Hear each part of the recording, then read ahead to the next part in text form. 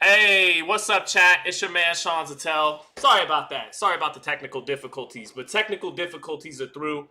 I'm sorry, chat. I got it. I'm on it. But we now have sound, and I'm hyped. As you guys could tell, I'm still pretty fresh out the shower with the still drying off hair. Hey, what's up, chat? It's your man. See, now I can hear myself. But it's such a good card. I think it's the best card of the year. We got people in the chat saying it's the Super Bowl of boxing today. We got people saying I agree. It is the best card of the year.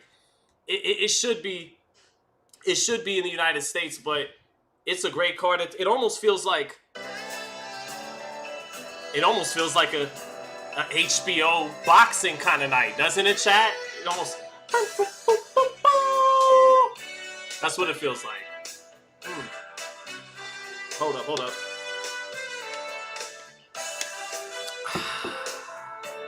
Can you feel it in the air? I feel it. Here it comes.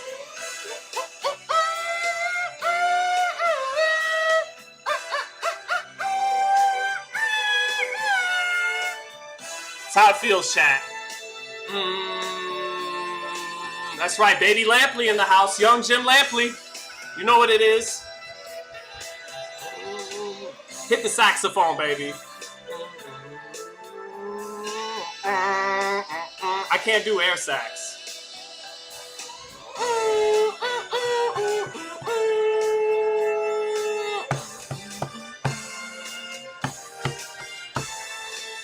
Oh. And now it's the highlights montage at the end of the night. When you still buzzing, adrenaline still soaring, buzzing off the fight. You're almost drunk off the fight, high off the fight. In HBO, they take it from the top. They would go, oh yeah. Bring it back now.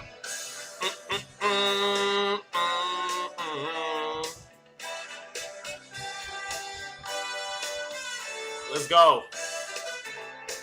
All right, chat. We got it. What's going on, chat? It's your man, Sean Zittel, holding it down. It's time for preliminaries time for Benavidez-Yarde. And I'm hyped, as you guys can tell. Very excited for this fight, for all the fights on the card. And we got, man, okay, but let's do a roll call here. Let's start with the main event. Phoenix, stand up. Oakland, stand up. Atlanta, stand up. Cleveland, stand up. And San Antonio, stand up. We got all American headliners, and in the case of Norman-Haney, the kind of fight we never get these days. Two American champions in their athletic primes, in their 20s, fighting each other in a literal 50-50 fight at the books. And then you got one of the most exciting and prolific offensive fighters in the world, and Benavidez headlining. You got Bam Rodriguez, who's probably the most special fighter right now on that card, pound for pound, an artist in the ring. And then you got the most Terrence Crawford-like talent out of the youth in Abdullah Mason. 74-inch reach, like Terrence Crawford. Fighting for his first title at lightweight, like Terrence Crawford. For the WBO title, like Terrence Crawford. And at 21 years old. So I'm very, very, very hyped. Thank you, everyone who says they love the jacket. I am a little warm in it. Might have to take it off at times. Put it back on. But I am really, really, really excited, as you guys can all tell. And we got some time to kill. I mean, we will talk these preliminary bouts. Let me take this off for a minute there, because your boy is a little warm. And show off the cheapest Versace shirt that anyone has ever wore. And but let me do a little roll call with the chat. What is going on? C Money. What's going on? Marvelous Irv, Bebop Jones. Thank you for saying you love the jacket, brother. Always good to see you. Talk of SD says that's a dope jacket. Thank you, my man. HBO theme was fire. Thank you, Kyle B. Back. Bebop, bang bang. Coronel Boxing says when Sean listens, you listen. When Sean talks, you listen. Thank you, sir. You sound like a gazebo, says Zay Dummy. Thank you for joining. What's up, boxing analyst? My wife says hootie hoo in the chat. My wife didn't watch WCW, but she reminds me of Conan when she does that just now. My guy, Chiquien Boxing. What's up? What's up, Triple J?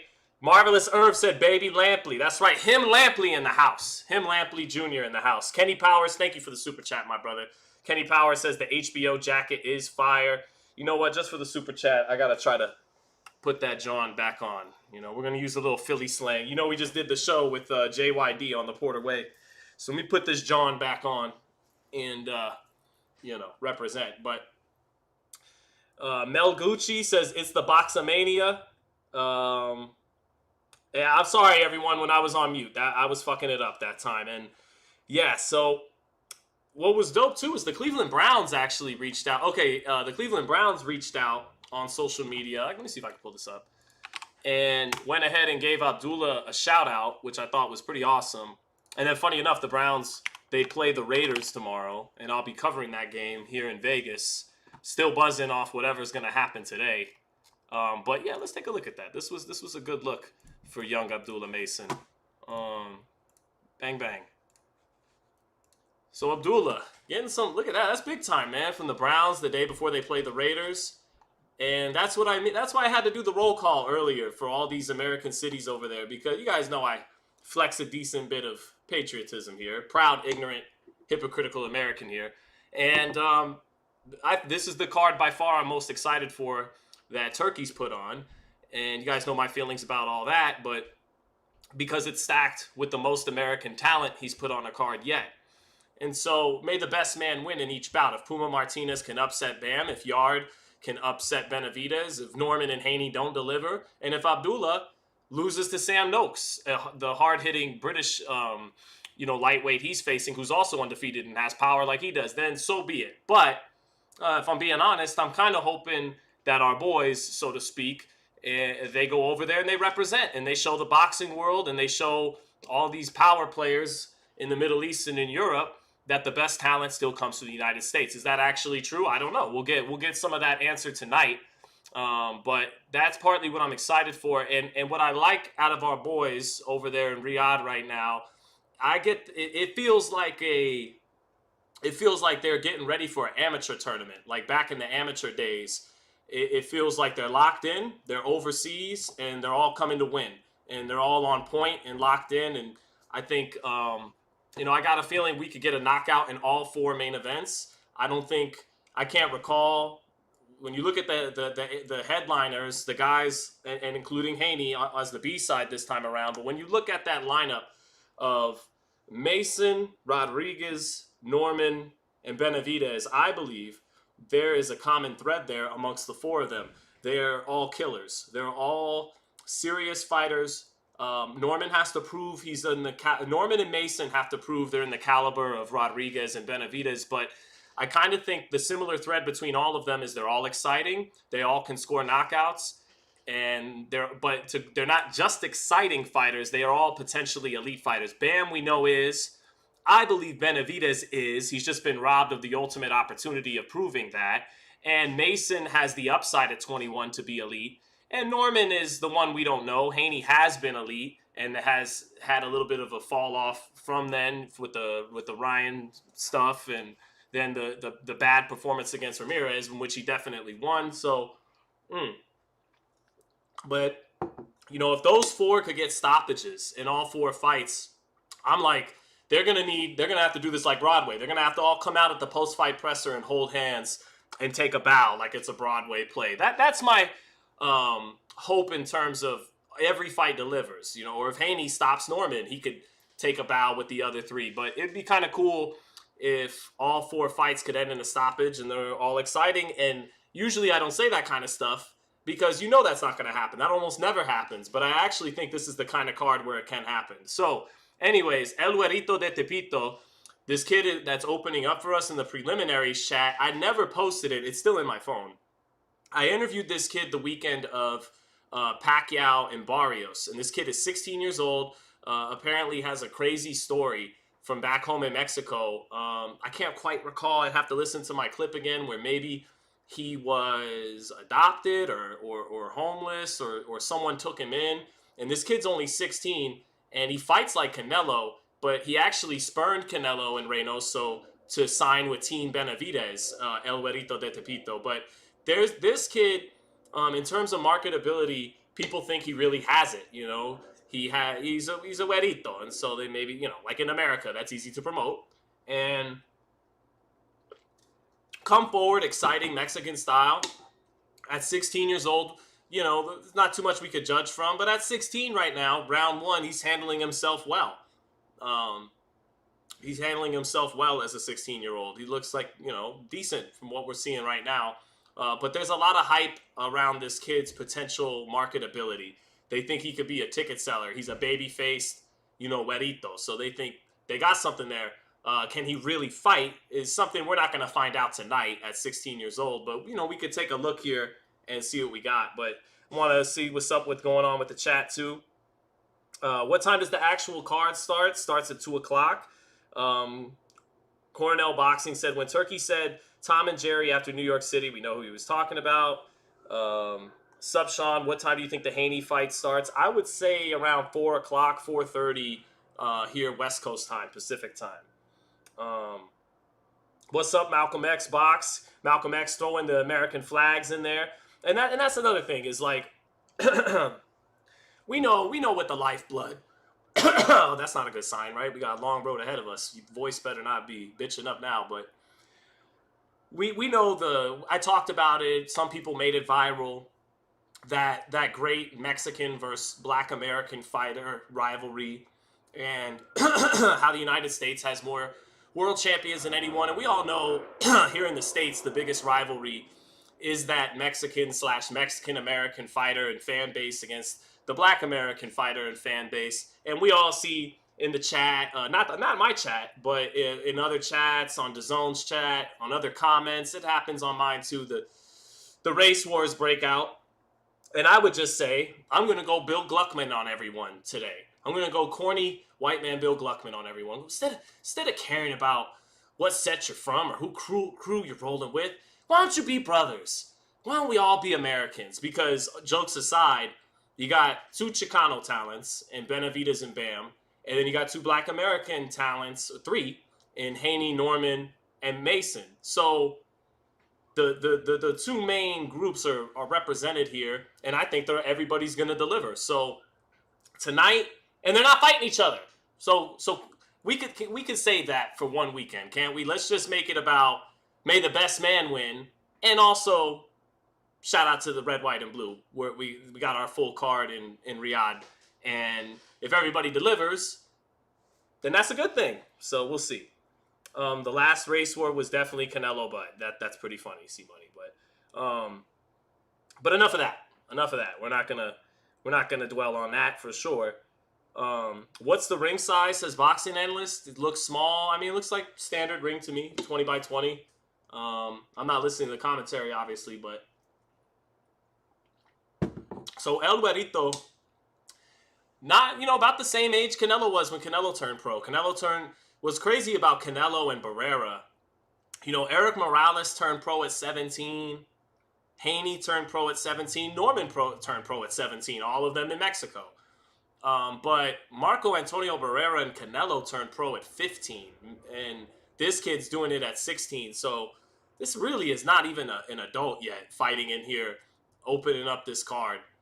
But he looks pretty solid. It looks like he's trying to emulate Canelo more than anybody else. This kid stylistically, for sure. His movements and the way he's coming forward, the way he's throwing his punches, it definitely reminds me of Canelo a little bit. But you don't see the velocity like that, like Canelo. But then again, Canelo's velocity got better. When I first saw Canelo on ESPN in like 2010, and he was 39-0 or so, I was like, he's kind of slow. Even though I was like, what's the big deal? He's kind of slow. And then the Jose Cotto fight on Mayweather-Mosley was the same year, 2010. It was like, And it wasn't until he fought, was it Rhodes or Hatton? I think it was Rhodes, moving up from 140. And he got to fight him for, a dubious WBC title shot. And then all of a sudden the hand speed came alive. And then by the time he was fighting Josecito Lopez in 2012, he was throwing blistering fast combinations in that fight. And it was like, oh, wow, Canelo's the truth. He's going to be special. And he was. Tepito isn't showing that velocity. But to be fair to him, when Canelo was his age and even a little older, he didn't really show the velocity yet either. But he is placing his left hooks and to the body, his body shots in general. He's winging some good uppercuts. He's pretty relentless, good volume, and decent, pretty decent technique on the power shots to the body and on the uppercuts. So not bad. The kid's got some upside, but yeah, it definitely got a little Canelo in him. And there's a little head movement there at the end of the second round, but Real OW3N says Sean sucks 100%. He can't scrap. Okay. What fight is on right now? It's the Mexican prospect El Güerito de Tepito. Let's see. Are we excited for the Ring 6 Inoue and Nakatani card? I don't give Picasso much of any chance against Inoue. I saw Picasso on that Pacquiao Barrios card, and it wasn't impressive. It was not impressive. So, Mel Gucci. Mel Gucci's. Don't start that, bro.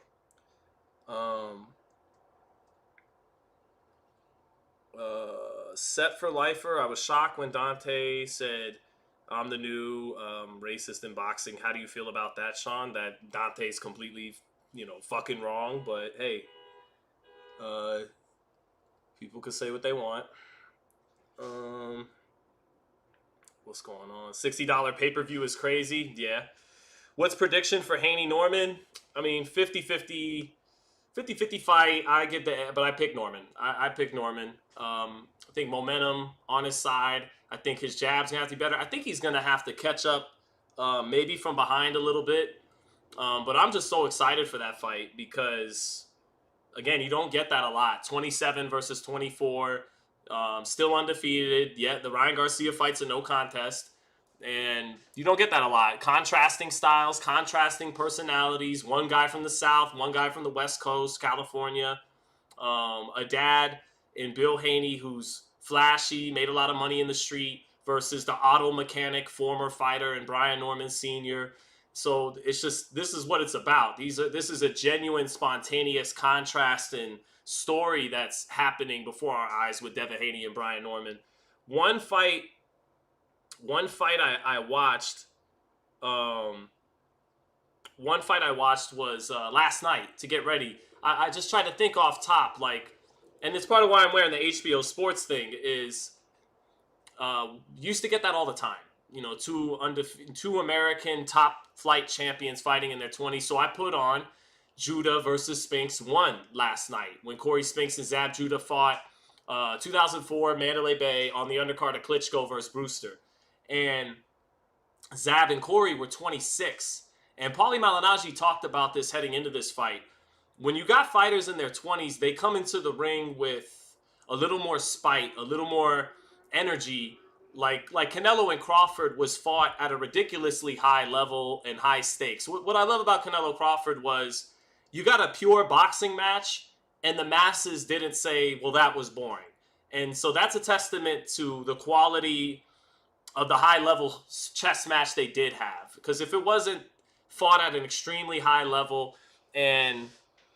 But, then people would have said it was kind of just boring. I mean, Mayweather-Pacquiao was fought at a high level too, but Canelo-Crawford was a better fight. But anyways, despite it being a good fight, it lacked some of that animosity and some of that youthful, I guess, energy. Because I don't want to say hunger, because Crawford was very hungry with his performance.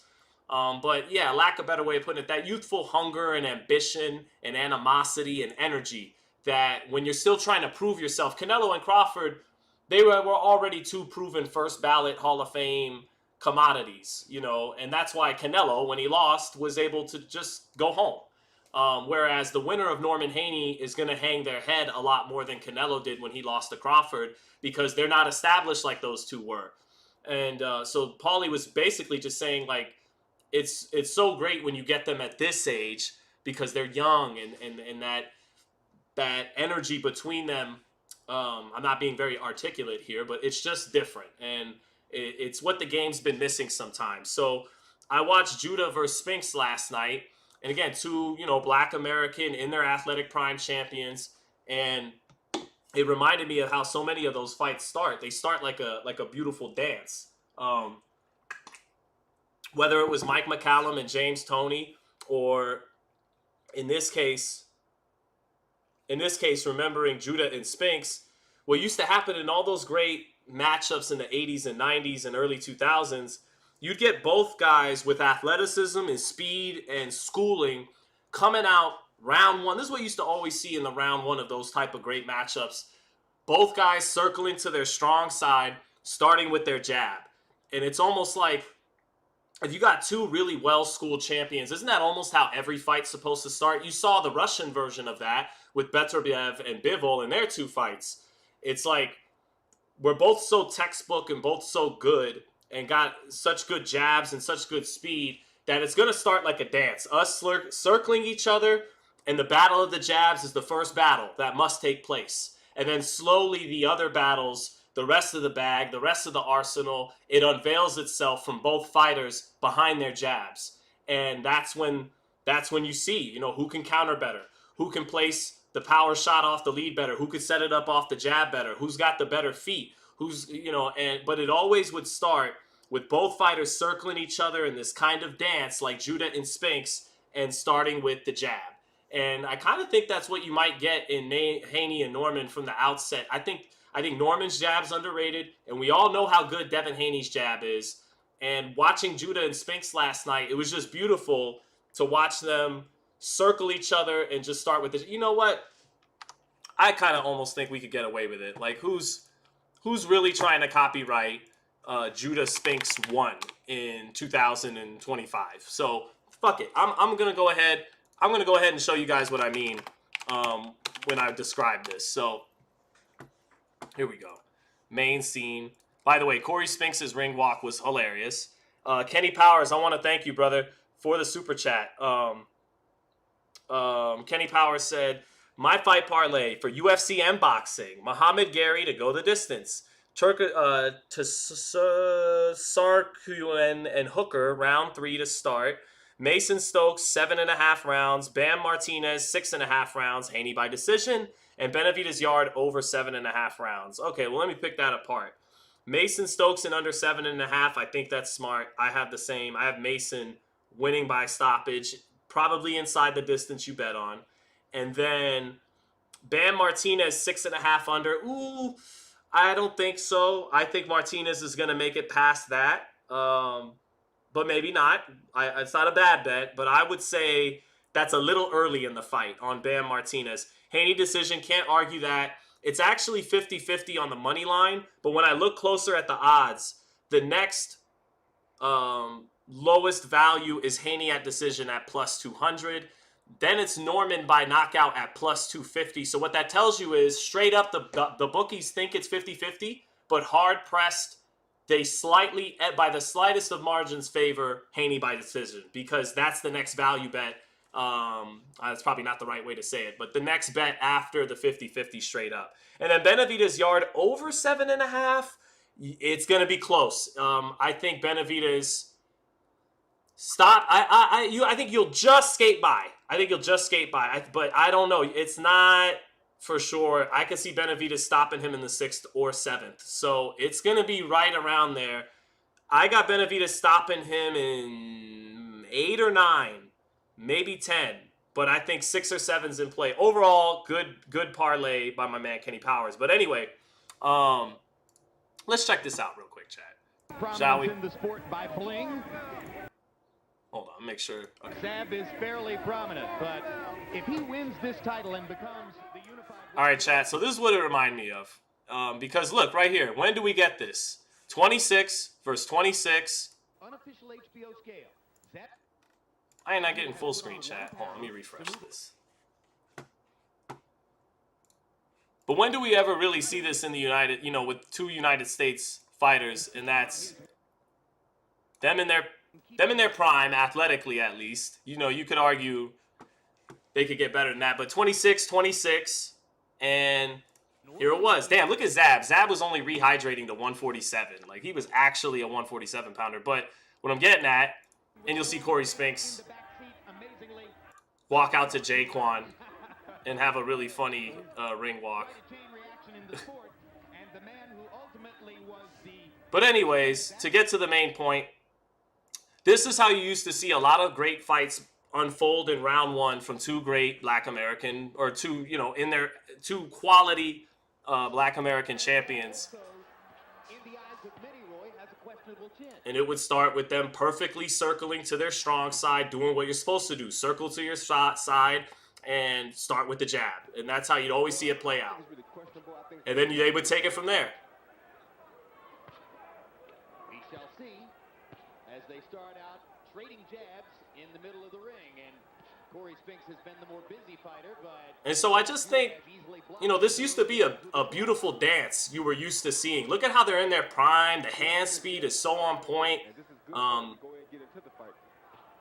Both got the athleticism, footwork, the jab. And it just, that's how, this is the way the dance used to started in round one. Who can win the battle of the jab? And then we're going to take it from there. I think his pedigree might help him there.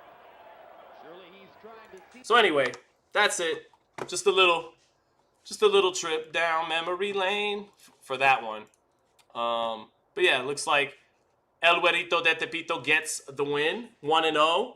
Shout out to the young man making his professional debut and winning his fight at 16. Again, you could tell he's trying to fight like Canelo Alvarez a little bit. Doesn't have Canelo's velocity, but threw some good body shots. Threw a good left hook to the body, had some good uppercuts, good little rhythm on the front foot.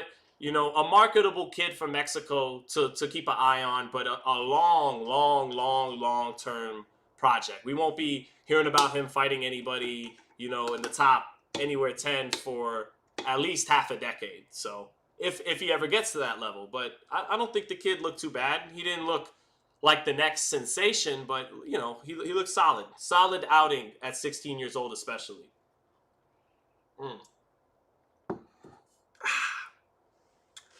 So, why was Spinks walking like that? So that was his swag. He was, you know, was getting in the groove. But, Minzo127 said, "You said Haney only needs to get the win.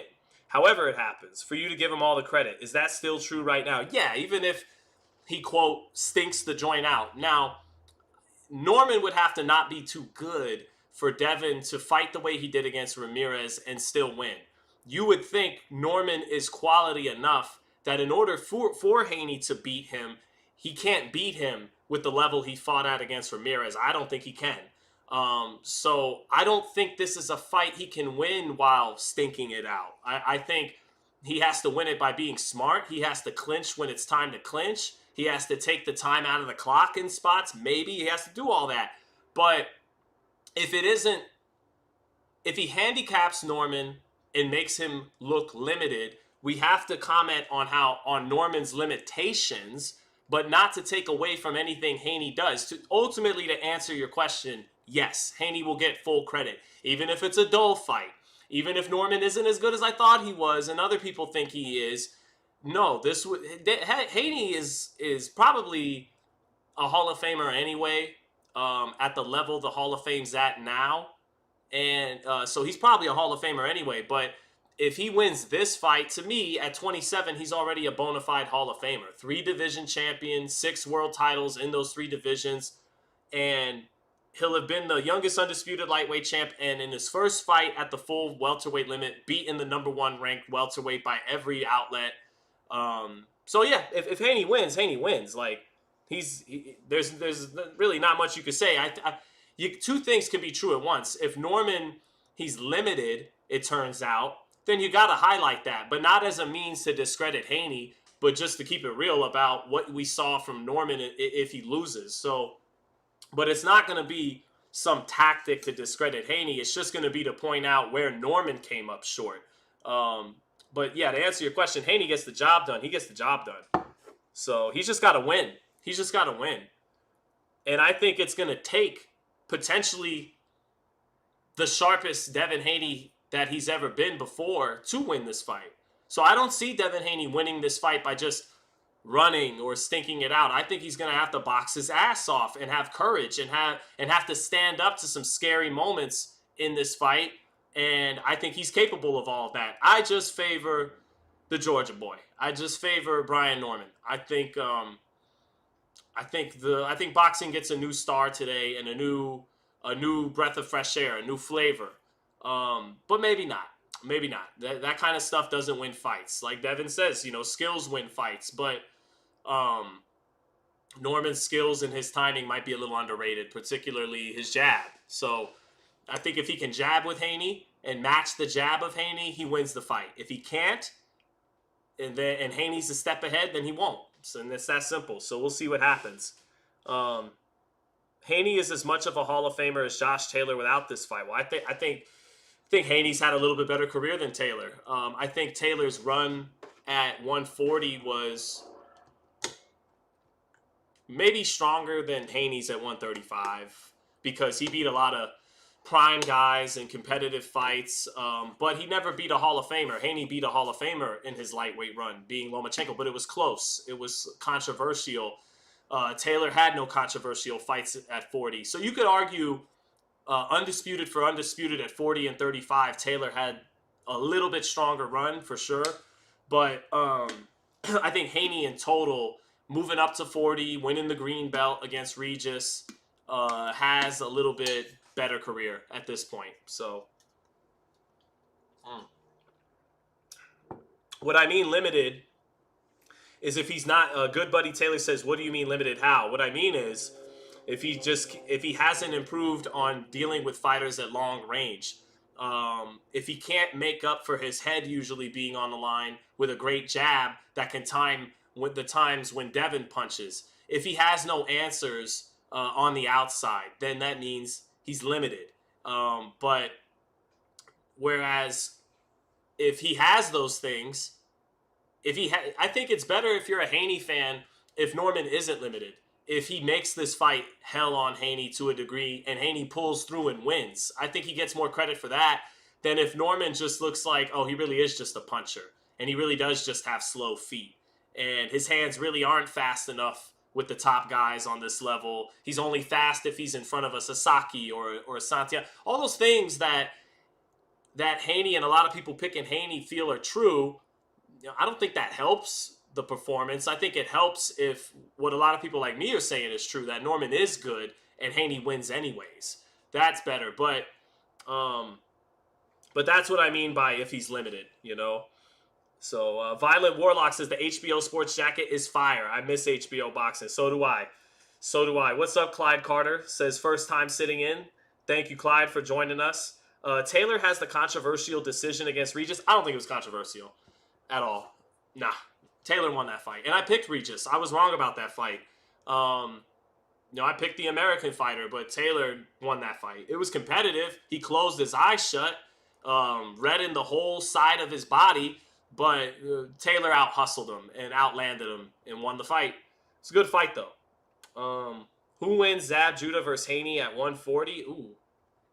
I'm going to give the edge to Zab because of the power. But, Zab was a little bit of a head case. Haney's a lot more disciplined, head on his shoulders better than Zab was. I love Zab. Shout out to Zab and Brooklyn and the Super Cartel. Zab was so talented, man. But,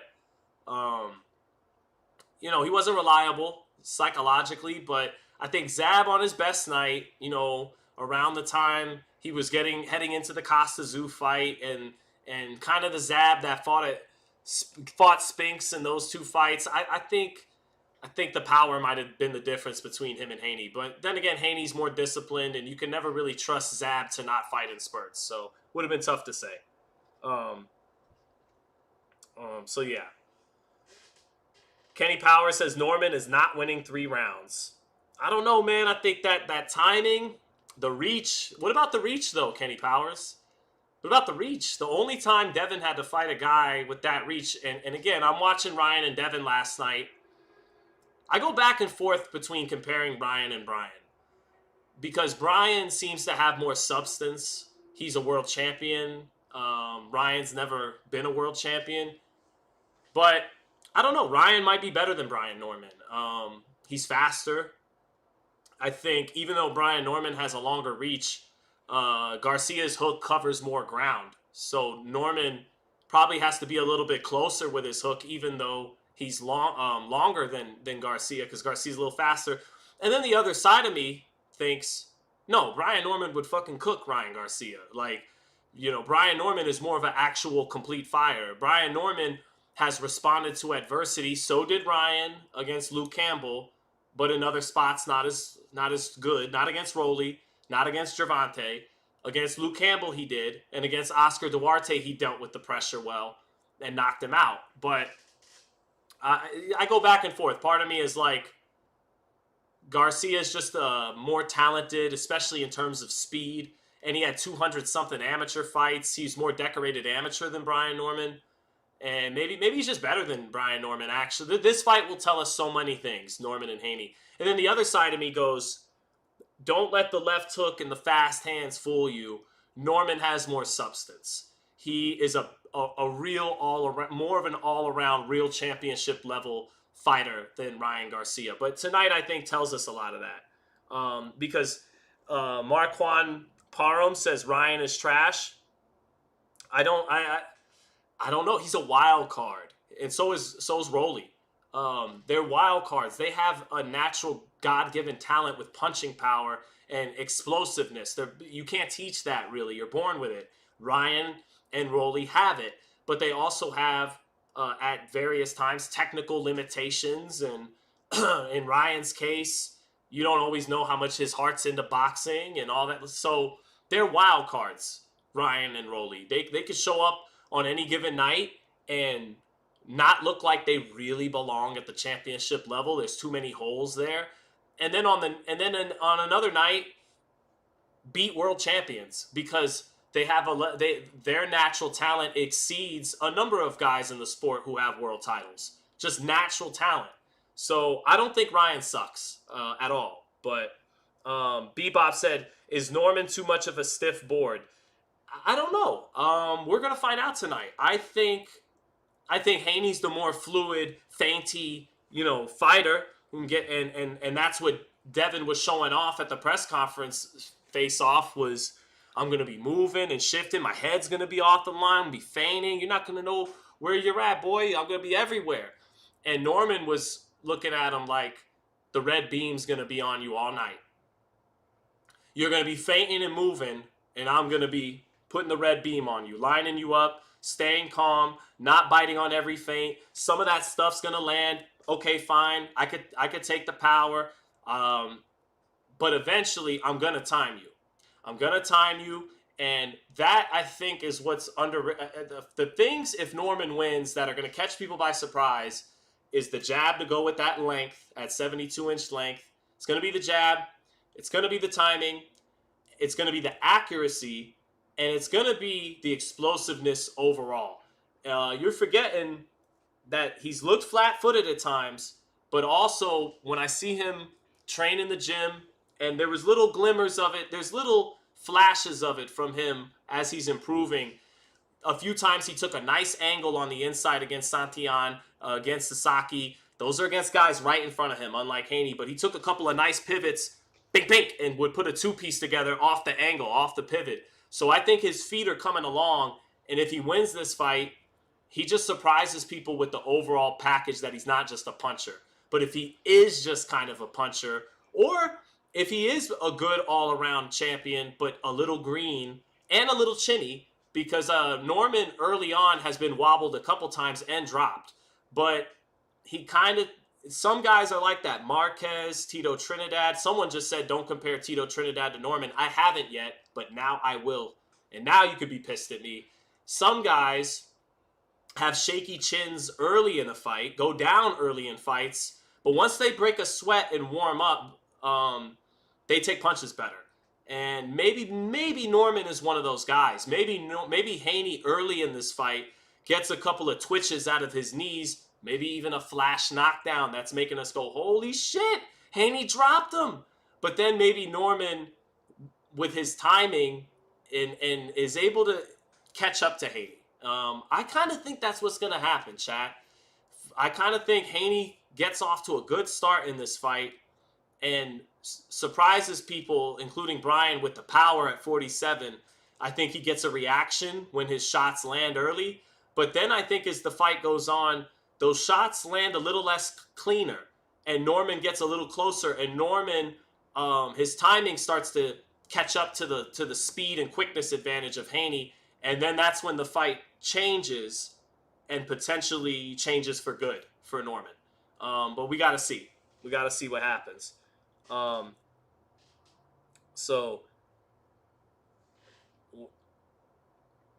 Joel Hyman said Haney's never faced a guy like Santillan, young, strong, and with pressure. But Norman's never faced a guy like Haney. And they really are bringing a lot of, on paper, what's supposed to be each guy's weaknesses coming into this fight. Against Norman, box that country strong motherfucker. Don't do what Santillan and Sasaki did. Box him. And Haney is very good at doing that. The book on Devin Haney is you got to be his size for one, and you gotta touch him. You gotta have power, and you gotta take the fight to him a little bit, but have enough size and skill to actually do that. Norman fits that bill very well potentially too. So that's why it's 50-50. A lot of their strengths line up with the other guy's weaknesses. And then, Haney has this advantage in experience, but it's a little bit offset by the momentum for Norman. Yeah, Haney has the experience, but Norman has the momentum. Haney has the better resume, but Norman's the natural welterweight, and we'll see. Haney has a lot to fight for. He's got a lot of people been talking mad shit about him for 18 months, doubting him. He's got all that fuel in the tank, but then Brian Norman's got the fuel in the tank of, I haven't tasted all the success and the money you have, and I want that. I want what you've had. So put it all together, and I think you could tell I'm looking forward to it. So is that George Foreman's jacket? I don't know. My wife got it for me. Oh, Joel Diamond said, I didn't say it was you that compared Norman to Tito. Sean was a dude in here in the chat, not you, my guy. Well, I'm still sorry, Hyman, because I wound up doing it anyway. So I found a way to sneak a Norman in the same sentence as Trinidad. Maybe I should be punished for that blasphemy, but we'll see. Let me see some in the chat. I think the body work's going to be key with Haney and Norman. I don't know how much body work we see when Haney's going to try to keep the fight on the outside, but maybe so. Haney went to the body a lot against Lomachenko. Haney knows how to touch the body at long range. We've only seen Norman touch the body, at mid to close range. So, we'll see.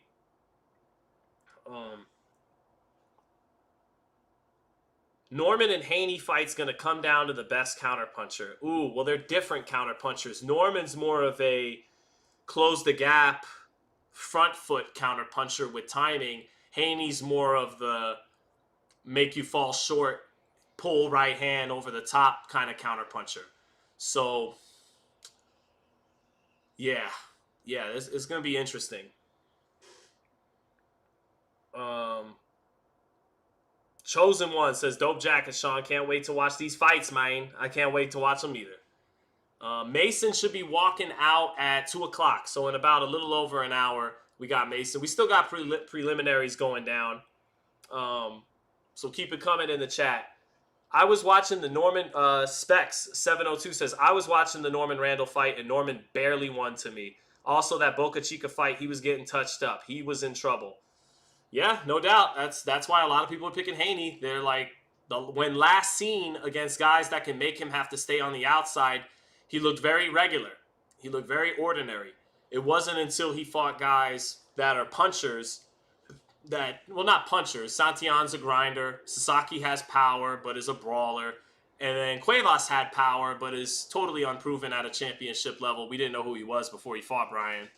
But he was a tall, a 5'9" guy with good length and good power. So he was a legit welterweight with legit welterweight power. And that is the common thread amongst Norman's opponents, as much as you could criticize the last three of them, is they were real welterweights in terms of, well, Sasaki came up from 40. But they had good welterweight punch. This is the test. But yeah, I was at the Quentin Randall fight, and at times was more impressed with Quentin Randall's, craft, and wasn't impressed with Norman at all. Didn't give him a second thought. And then I go to the fight 6 months later, 9 months later, whatever it was, May 2024 against Santillan, undercard of Navarrete and Dennis Berenchik. And I expected Santillan to beat him based on what I saw against Randall. This guy ain't all that. Pressure breaks pipes, and Santillan isn't the most talented guy, but he's a grinder. He'll grind him down. And then from round one, I went, uh-oh. I was ringside, and I said, uh-oh, that's not how this fight's going. Because I saw right away Norman was switched on for the it wasn't just that the style matchup. He was a different Brian Norman than I had seen in the Randall fight. And he wound up having an eye-opening performance, and I was like, okay, we got something here. We got the best matchup for Boots. Then they wound up not taking the Boots fight, but I still thought he was good.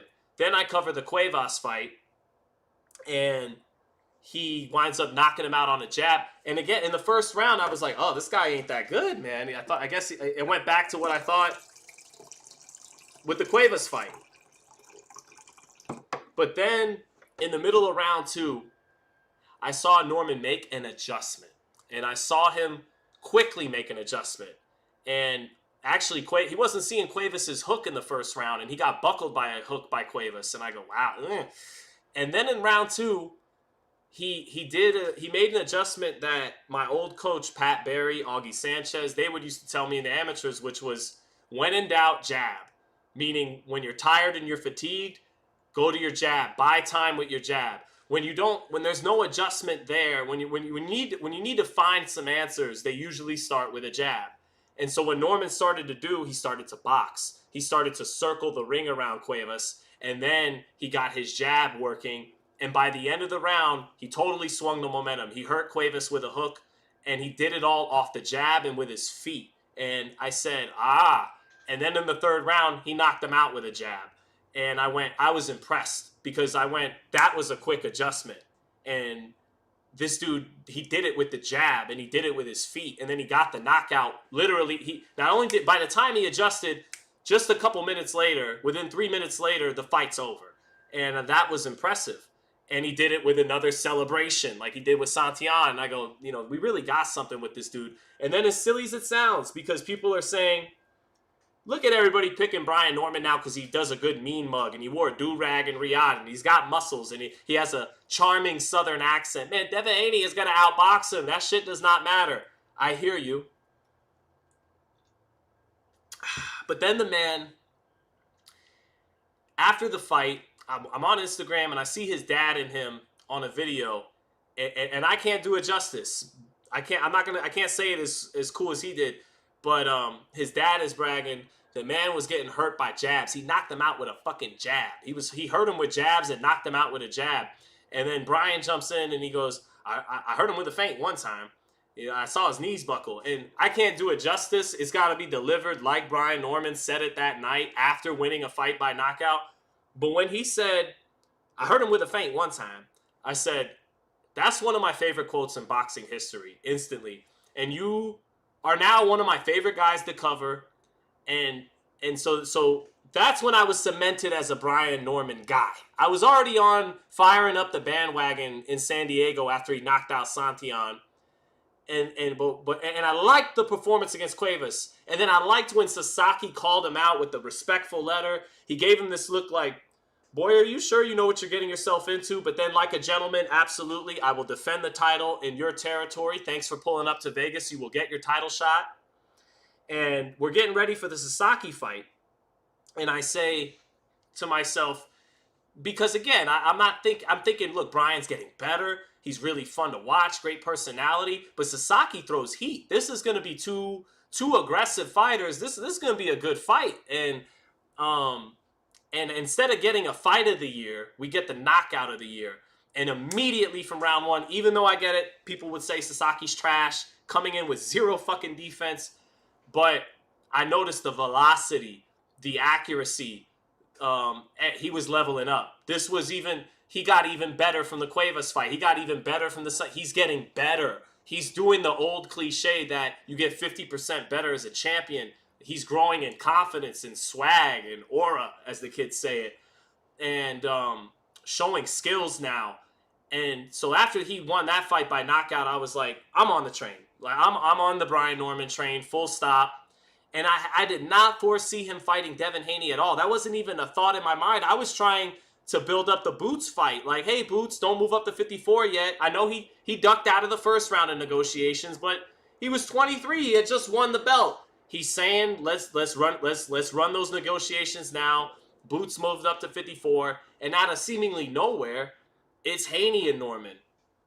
And you know, Haney's a kid I covered since he was 15 at the Hit Factory, right before Bill sold it to Kenny Porter, which became the Performance Center. And it was a trip for me because, you know, me and Bill and Dev aren't as close as we were back in the day, but that sparring session he had with my boy Sean Porter, became the first one of the first big viral Devin Haney videos, and I got a lot of history with them. And so now it's like the people I go way back with, and things happen, things change. The kid that I knew was gonna be champion one day, and he fucking did it. He became the undisputed lightweight champion. Now he's fighting this fighter that I've fallen in love with, so to speak. I think he's slept on, and I think he's bringing something new to the game. And I never thought they would cross paths all of a sudden, and now they have. And so it's kind of crazy. It's like, do I go with the kid that I always knew would be champion, that did become champion, or do I go with this new guy that I have this gut feeling about might be a star, might be a little slept on? And then I said on Sean's show, no, he's literally slept on. People were asleep in America when he had the knockout of the year. He's slept on. He's the underground king. He's the dirty South, like UGK. He's the underground king from the dirty South. And now he's fighting Devin, and it got trippy. And I don't know. It was a 50-50 fight, and I gave the edge to Norman. But we will see. I can't wait. So and I got a good little metaphor. Remember and I'm gonna bring it back once we get closer to Norman and Haney. But remember that song, "Midnight Train to Georgia" from Gladys Knight, and beautiful song. And the whole song is about L.A. was too much for the man. He couldn't make it, and so Brian Norman is that. Does Brian Norman go back on his midnight train to Georgia tonight? Or does he get to flip it? Does he get to flip the concept of the song and take that down home Southern out hospitality, Georgia, you know, I don't know, philosophy, whatever you want to call it,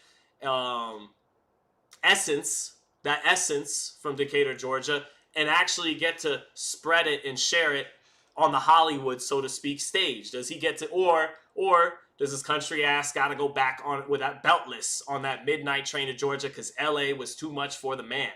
That's the question we got tonight. So we'll see. But hey, let me get I got a couple super chats from a few people in here. My man, Matt Borgeson, always holding us down, says, Zittel, let me tell you a fact. Ever since they allowed United Kingdom coaches to coach both amateur and professional at the same time, it reduced their game. No UK boxer will beat a hood man from the USA again. But Matt, it just happened last week with Adam Azim and Kurt Scobie. But I think Matt would retort that he's talking about at the championship level, the best of the best, not talking about Scobie, who's not a real contender, you know, a real pro, no doubt about that, a competent pro, but not a real threat to a championship level. He's not talking about a UK thoroughbred against a jag, just a guy from the United States. But to push back, Matt, Adam Azim, he just schooled Kurt Scobie, so not necessarily, but MuteTube University says disrespect for DHP is contagious. Fickle fight fans. Thank you for the super chat, brother. Devin's got my respect, you know, win or lose by far. As a matter of fact, I guarantee you, if Haney loses this fight in whatever fashion, close or not close, you're not going to see anyone more than me in the media give him his props if he can't get the job done tonight. Because we're not with that bullshit of shitting on fighters and doing memes. I mean, it's a free country. Have fun. If that's what you want to do, that you can do that. But, you know, I'm in the business of sometimes even focusing on the loser more and making sure the loser gets his proper due before we always just celebrate the winner at the loser's expense. So No, Haney's gonna get plenty of credit, win or lose, from me. So, but yeah, again, so this is deep for your boy, chat, because I was thick with the Haneys, and then things change. If you want to be a great objective reporter, inevitably you're gonna have to say some things that makes the fighter disagree or pissed off at you if you want to maintain your objectivity. So if I had to choose between access from the Haneys forever or being in a position like this today where it's actually a fight, I'm favoring their opponent, I wouldn't have been able to go on the record and say that because I'd have that conflict of interest that would restrict me from it. But it sucks because Devin wound up, I'm gonna get into this. We got some time to kill. Devin wound up blocking me because of the Victor Conti stuff. Norman comes on the Porterway show and he goes, "Hey, I'm about to sign up for all the VADA testing that Devin and Bill want, but can we ever get a different agency? Because isn't Victor Conti, rest in peace to Victor Conti, isn't he closely affiliated with VADA? Didn't he help the Form 8? Wasn't he counseled on the beginning of VADA? And doesn't he know how to beat the test?" And I was like, well, Brian, to be fair to that point, I have an interview from 4 years ago that Conti says he knows how to beat the test. And I wound up sharing it as a receipt, and that got me blocked. And I get why. It's like, oh, so you're going to cast aspersions. But no, I didn't lie. It's a factual receipt that I think people deserved to be made aware of. It was fair game. And I only brought it up because Bill was casting aspersions on Norman. And so I'm in the middle here, and I'm like, oh, I kind of don't like that you're doing that to Norman.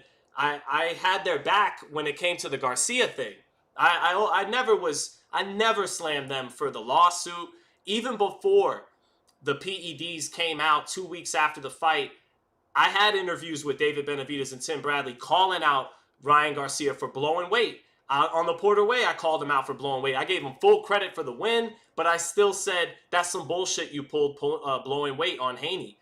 You can't be above the rules. And then when he got popped for the PEDs, I was the only reporter at the Canelo Munguia weigh-in pressing Ryan about that, saying, why should anybody believe you now when you just got done bragging about deceiving the whole world and taking them for fools heading into the fight, and now you want everyone to believe you? And Ryan said, that's a loaded question, bro. And so point being, when everybody was shitting on Devin after the Garcia fight, I gave him a very fair shake, and I even said it's disgusting the way people are treating him on social media a little bit. And so it was no hate there. We may not have been close like we were back in the day, but I still had his back when I saw some bullshit, as I saw it from my perspective. But then when Bill started casting aspersions on Norman, and I got this affinity from Norman, I'm like, okay, I'm going to step in here, and I'm going to share this receipt about Conti, because I don't think it's right. If you're Norman, and even if you were Ryan, you had a right to feel that way. But wait a minute, aren't you close with the guy who's close with the testing agency? I didn't really hit that line in the aftermath of Garcia. My focus was more on Garcia. You blew weight. You were blatant about it. Your voice changed, bro, for 6 months, bro. Your whole demeanor changed. Everything changed. And then evidenced by the Rolly fight, the next time you didn't look the same. Your whole energy was different. Your body didn't look the same. You weren't the same fighter. And so that only makes you look more guilty in the aftermath of that. But I heard everybody saying, okay, but what about the Conti stuff, the snack stuff on the other side? And it wasn't until Bill started picking at Norman that I said, okay, now it's time to talk about that part, to talk about the Haney side, which I didn't bring up as much in the Garcia fight because I focused on Garcia's mishaps. I didn't make it about the Haney snack thing and all that. So I got caught up, chat. It was the guy I went way back with, out of nowhere started fighting this guy that I started having an affinity for and thought could be a star, and it's this 50-50 fight. I gave a slight edge to Norman.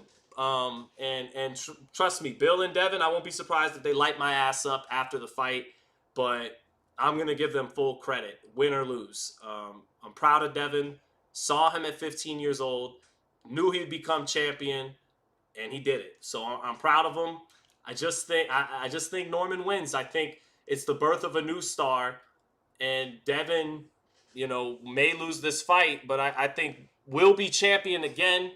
I'm just saying he's not going to be champion tonight, but I might be wrong. Might have to eat those words and the new. So we'll see. I thought you guys might enjoy me walking you through all that as we got some time to kill. So, got some super chats though. Moochube said, University, rest in peace, Victor. When has Devin popped dirty, Sean? Never. He is, he never popped dirty. I didn't say he's dirty. But for an opponent like Norman to want to point out those potential conflict of interest, I think it's fair.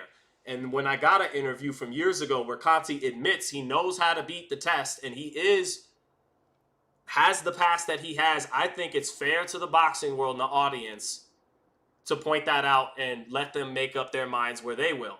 And it's not even something I would have brought up unless they kept because then in the back of my mind I go, I would like to think this is not the case, but you get a thought through your head of, are you weaponizing the testing? Do you have the guy in your pocket that can make sure you're clean and the testing who is associated with your guy that can help you beat the test, who is the biggest steroid dealer of all time, who was convicted for that and has admitted he knows how to beat the test? Are you pushing for this testing so hard because you might be weaponizing it? Because you might have the guy in your pocket that'll make you beat the test and the other guy doesn't. So it's testing that you'll skirt by on, but the opponent won't. And that's what Ryan was alleging. And I didn't feed it any ammunition because I didn't think Ryan was the right guy to say that after he blew weight and was blatantly, obviously on something. From the demeanor, from the voice change and everything. But when Bill started going at an innocent man and Brian Norman Jr., that's when I said, all right, Bill, I gotta bring up that receipt from 4 years ago. I gotta bring that up. And I did. And it doesn't mean Devin did a goddamn thing or Bill, but I felt it was fair game. And I'll stand on that all day. So, but I think everything's above the board and there's going to be no excuses here and may the best man win, you could take a look at Norman and be suspicious just because the guy is a specimen. So I always say at the elite level in sports, nothing will surprise me. But put all that shit aside. I just walking you guys through my personal thing, my history with the two fighters heading into this. And I think it's going to be a great matchup. I think they're going to have ebbs and flows. And yeah, but now Muhammad Alakal warming up, and we'll get to some other stuff here. But Carly and Mello said Sean stirring the pot. My man Chikian said respect Sean. That's why we need more objective journalists like you. But the truth is, trust me, guys. Like I think deeply about that stuff. I put myself in these other people's shoes, and I felt at times not good about that, especially when Victor passed to pancreatic cancer. Like, that's not a good feeling that's the last thing I said about the man or showed about the man, and he passed. And knowing Devin since he was 15 and having to take it there, and it's not like I took joy in it, but there was also something in me that was like, man, drop that interview. Drop it. Drop the receipt. And I did. And I stand by that. But at the same time, I go way back. It didn't exactly feel good. So let me get to some super chats. And Matt Borgeson saying, Adam Azim is all right, but compared to anything the USA has produced under cruiserweight, it's bar none, period. Amateur trainers teach bad habits in the pros. And Matt Borgeson said all the GOATs lived off food stamps in the USA. Matt, though, I had some people in my comment tell me Ali was middle class. Haney, youngest undisputed lightweight champion, he wasn't on food stamps. So I agree with you. I'm not trying to make a politically correct point. I think in America and elsewhere, most of your fighters get it from the mud, man. That's part of the hunger. Boxing has always been called a poor man's sport. So I'm not offsetting your point, Matt. I'm just providing context that not every single American champion may have come from that background, but the majority in all likelihood have. And so I still agree with your point. But so then I got a super chat from Ty, 23877 says, Sean, stop the bullshit. Crawford is part of Snack as well, and you never mentioned it during his fights. I did, though. And the funny part is but him and Canelo cancel each other out a little bit. It's like Canelo popped for clenbuterol. Just looking at Canelo being that short and packing on that. I mean, I think everybody's suspicious of both of them. But between Crawford moving up in weight, not losing anything, and being with Conti and Snack, and then Canelo literally popping for PEDs before, having this ridiculously cut up frame at 5'8" and actually getting faster and punching harder as he moves up in weight and taking punches even better. I mean, Canelo always had an amazing chin, but just punches having no effect on this man coming up from 154. I think you could play that game with both of them, so I just didn't play it very much. I just let it be what it be. I didn't even really... I wasn't as up for that. I'm more up for Haney and Norman than I was Canelo Crawford. But thank you for the super chat. Bam Rodriguez, Bud, Benavidez, Sean Porter, Snack. Yes, all with Snack. And what I thought was funny was when everybody starts doing the whataboutism, including some of the fighters, it's like, well, what about Barrios is on Snack, Virgil's on Snack, Bam's on Snack, or Crawford's on Snack, and I go, you realize this isn't making you look any more innocent, right? It's making you look like you're trying to threaten, if one of us goes down, we all go down, and that kind of thing. And look, man, high stakes, nothing would surprise me. I don't. Just leave it at that. What's up, babe? We're gonna head out now. Oh, thank you. What's this? Love you. Love you, babe. Hold on, wait. Want to say hi to the chat? Hello, chat. All Time right. to assassinate. Oh, jeez. Damn, she got... All right. See you, babe. Love you. Love you. What do we got here? We got the snowman cookie, chat. Oh, and we got the fake Forky Pop. We got a couple of treats from Starbucks to keep us fed. Got a couple waters. Shout out to wifey. Canelo versus Bud 2 coming soon. Who wants to see that, though? No Cable TV. Thank you, brother, for the super chat. Said, what's your 4-leg parlay for tonight? I got Bam Benavidez, Mason, and Norman. I got those guys. All four. The one I'm not sure of is Norman and Haney. That's the 50-50. The other three, I'm convinced. Benavidez is going to handle his business. It's going to be violent and not methodical. Clinical. It's going to be clinical and violent. Bam is going to show us that boy is just special. That boy is an artist in the ring. And then Mason's going to show us future star all over that. He's going to win. I got very little doubt at all. Out of those three, the one that I have the most doubt actually is Benavidez, just because we don't know how tough it is, him getting down to 75. He lives in Florida. So far, that hasn't gotten to him or his performances yet, but I've always heard in the boxing world, Florida is usually a place that gets fighters caught up. It's not a great place to go, but that hasn't been the case with David yet. But between the weight cut, living in Florida, and being denied his shot, you wonder if some of the air gets taken out of the balloon at some point. So you're making lots of money, but you're not getting the fight. You didn't get it at 68. You haven't gotten it at 75. I mean, come on, guys. Literally, Canelo and Bivol ducked the glamour belt, the green belt, instead of fighting him. And you got to wonder if at some point that takes a little air out of your tires. You can only keep getting up but so much in camp for Anthony Yarde, and instead of the light heavyweight championship, instead of Canelo Alvarez. And, that's on David. But those kind of things do give me pause. But a David Benavidez that's on point and ready to go, he cooks Anthony Yarde respectfully. I'm on my two-tone, right? Respectfully, he cooks him. He cooks Anthony Yarde. And no disrespect to Yarde, who's got balls and power, and will take your girl. But David Benavidez is particularly on offense an elite offensive fighter. I think an elite fighter overall, but particularly on offense, I think he's one of the most prolific offensive fighters in boxing, period. So I think Benavidez is going to close the show and show why he was the headliner. I think So here we go. Here's what I think. I think everybody plays their part. I think Abdullah Mason, he shows the future.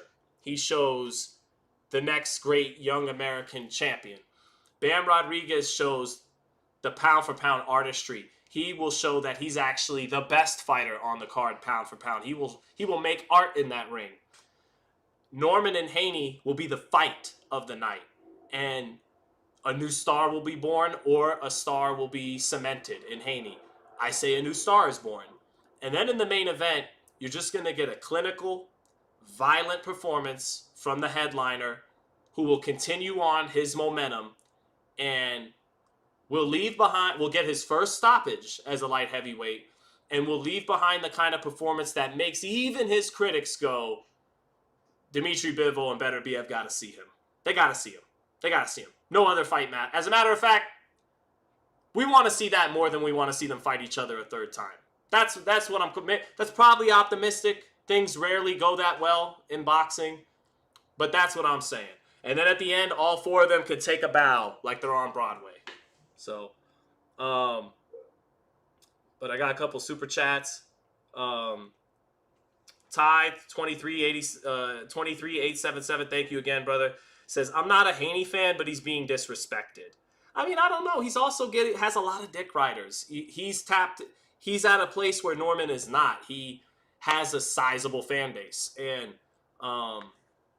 any fighter's fan base has their fair share of dick riders who lionize and victimize their favorite fighter. They make it, my fighter's always not getting enough credit. He's always getting hated on and all that. And I see a lot of that with Haney right now. I think I see a lot of people in the comments saying, like, you're just going to move the goalpost if Haney wins. And it's like, you want that. You want a reason to bitch. You like, because when someone like me does eat their words and gives your guy all his credit, you don't go like, okay, respect, cool. No, you want to be a dick. And so, like, no, you want people to hate on, not you specifically, Ty, but I'm talking about, this is an energy I see. It's like, you want a reason to bitch. You want people to hate on him and disrespect him so that you can just have that ugly energy of going back and forth and I told you so. And you want to let your shit out vicariously through another man.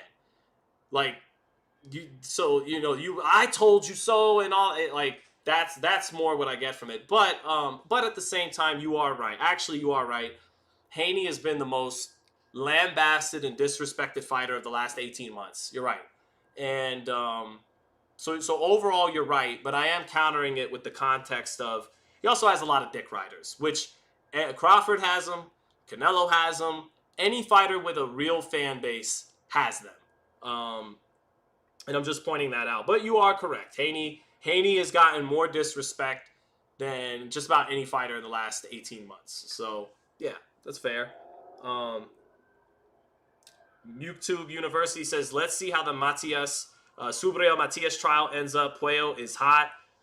Well, yeah, I mean, it's funny, though, because Puello popped before the Rolly fight, and that's why he lost the Rolly fight. But, again, nothing will surprise me, man. I think every time someone pops, I'm always like, why him? Why did he actually get caught? And then another super chat for No Cable TV says, how do I see the first 6 rounds of Haney versus Norman? I see Haney with an advantage in the first 2 to 3 rounds. I see Haney a step ahead, a little quicker, a little bit better agility, and I think he gets off first. I think he tags Norman. I think he gets a reaction out of Norman earlier, but I think Norman starts to catch up to him once we get to 3, 4, 5.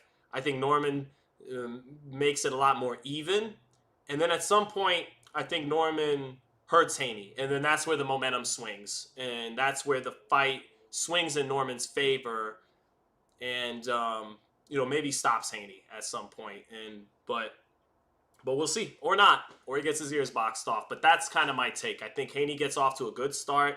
He's got to step on Norman early. Norman starts to catch up to that step, and then it's very competitive, and then Norman lands starts to change the fight with his accuracy, his timing, and his punching power, and wins the fight. So that's what I think. But Major Chip Hazard says, I'm telling you, I really see Haney boxing circles around Norman. I think, I mean, that is more than consent. It's a 50-50 fight at the books, but almost every boxer I talk to favors Haney. I talked to Bruce Carrington before the fight. He favors Haney. Tim Bradley's got Norman. But yeah, I think, though, Major Chip Hazard said then all of the so-called Norman fans are going to disappear. That's another thing, though, I think Haney fans are projecting. I know I was talking about Brian Norman after the Cuevas fight and the Santillan fight as the underground king of the South, and his timing's underrated, his IQ's underrated. I think I was the one saying before this fight was even conceived as an idea, before Haney even fought Ramirez at 43 or 44. So I can't be the only one. I don't think that's fair. I think there's a lot of people who are just kind of gravitating to Brian Norman. He has an exciting style and a great personality. What's there not to like? So, yeah, some of that is, oh, great, this could be the guy who could finally beat Haney, and we hate him. And, yeah, that's at play, too. But I also think there's a lot of people just growing with Norman. To your point, that's going to fade as quickly as it came if he can't get the job done. But I don't think it's because now we're on the Norman bandwagon because fuck Devin Haney. It's now we're on the Norman bandwagon because he's exciting, he gets knockouts, and he's actually good enough to fight at the elite, at the top level in the sport. So we got a new star. You know, that's what I think. But FMG Film says, I'm rocking with Norman tonight. The South got something to say. I agree with you. FMG, and it's always good to see you, brother. Would I sell out to Turkey? No, that ship sailed. I will not be doing that. But I'll tell you what, if for some reason they had a falling out with TKO, I might be more like, it is what it is. All right, whatever. All right, he's put on good fights. It's all the way over there. I'll talk my shit in the basement. I mean, I don't know. I've spoken at length about it. This ain't really the live where I'm doing that this time. I love boxing, and they got me on this one. They put some of the best American talent on a stacked card. They got me on this one. I love boxing, and I love the fights we got lined up tonight. So tonight is more about boxing. But plenty of other lives I've gone down the rabbit hole about Saudi and TKO being controlled by Ari Emanuel and all that stuff. But we'll save that for another day. So MukeTube, thank you for the super chat, says, doesn't Subriel Matias have a body in the ring? Maxime Dadashev, rest in peace.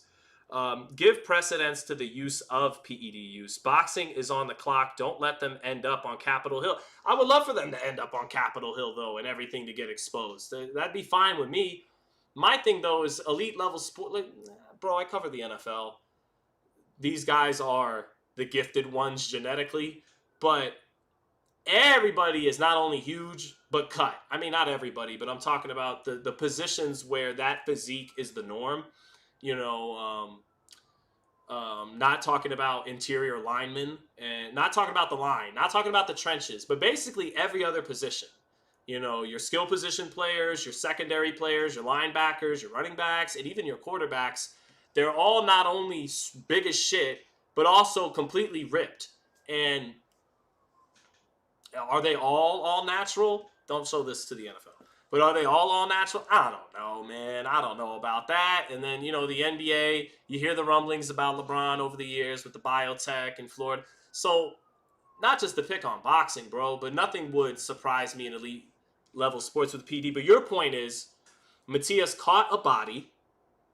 I can't believe I even said it like that. Maxime Dadashev passed away tragically. Maxime Dadashev didn't even get stopped. He didn't even get knocked out with a 10 count. The man showed that some fighters will die literally before they'll quit. He was willing to die before he quit. Well, they'll die before they take a 10 count. That's how tough some of them are. And that does make you question what happened in the Maxime Dadashev fight. And Matias never really expressed remorse for that. He said, I was doing my job. I don't know what to tell you, MukeTube, other than it's wrong. But I think everybody knows that. Man, you hit me with some heavy ones there. reminding us all of what Matias did to Dadashev, and now he pops, and yeah, man, it's crazy. This is the worst sport to do it with. This isn't baseball. I mean, we've all heard this all already. You don't need me to tell you PEDs are bad and all that, but that is my honest reaction sometimes when a guy gets hot. Is, well, why did he get caught? But good comment there by you, MuteTube. And then Whoa F8567 says Miami got to him, talking about Benavidez. Thank you for the super chat, brother. Says I hope he gets better. Watch David's Fight Hub interview doing his hand wraps in June about GGG, shaking jaw, dilated, blinking eye. I saw the interview, and everybody was making the cocaine joke. I saw the interview. It was kind of odd. And then even at the beginning of fight week, David just looked kind of subdued. His eyes were kind of closed a little bit during the interviews, and he had that kind of he had that drained sound to his voice. That's why I brought it up. That's why I say I have a little bit of concern about the Florida stuff, about the weight cut stuff. But then part of me was like, I've been worrying about this the last like two fights or so, and he pulls through just fine, in convincing fashion. And then I see him walk through the stage. The eyes were fine. He talked fine. He looked in shape, but not super drawn. He made weight. After rumblings on Twitter about his weight, he made weight. It seemed fine. And so that's what made me think, you know what? I'm not going to feed into that as much this time. He's ready. He's on weight. And that's why I said he's going to do a clinical, professional, violent demonstration on Anthony Yarde. But to your point, and those thoughts did cross through my mind. So I'll read what you said again. You said in terms of Benavidez, Miami got to him. I hope he gets better. Watch David's Fight Hub interview doing his hand wraps in June about Golovkin, shaking jaw, dilated eyes, and blinking eyes. Yeah, I saw the interview. But that's my logic is, look, I've put stock into that stuff heading into other fights, and it turned out to be for naught. So this time I'm going to trust him. This time I'm going to say, that's just pre-fight talk. He's on weight. He's on point. And he's going to look on, and him firing on all cylinders is one of the most prolific offensive fighters in boxing, and that's going to be too much for Anthony Yarde. So, got Benavidez. Something with the 628 or 678. Thank you, brother, for the super chat. Says, does Devin Haney really possess pound for pound boxing skill, or was he in the right place at the right time versus Lomachenko, Prograis, Linares, etc.? Norman Jr. via TKO round 11. Well, that's the question they both got to answer is, okay, Norman, you've improved. You're a champion now and all this. You talk it. Can you really walk it at this level against a guy who's going to make you pick your feet up all night? And then for Haney, the one time you really fought someone in their 20s who was your own size and can match up with you athletically, he popped hot, and it was a no contest, but he dropped you 3 times. So they both got to answer those questions. In terms of, does Haney possess pound-for-pound boxing skill? Yeah, he had the height and the reach advantage over all those lightweights. Gamboa was old. Linares was old, and he still couldn't stop them. We know all that. That's what tonight's all about. That's why I'm so hyped for tonight's fight. It's such a real moment of truth for not only these guys, but for the welterweight division, and kind of even for maybe this is stretching it, but even for the era Devin Haney represents. Because even though they're only 3 years apart, this era that Haney represents has really been around since the late 2010s. With Stevenson won his first title in 2019. Haney picked up the vacant or interim title in 2019. Tank won it in 2017. Teofimo won the IBF in 2020, or was it 2019 against Comey? So even though they're all pretty young, they've been around for over a half decade. And Norman just got here in relative terms. And he has a different demeanor than all of them, a different swag than all of them. He represents some of the old school more than they do. But is that all just romantic narratives and all that? And that shit it don't matter. He doesn't belong at their level. These are the thoroughbreds who were pegged from the amateurs, picked from the choir, and basically have lived up to it.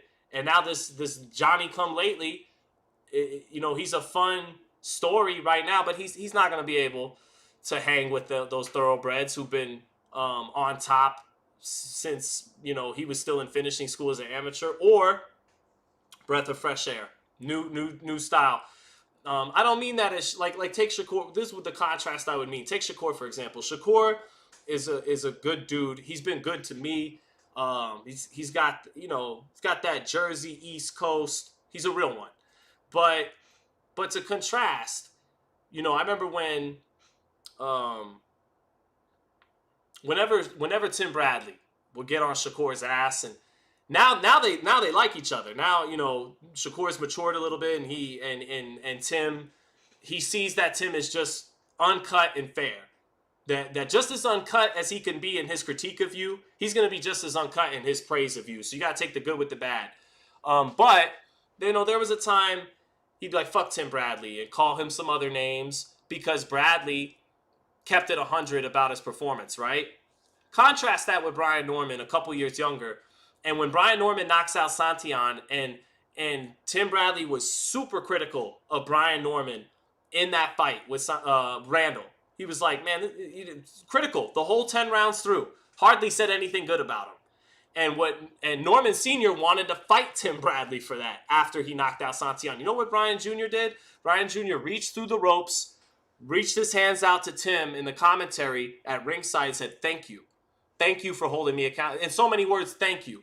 Thank you for your critiques. Thank you for holding me accountable because it made me a better man, a better fighter. Thank you. My dad wants to kick your ass, but I'm thanking you.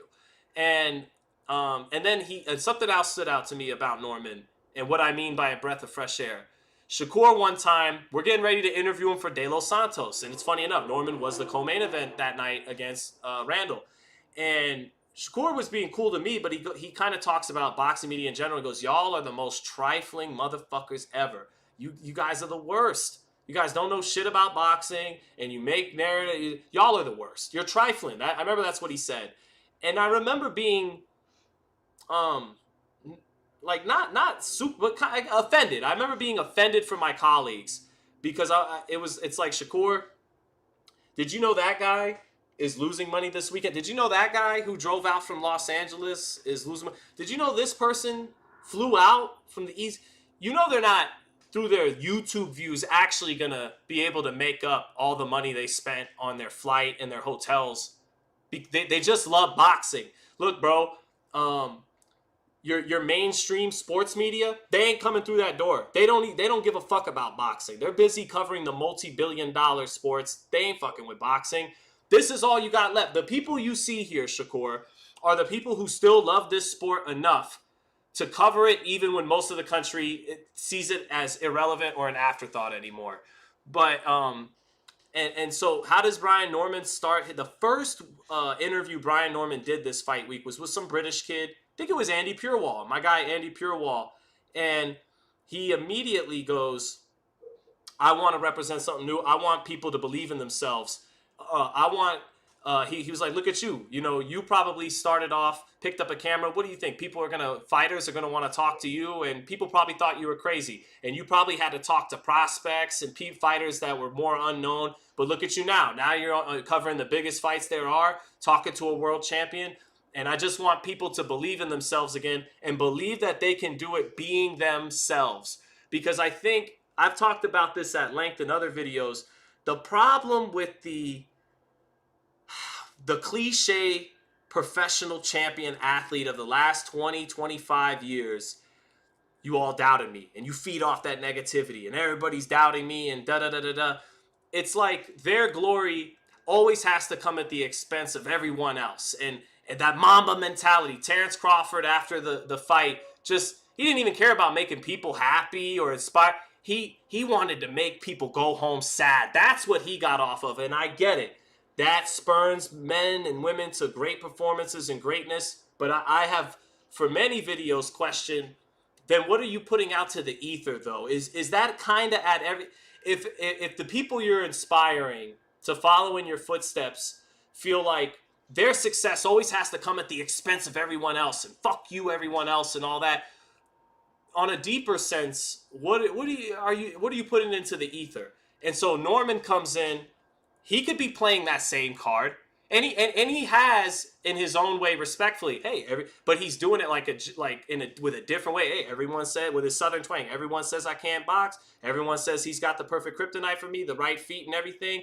Okay, well then I'll be more than happy to prove everybody that I can do those things. Right? It's a different tone than you're all doubting me and the whole. Now what do you got to say? Keep that same energy and all that shit. He's saying, look, you can get the job done in life really being yourself. You can, and I think that's a breath of fresh air. So that's what I mean by him bringing something new to the game. It's a different flavor. And I kind of had to contrast it there to make it make sense. So it's a couple super chats I got to get to from Tress Watch. Thank you, brother, for the super chat. Says, much love from B-Ham. Is that Birmingham, Alabama?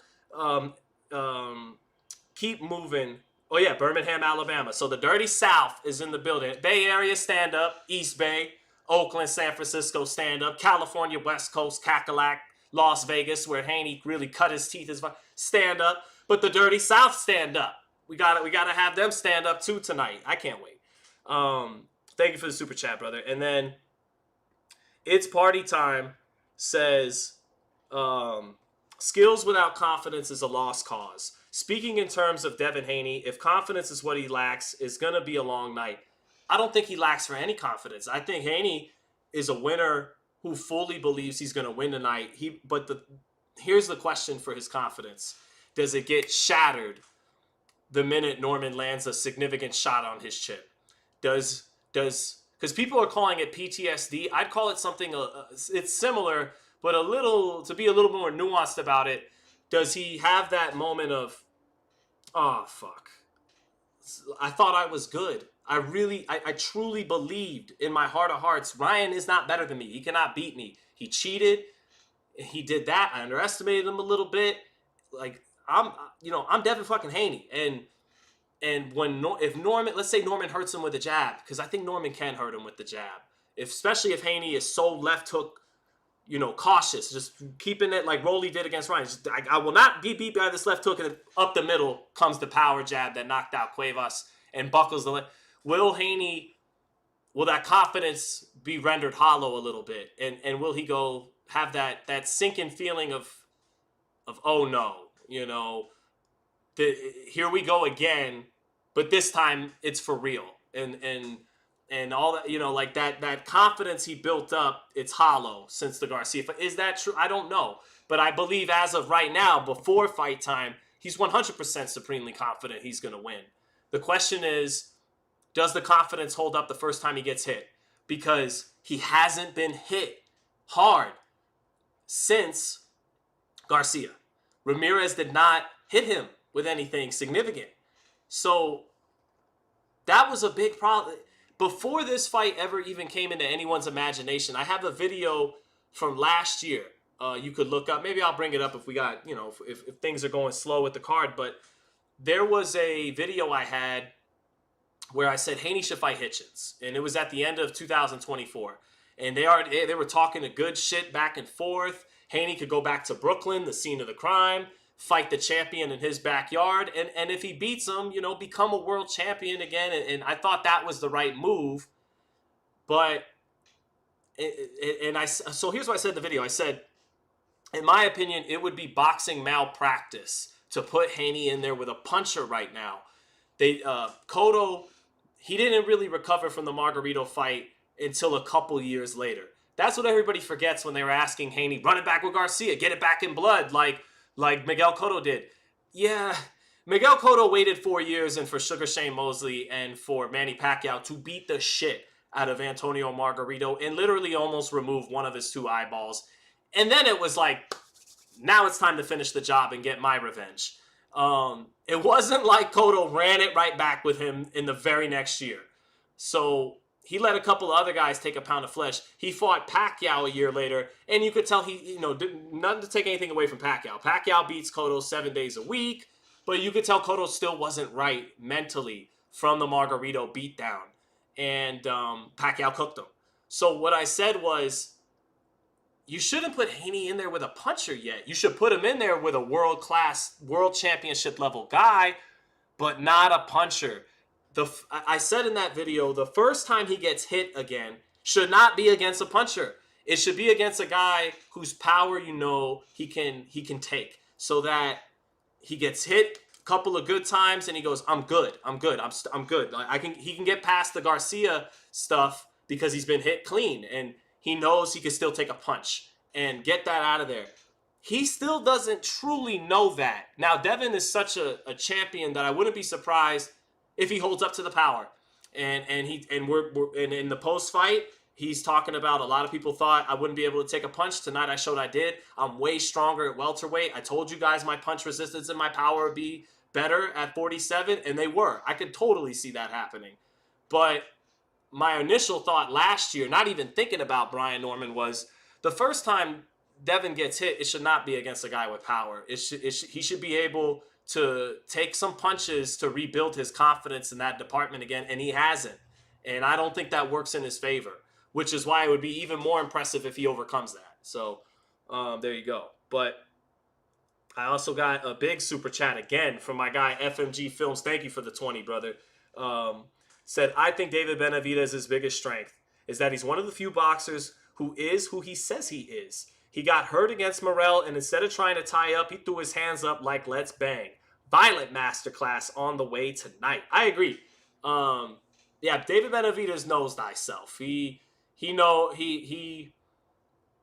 a me or you kind of guy. Live by the sword, die by the sword guy. I actually think that is still one of his weaknesses, is he has underrated reflexes on defense. But he gets overzealous. Andre Ward put it best. Take it from Andre, David. Don't listen to me. Andre told him in that interview before the Morrell fight, if you use that lead hand a lot more, you will be that much more dominant and hard to beat. You're already really good being, going for your two-handed combinations, but if you let that stuff wait a little bit and be a little bit more lead hand dominant, because David has a hell of a jab, you could be that much better.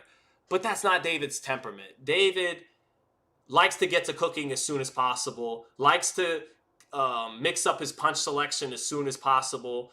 But he's had fights in the past against Ronald Ellis, against Romero and Lexus Angulo, the Gavril rematch where he could dominate you with his jab if you're not a really great mover. And Yarde does move, but I think the jab can come back to life in a major way tonight for Benavidez, because Yarde isn't the mover that Vazdik trying to survive for 12 rounds is, isn't the mover that Caleb Plant is, and isn't the mover that David Morrell is either. Doesn't have the Cubano, salsa rhythm for over 12 rounds. But Yarde can move. He can turn you a little bit and will stab the body with that jab. And that's the key punch for Yarde in this fight, is kind of just, stabbing the body of David. The body is key for Yarde, period, in this fight, I think. And seeing if his physicality to the body bothers David, dealing with a hard punching light heavyweight. But I think if David is just on point and locked in, you said it, a violent masterclass on the way. It's going to be violent and it's going to be clinical and professional. And we'll all still be buzzing from Norman-Haney, but Benavidez will settle us all back down in our seats with some popcorn and deliver. And that's what I think. But Yarde can punch, and if Benavidez gets overzealous early, that left hook of Yarde, and Yarde's got a right hand that he hurt Beterbiev with, and Yarde is no bitch. Yarde, it looked like he was getting cooked. He was in control for about 2 rounds against Beterbiev. And then he got cute. He started trying to do a couple of different moves, and he was kind of just turning Beterbiev and staying disciplined with his jab and his angles on his turns. And then he got a little cute, and then Beterbiev swung the momentum, and then I thought Yarde was cooked. And then he actually bit down in the 5th and 6th and hurt Beterbiev before getting stopped. So Yarde has power, and he has dog in him. Lions in the comp! Lions in the comp! But the Mexican monster should, once he gets rolling downhill, should be very violent and fun to watch and get his first stoppage at 75. So, the truth says Haney will make Brian Norman Jr. look mediocre. Very possible. Very possible. So, You Know the Truth says, if you weren't at the Barclays watching Devin fight Ryan, you wouldn't understand. He had Ryan on the back foot after being dropped 3 times, and Ryan was on PDs. I was there. I was at Barclays. I covered that fight. Yeah, you're correct. But what was concerning about Haney that night was the way he did it. Like, you're saying he was on the front foot. I talked to Kay Karoma Wednesday when Sean was sparring Carrington, and I interviewed Carrington about the fight. And he explained Haney came because I said, yeah, but Haney, I said what you said. I said, yeah, Haney had the wrong game plan. You know, he kind of came forward against the puncher, and he was like, no. He stopped me, and he goes, I saw all of their amateur fights. That's how Devin always fought Ryan.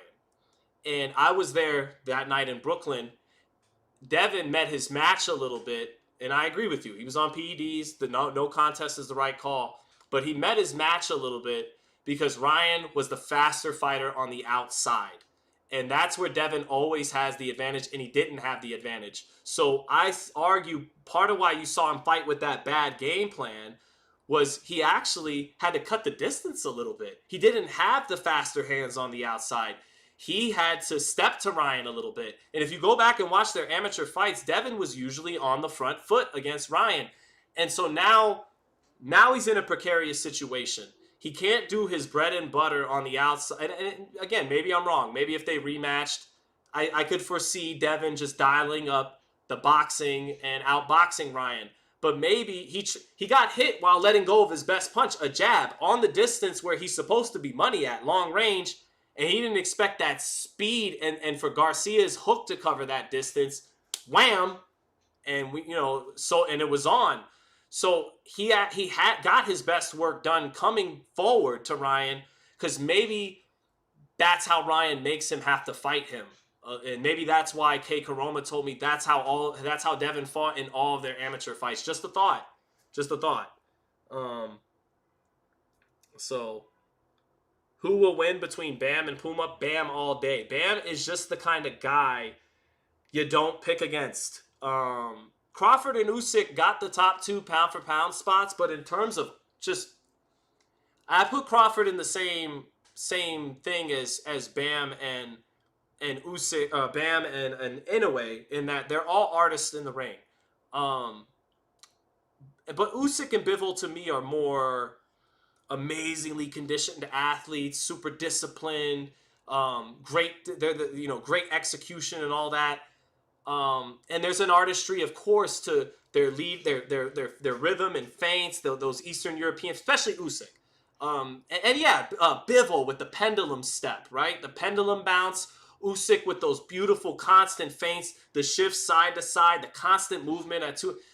There's easily an artistry there. But for my money, the 2 purest artists in the ring, pound for pound, not the best, are Bam Rodriguez and Naoya Inoue. I'm not saying they're number 1 and 2 pound for pound, but I'm saying I was watching both of them this week, and I just couldn't help but feel like it was art. And what Crawford did against Canelo was art. And I already mentioned the art to Bivol and Usyk.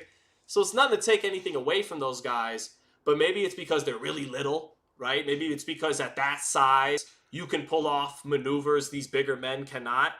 And I just think the artistry of Bam and Inoue is really special and stands out to me, those 2. So that's just me. But what's going on? Tay-Day, my brother Tay-Day is in there. Relax, it's only money. True Russell. I raced home for this live, says Raul Gallardo. I got to get to everybody in the chat because, I take some time on those super chats, but I got to get to everybody in the chat. Buckaroos. Hey, we got a Tampa Bay Bucks fan in there. Violent Warlock. My man, Mr. Swisher. Good to see you again, my man. Shout out to Alabama. John Matt Magana. Shout out to you, my friend. You Know the Truth. Gave you that shout out. Green Mount Avenue. Shout out to you, too. Something, again. Shout out to you, brother. Of course, we love Matt Borgeson. Huge supporter of the channel. I'm going to owe Matt a lot of money one day. No Dice is in the chat. And just, we got already almost 400 people in here, so that's awesome. Eric Powery, what's going on? Matt Borgeson says, Sean, nobody talks about how good of a counterpuncher Inoue is. Dude.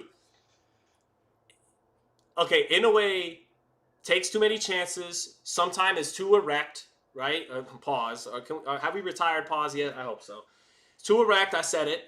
And too upright. And leaves his chin in the air, right? There's your flaws. Sometimes his IQ isn't always the greatest because he takes too many fucking chances.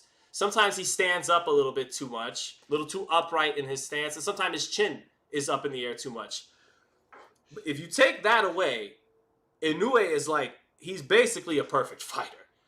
He's basically a perfect fighter. He's faster than everyone. He's an amazing puncher with both hands. He could throw every punch in the book. He's as good a great body puncher as there is in boxing. His placement and torque and leverage on his punches are insane. His feet are so fast that every now and then he glides to his left like Muhammad Ali did to reset in the center of the ring. He takes little steps out of range and counterpunches you. He can burst off the lead and jump in with shots.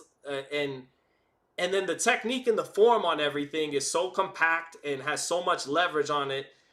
Inoue is incredible, bro. It's funny because I was known as the Inoue hater because of the viral clip about the testing around the Fulton fight. And again, for the millionth time, I've never picked against Inoue. That dude is something else, man. That dude is amazing. Like,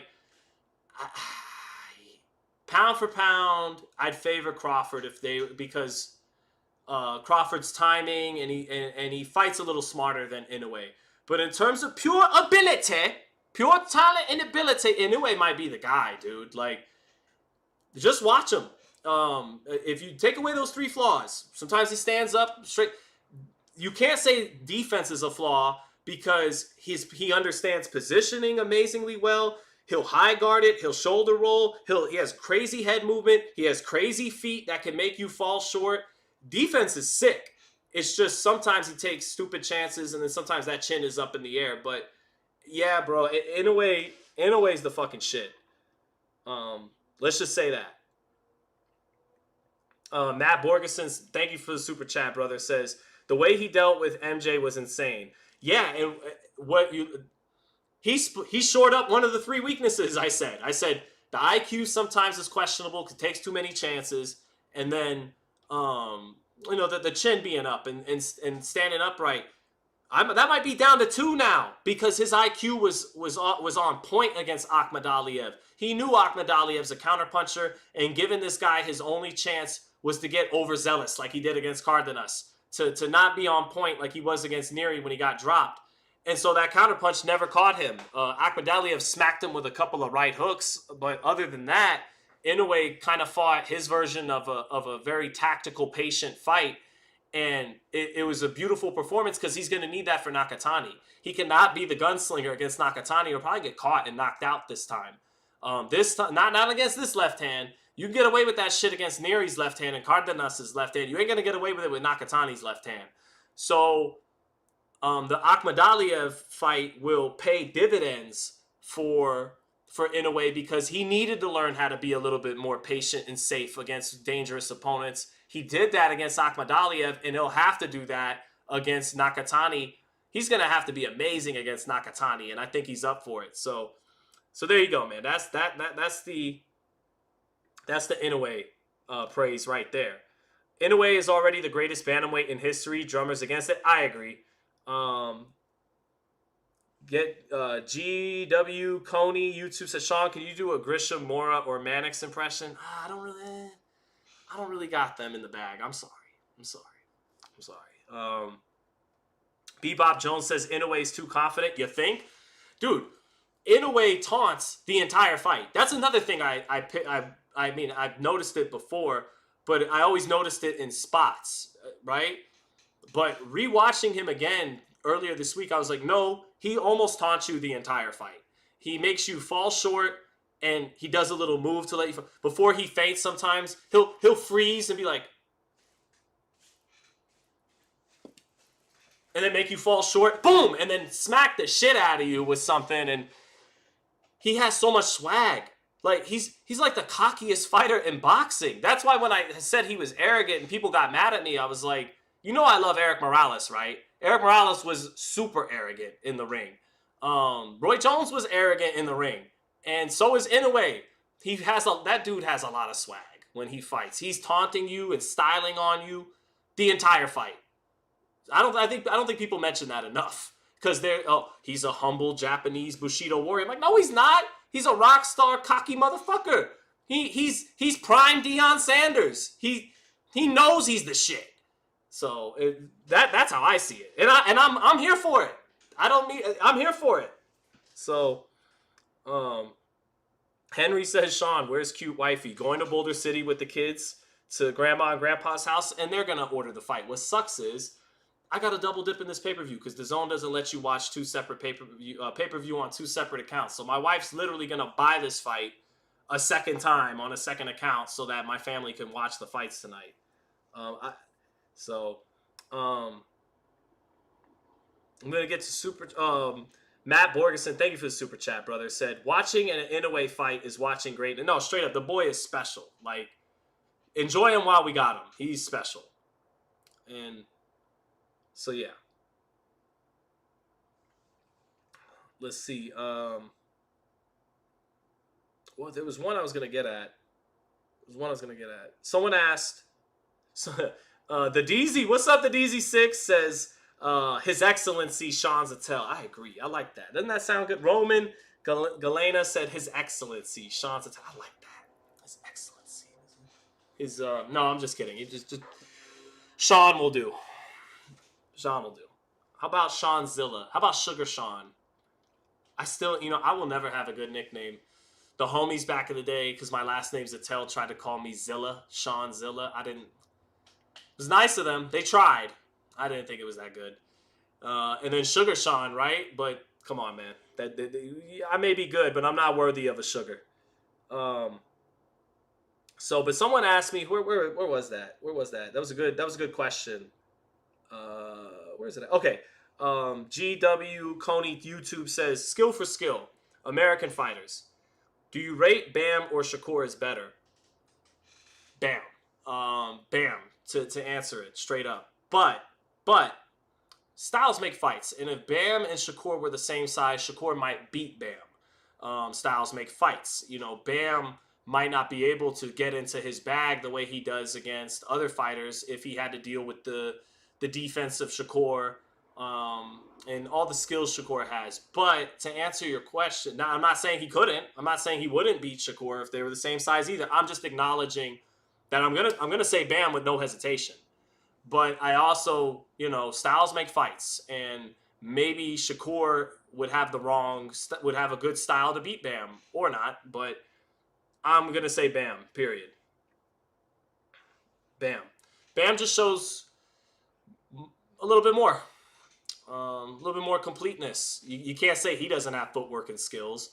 But he also is a better power puncher. And I don't just mean that he gets more knockouts. I mean, I think the style and leverage of which he punches with produces more power. I think Shakur has great technique too, but he punches for a little bit different purpose. They're both really good, both elite. I think Bam's a little more special. So, hey, Maria C. We needed you, Maria. I'm happy you're here. We got almost 500 people here now. It's about to be Abdullah Mason, Sam Noakes. I can't wait, man.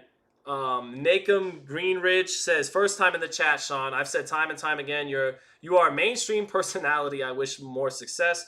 But Sean, out of all the fights, I'm just looking forward to seeing Bam doing his thing. I see a lot of the purists saying that. That's Bam's assignment. Not a very easy one. Because I think we're going to see special on this card, memorable on this card.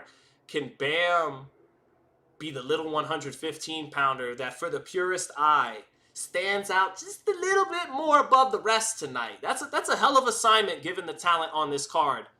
But he's up to it. And he's got the right kind of come forward, exciting guy in front of him to produce it. But I think, now don't get me wrong, the other part of me goes, this is in Riyadh, and that atmosphere out there sucks, and it gets flat, and our boys are a long way from home. Maybe maybe all these fights wind up flat. But the vibe I get when these guys were in the amateurs, fighting for free, traveling around the world, that's the vibe I get tonight from these boys from the States. I get the vibe that this is like the tournaments in the amateurs. We're on a mission. We got a job to do. We're overseas, and we're not here to play. We didn't come here to play and to party. We came here to fight. And that's what I see from our boys tonight heading into the fights. So I'm expecting memorable. And it may be a sports washing, blood money extravaganza, but I'm expecting some memorable fucking boxing tonight. And I'll be disappointed if we don't get that, because that's what I'm expecting. And I could be a damn cynic, but my hopes are up. My hopes are up. Just off the talent. They got the horses. Think about it. Nobody's over 30 out of the quartet of headliners. And the one fight that's the 50-50 one, they're 27 and 24. Abdullah, 21. Bam, 24. Norman-Haney, 24-27. Benavidez, 28. Man, you need to throw around some Saudi sports washing money to put this shit together. And normally I'd bitch and complain about that, but I like boxing a little bit too much. I'm hyped. I got to see the smoke tonight. So, Boston, what's up, brother? Says, what's up, Paisan? How you doing? You like the jacket? Hey, forgot about it. We look like we're walking in Brooklyn with this fucking thing. You know, hey, Boston, you know what you'll never see no more in this jacket? Check this out, chat. While this is on brand. Made in the USA. You will never see that on the tag of nothing maybe ever again, unfortunately. But, yep. 25. Oh, Bam's 25, Matt. Turning 20. Okay, I thought he was 24 still. Yeah, 25. Close enough, Matt. So, what's going on? Maria says, we're getting it. We getting it. The Compliment King says, peace, Sean. Peace to you too, sir. Thank you. Matt Borgeson with the super chat says, Abdullah Mason bleeds special. Gotta prove it, though. He does. The man has electricity in his fists. But he lacks some of the nuance right now. He doesn't feint. His footwork's not the best. He doesn't really change speed on his punches. But man, wicked electric torque and leverage on his shots. A hell of a counter puncher if you give him something to counter. You make him pick his feet up and you keep it coy and crafty, the kid probably will get impatient. Kind of like you saw Boots against Shukajan. But counter puncher, exquisite velocity and speed and timing, and cracking punching power, snapping punching power. He reminds me of Crawford a little bit. They're different, but he reminds me of Crawford a little bit. I got to do the comparison again. All right, everybody, got almost 600 people in here. Allow me to pour on the Abdullah Mason hype. Terrence Crawford, 74-inch reach. Abdullah Mason, 74-inch reach. Terrence Crawford's first ever world title fight, the WBO lightweight championship against a United Kingdom fighter, Scotland, in Ricky Burns. Abdullah Mason, first world title fight, lightweight title fight, same belt, the WBO belt, against the fighter from the United Kingdom, this time Britain and Sam Noakes, and going overseas to do it, right? 74-inch reach, same belt, same weight class, against a United Kingdom fighter overseas, and they're both from the Midwest. Ohio, Nebraska, from the Midwest, which, if you believe Roger Mayweather, produces the best fighters. And they do their talking with these. Not always the greatest interview. They do their talking with these. Quiet killers. I think Crawford is a little more hood and a little more mean. I mean, Crawford had his mean mom, raised him extremely tough. Mason is with his father and his brothers. It's a different dynamic. Crawford moved more than Mason. It was a little bit smoother with his movement as a young fighter than Mason. But the parallels are there. Same reach, same weight class, same kind of frame they're starting with. Actually, Mason might be a little bigger than Crawford was. And Midwest, quiet killers, do their best talking in the ring, exquisite counterpunchers. So there you go. There's the Abdullah Mason parallels and hype. But there's a chance that Noakes, who's good in his own right and punches hard, and Mason's been put down by Vasquez. I don't put too much stock in the knockdowns against Vasquez because Oscar De La Hoya got dropped by George Campanella early on. David Benavidez got dropped by Ronald Graville on a jab. Muhammad Ali got dropped by Doug Jones at 21 years old. Canelo, who has one of the greatest chins we've ever seen, should have been ruled a knockdown. He fell into the ropes. They held him up against Jose Cotto. Point I'm getting at is sometimes young, skinny legs, Canelo's weren't skinny, but you get my point. Young legs, they go down. They go down when hit by a real full grown-ass man and they get touched on the chin. They go down. And then eventually Oscar goes from getting dropped by George Campanella to taking shots from Tito Trinidad, Fernando Vargas, Shane Mosley, Iquarte, etc. So maybe that's it. Maybe Mason, a little bit young, a little light in the ass, still growing into himself as an actual adult man, fighting a real grown man, got put on his ass. So I'm not even sure I put too much stock in him being chinny or anything like that. But Noakes can punch, and Noakes might have good timing.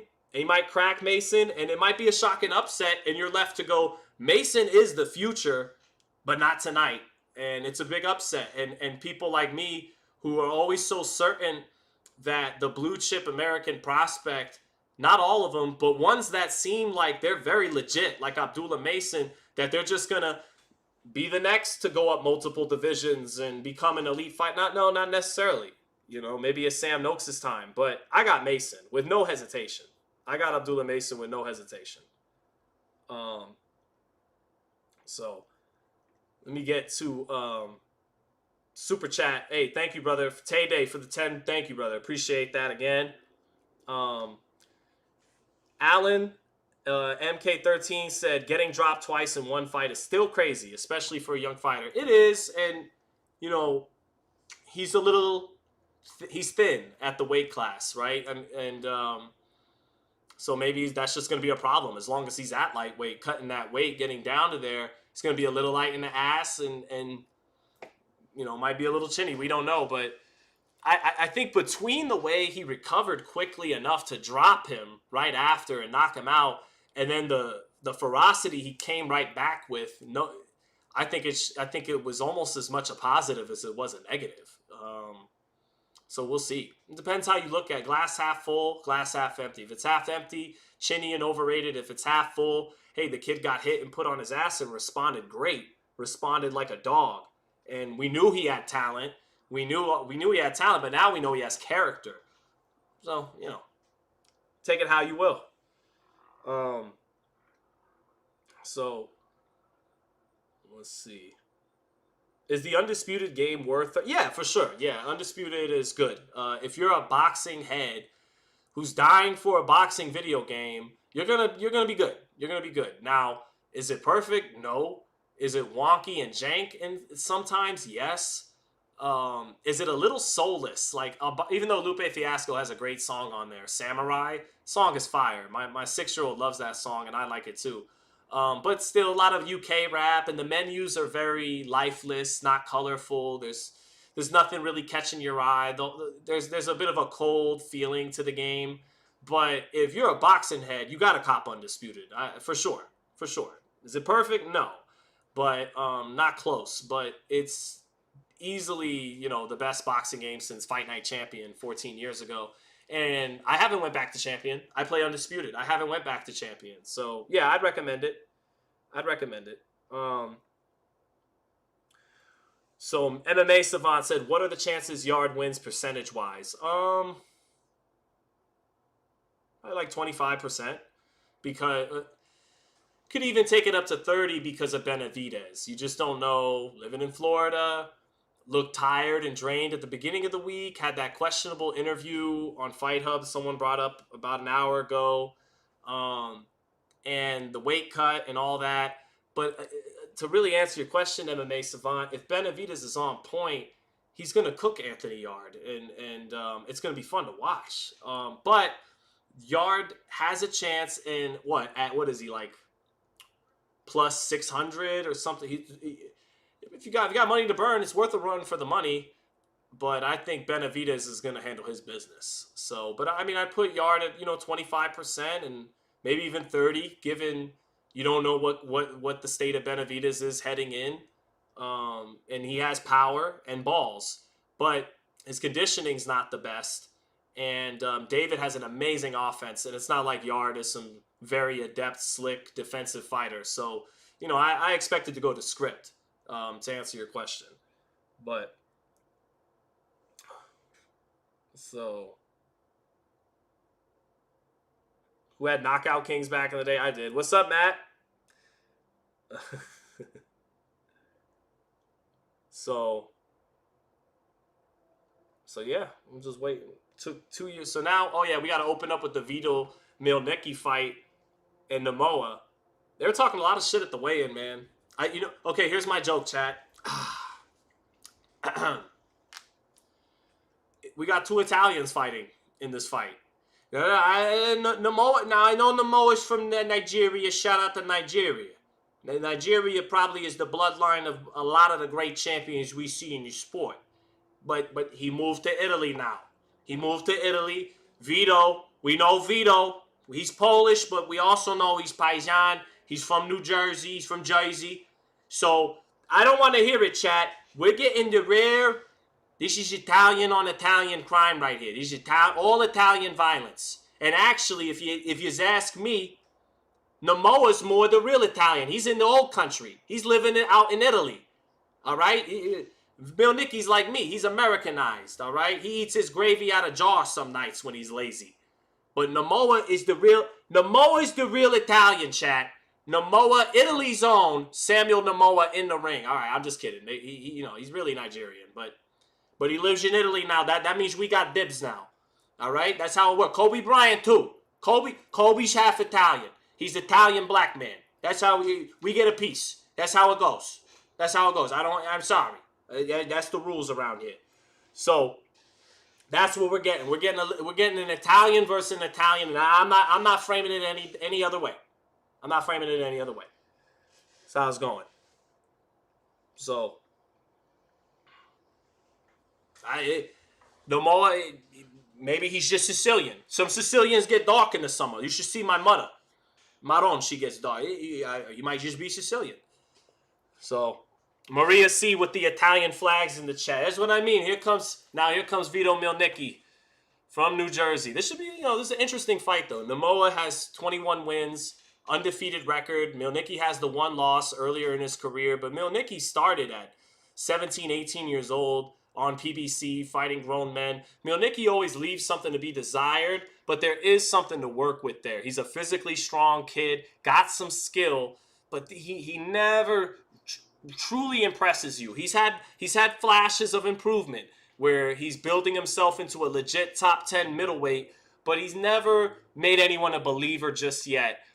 Coming into this ring in a competitive matchup against Samuel Namoa, non-puncher, 21-0, 5 knockouts. So what you might want to see Milnicki do in this fight is get it out of second and third gear. And he should, on paper, have a physical strength advantage and a punching power advantage. Milnicki sometimes lacks an identity. He wants to be the boxer puncher. Then he stays in the pocket and imposes some of his strength, which is a decent attribute he has. But he never fully puts together a consistent game plan and identity in the ring, and maybe tonight the job calls for imposing himself physically on this guy who's only got 5 knockouts in Samuel Namoa. So we'll see what we get at a Jersey Vito, as Maria is saying in the chat. So Panama made a great point. Marvelous Marvin Hagler is also part Italian now too. We get a piece of that too. You got to kick up to us. We get a piece. We get 10%. We get 10% of all Marvin Hagler accomplishments. Danny Aiello would have Hagler on the wall and do the right thing. That's how Italian Hagler actually is now. Thank you for reminding me of that, Panama. I forgot that. So, it's party time, said dopest, most entertaining boxing channel. Appreciate that, brother. So, yeah, Samurai by Lupe Fiasco saved my life. I was happy to hear the song on Undisputed. No, it's a dope song. It's a dope song. It's a really good song. Yeah, Vito's nickname is White Magic. So, what's the vig on Hagler? 10%. We like Marvin. Usually it would be 25, 30%, but we respect Marvin Hagler. So we said, you know what, champ? 10%. We're not going to disrespect you like that. So, same thing with Kobe Bryant. Just 10%. Just 10. You didn't got to, not too much, champ. We just need to wet our beak. That's all.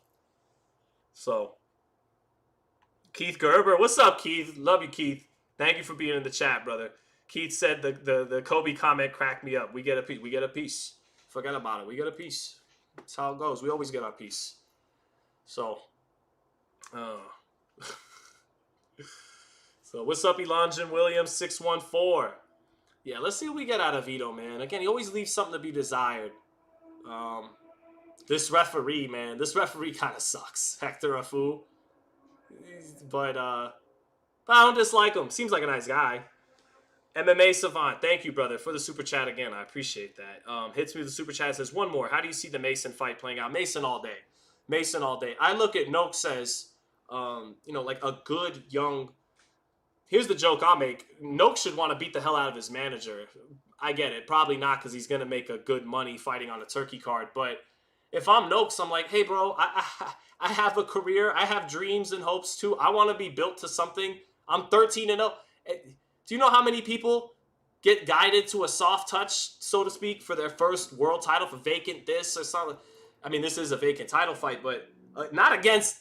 Why do I got to fight like the next Terrence Crawford? Why do I got to fight literally the best prospect in American boxing? Like the best one? I couldn't fight Kid Austin in my first title fight. Kid Austin's dangerous, athletic prospect, but I got to fight like the one, like the guy that everybody thinks is a surefire world champion, potentially elite pound for pound talent. Abdullah Mason has enough upside to maybe even make a run at pound for pound one day. So to answer your question, MMA Savant, I feel very little doubt that Mason wins that fight. And I think he wins it by knockout because of the style matchup. I think Noakes, this is what makes it an interesting, dangerous fight. He's not fighting some faded, washed veteran. He's not fighting a guy that lacks a pulse. He's fighting a guy who's a puncher in his own right, who's young and undefeated in his own right. I just can't see Mason being undone. This has to be. He is 21, but I gotta have Mason in this, and by knockout, because Noakes comes to fight. He's not gonna come to hide in there. He's not going to come to try to out-slick and out-box Abdullah Mason. He's going to try to time him and take advantage of that leaky defense that Johan Vasquez did. He's going to fight fire with fire. And that's going to make it, I think, exciting. And I think Mason, though, is going to try to box. Actually, I think it's the other way around. I think Mason is going to try to box Noakes early and be smart about it and not just exchange. Because if Mason is smart, he'll know that's Noakes' only chance is to just bang with him. If use your length, this is the chance for Mason to dial up the boxing skills that we haven't really fully seen yet. We've seen him more as an in-the-pocket puncher. We haven't really seen him truly box yet. And he's going to be up against a guy where maybe he can be the boxer a little bit, the boxer-puncher. I got Mason all day, to answer your question. Wes does it. Thank you for the super chat, brother. I appreciate that. Panama said that ref is my fellow country. I'm sorry, bro. I'm sorry. He's doing good so far. All right, let's get into the action now. Round one of Vito Mielnicki. Mielnicki coming forward about 50 seconds into this fight. They trade right hands, and Namoa nails Mielnicki right there with a right hand. They opened up and traded right hands, and Namoa got it in there. So Namoa holding his ground in the center of the ring. Nice jab by Namoa. Holding his ground. Another jab by Namoa. He's very physically, fit and strong. Looks sturdy as hell, even if he's doesn't have that punching power. 1-2 by Mielnicki makes Namoa cover up along the ropes. Namoa blocking that shot, shuffling out to his left. Mielnicki jabbing to the body, starting to corner Namoa now. Another jab up top, straight right hand by Mielnicki, but not quite finding the mark. Namoa tries to catch him with a hook coming in. Mielnicki staying defensively responsible. We're halfway through this round now. Milnicki eats a jab again, trying to kind of give that shoulder roll with the lead hand down, but that jab popped his head up. Now Milnicki doubles up his jab, but Nomoa is looking to counterpunch in spots right here, misses that right hand over the top, and then ties Milnicki up right away. 1-2 over the top, misses for Nomoa. Milnicki stabs with a little left hook to the body, punches in the clinch with the free hand a little bit. 2 body shots in the clinch for Milnicki. Nomoa not wanting to stay in there. Referee breaks him up. 50 seconds left in the opening round. It's a Nomoa round to get started. Nomoa a little bit more accurate against Milnicki. Nomoa investing in the body in the middle of the ring a little bit. Now they tie up and hold. They punch with their free hands. Both guys complaining to the ref a little bit about the punching near the back of the head. They clinch again. Nomoa physically strong, not letting Vito bully him in those clinches. Nice double jab to the body by Milnicki. Double jab again, straight right hand. Nomoa keeping the hands home along the ropes to block. Now he gets back in the center of the ring. They trade jabs. 15 seconds left. Nice jab by Milnicki. He feinted it, and that time landed it and bopped the head up of Nomoa. Milnicki a little more consistent than Nomoa. A little bit more on the front. Nice right uppercut by Nomoa. Milnicki had a glove up to take some of it off, but part of it got through there too. Right hand over the top by Nomoa. Over the top of Milnicki's jab at the end of the round. Milnicki a little frustrated, talks to the ref. That's a round for Nomoa. 10-9 for the real Italian from the old country. 10-9 Nomoa. And I got a super chat from my man Victorino L. Says, the man that faced Dana White. Well, thank you, sir. I appreciate that. Look, if you want to be a fucking asshole, we could do. There's a little Dana White for boxing 9741. So, Matt Borgeson says, I know Vito Milnicki. Super nice guy, but I got to call a spade a spade. He's limited aside from a solid jab. His jab is great. I think, I think he's got some good work in the pocket, but he doesn't get it out of second and third and fourth gear. The volume's usually not enough. Like this guy, like if you keep this volume this low, you're in danger of losing this fight. You're going to have to pick it up, be willing to take the occasional counterpuncher and up the volume a little bit there. So, hey, my wife laughed at the Dana. That's awesome. It's always good when wifey thinks that it's funny. Okay, all right, back here we go. And Nomoa is starting the round, still out jabbing Milnicki a little bit. Finding the mark, making that hair plop around just a little bit with it. 20 seconds into it, they trade jabs. Milnicki doubling up the jab, tries to stab the body with it. Nice jab, gets in for another nice jab for Milnicki. Milnicki, high guard, they trade jabs. Milnicki doubling his up, center of the ring. Nomoa not giving a lot of ground. Milnicki's the guy, slightly on that front foot. Now Nomoa takes some half steps back, moves out to his left, but it's not like Milnicki is really good left hook by Milnicki, catching Nomoa reaching on the outside, tying him with a left hook, and then came with the right hand of the body there. So good accuracy and timing by Milnicki there. 1-2 by Milnicki, clean. And there's the combination punching with Nomoa along the ropes.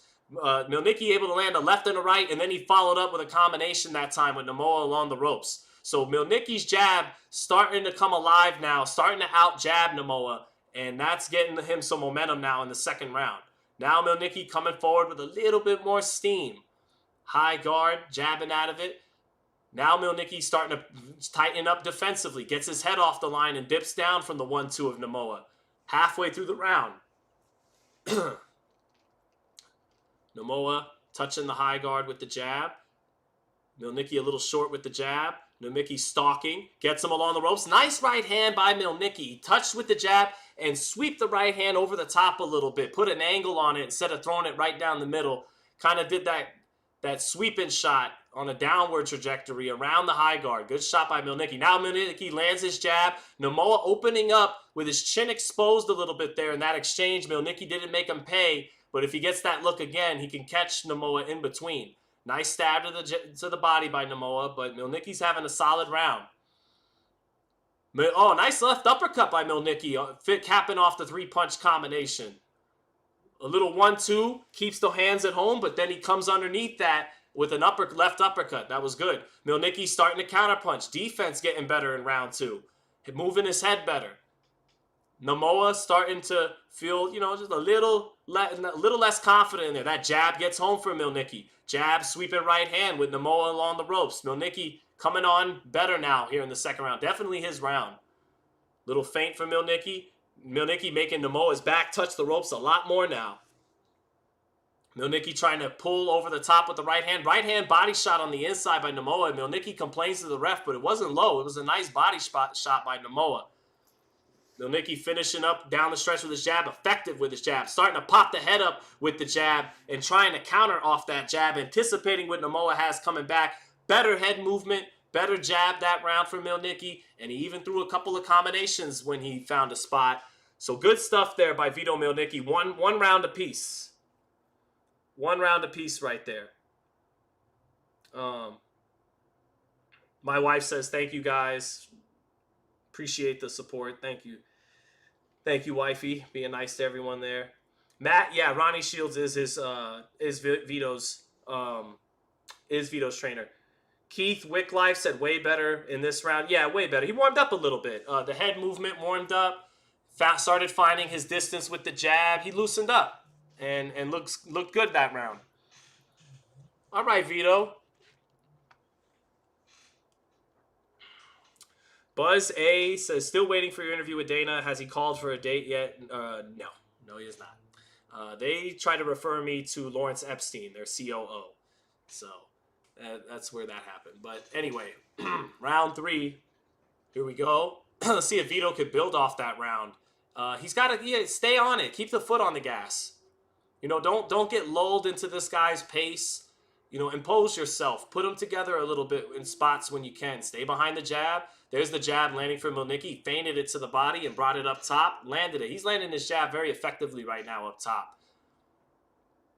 Jab to the body by Milnicki. Namoa finding himself on the nice 1-2 off the ropes though by Namoa. Milnicki turns him in the clinch. Milnicki complaining a lot to the ref. The ref is telling him, you keep your shit together. And actually the ref straightens out Vito. So 1-2 by Namoa out of that break. Vito makes him fall short. Resets in the center of the ring. Snaps his jab out there. Both guys keeping it pretty textbook. Keeping their hands up in the center of the ring. Feigning with the lead hand a little bit.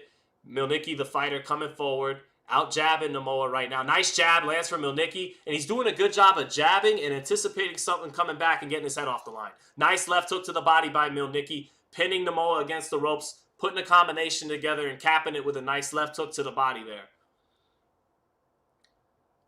All right, back in the center of the ring. Milnicki could just eat off that jab.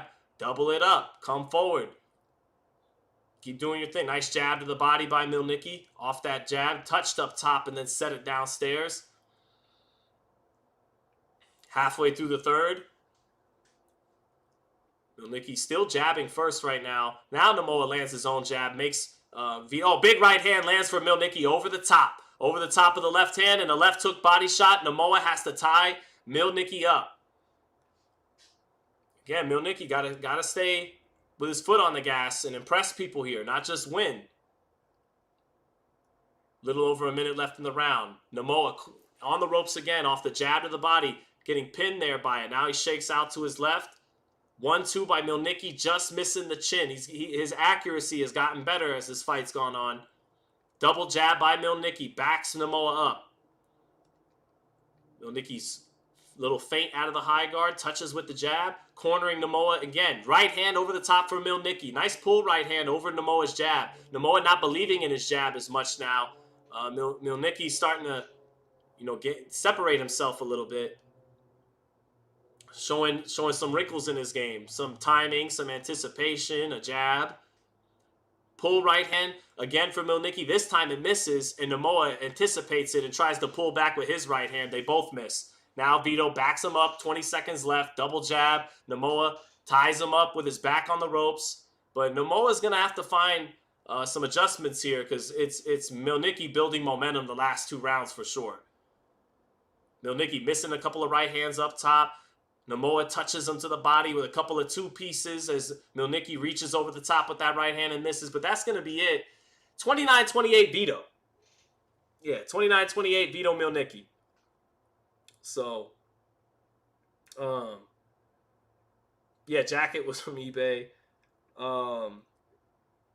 Hey, I appreciate that. Nebsterfi says, I can close my eyes and see everything. I appreciate that, man. DeSandre Boxing says, Vito's looking nice. Never seen him before. He's solid. He's solid. He's a solid fighter. Young. Got a little bit of upside to him. Good, sturdy kid. Good physical strength. Decent power. Nothing special about Vito, but, 21. And he's Italian. I think that's what's special about him, actually. So, Secret Dance Move says Noakes will win. I'm a huge Sam Noakes fan. We might be a little American bias. Maybe we're sleeping on the Brit a little bit, but I think our kid is electric talent, man. I think he's a top shelf talent, and Noakes to me just looks like a good young talent. So we'll see. Yeah, the Noakes fight is next. All right, round 4. And Milnicki gaining control of this fight. Oh, I gave Namoa the opening round, but Milnicki has, warmed up now and been fighting better. So double jab by Milnicki, 25 seconds into it. Just getting off first with his jab, touching with it up top to the body, and being prepared for something coming back. Milnicki blocking the lead left hook, getting out of the way of the right hand by Namoa, and staying in the pocket with his defense, not having to take a step out. Namoa keeping his hands at home a little bit. Nice jab to the body by Namoa. 1-2 lands for Milnicki, and that hurts Namoa. He timed it well. Namoa's hurt in the corner. Legs not underneath him. Milnicki chopping right hand over the top, finds a home. Namoa trying to make it through here, staying defensively sound, chopping right hand over the top, lands for Milnicki again. Namoa tries to get off the ropes. Namoa's legs still a little shaky.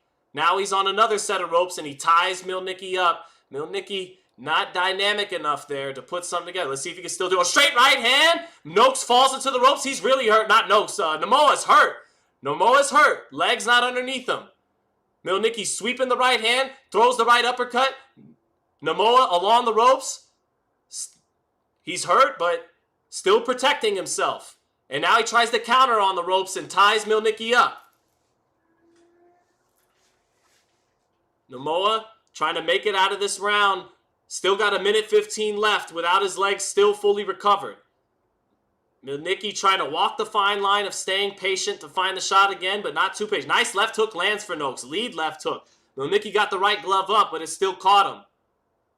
Now Noakes is back, or not Noakes, Namoa, my mistake. Right hand lands for Milnicki again. Namoa, though, looks like he might make it out. Let's see, his legs are starting to come back.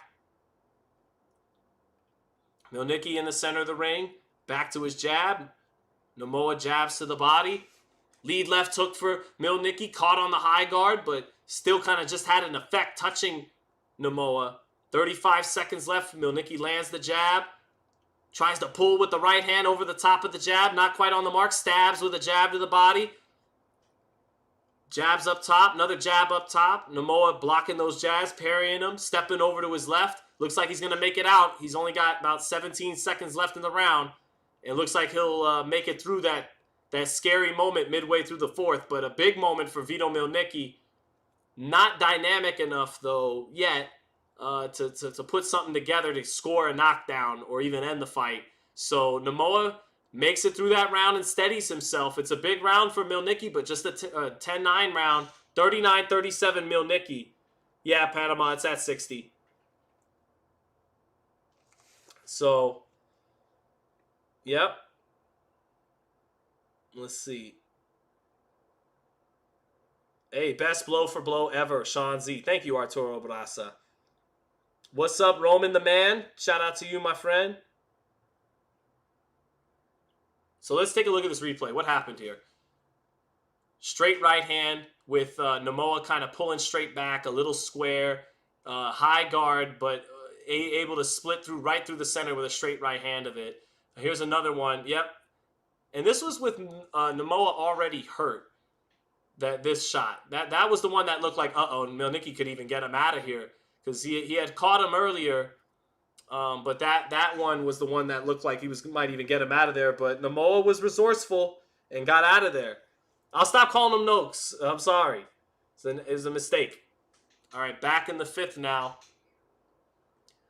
Both fighters starting to center the ring. Nomoa not trying to give as much ground to start this round. Yeah, doubles up his jab and tries to hold that ground in the center now, not give ground as much.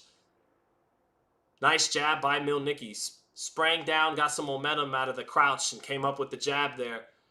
Nomoa still trying to hold in the center of the ring. Back has been touching the ropes a lot the last couple rounds. They trade jabs. Nomoa trying to hold his ground and maybe sit down on something, get his respect back in there by Milnicki, who's been fighting downhill the last couple of rounds. 1-2 to the body by Milnicki, and Nomoa can't stay off the ropes. His back touches the ropes there. Jab to the body again by Milnicki. I keep calling him Noakes, don't I? I meant Nomoa. Nomoa. Nomoa, my fault. Total punches landed 76-23 for Milnicki right now. Nomoa steps forward, jabs to the body, throws 2 left hooks. Milnicki blocks the first one, makes him miss the second one clean. Minute 39 in the 5th. Milnicki not doing a whole lot this round. 1-2, and that gets in for Milnicki. Milnicki timing Nomoa, having good anticipation for when both fighters are going to open up, and he finds the right hand and gets his head off the line. That was a good right hand by Vito Milnicki. Nomoa coming forward. Little over a minute left in the round. Milnicki starting to box now and try to get on his movement just a little bit there. Nomoa lands his jab, pins Vito on the ropes, but misses his 3-punch combination. Vito might be setting him up here, letting him feel comfortable coming forward, and then trying to walk him into a power shot. Minute left in the 5th. Stab to the body by Milnicki. Milnicki moving his head in the center of the ring to get his head off the line from the jab of Nomoa. They trade jabs. Milnicki getting the better of it, popping Nomoa's head up in the center of the ring. Double jab right hand falls short for Milnicki. Lead left hook falls short for Milnicki. Not fast enough to land some of those shots. Milnicki tries to counter off a jab, but doesn't quite find the mark. Staying in the center, 30 seconds left in the round. Pull right hand off the mark for Milnicki over the top of the jab. Nomoa steps over to his right. Double jab, chopping right hand by Milnicki. All blocked by Nomoa, but Nomoa not getting anything done here. It's another Milnicki round. Milnicki did find the right hand once or twice this round to clearly win it. Now back comes Nomoa off a 1-2. Milnicki tries to move his head out of the way, but some of it catches him on the top, knocks a little bit of that hair around on the top of his head. Oh, sweeping right hand in the last 10 seconds for Milnicki. Nomoa rolled some of the steam off of it, but it's another Vito Milnicki round. So 49-46, Vito Milnicki. I got him winning 2, 3, 4, and 5 after Nomoa bested him in the first round. So, yep, Milnicki up, but still, again, like doing more of the same. Nice little wrinkles, nice little things that you take note of that are getting better.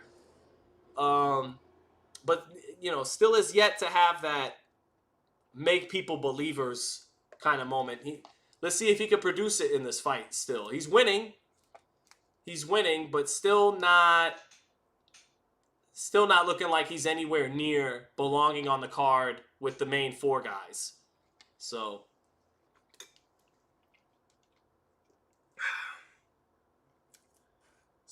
I can't do Joshua boxing 9741. I probably will be able to once we get closer to that Jake Paul shit. So here we go. Milnicki picking his gloves up. So, nice left hook to the body by Nomoa. Caught. And Milnicki complains about it, but it was a clean left hook to the body. Hard shot by Nomoa. Milnicki coming in, sleepwalking forward a little bit there. And probably felt that body shot. Nomoa's got to do more of that now. Nomoa's got to stand his ground and rip some shots a little bit in spots. Of course, be smart about it, but right now he's not doing anything, really. Once Milnicki began to out-jab him, Nomoa's just not been busy. Volume very low, not sitting down on a whole lot of shots. Milnicki doubling up his jab, touching the body with it, cornering Nomoa, allowing himself to be cornered. Not like Milnicki's pressure is crazy. They trade jabs, both of them land. 2 minutes left in the round. Milnicki shows a little drops the lead hand, jabs to the body, picks his hands back up, jab, sweeping right hand off the mark. Lead left hook for Namoa. Big right hand by Namoa. That's what he's got to do. Sit down and rip at spot and pick his spots to really rip with conviction. That was a hard right hand by Namoa. Minute 35 left in the round. So this is a Namoa round right now. He's landed two hard body shots, a right hand, straight right hand. Namoa having a decent round halfway through it. Yeah, Namoa got to let him hang a little bit here because the fight's gotten away from him. Not like he's been dominated or beat up. He was hurt in the fourth, but he's not only got 5 knockouts. But he's got to sit down on whatever it is he's got and rip it. Nice jab by Mielnicki. Pops the head up. Namoa nods in approval. Minute left in the 6th.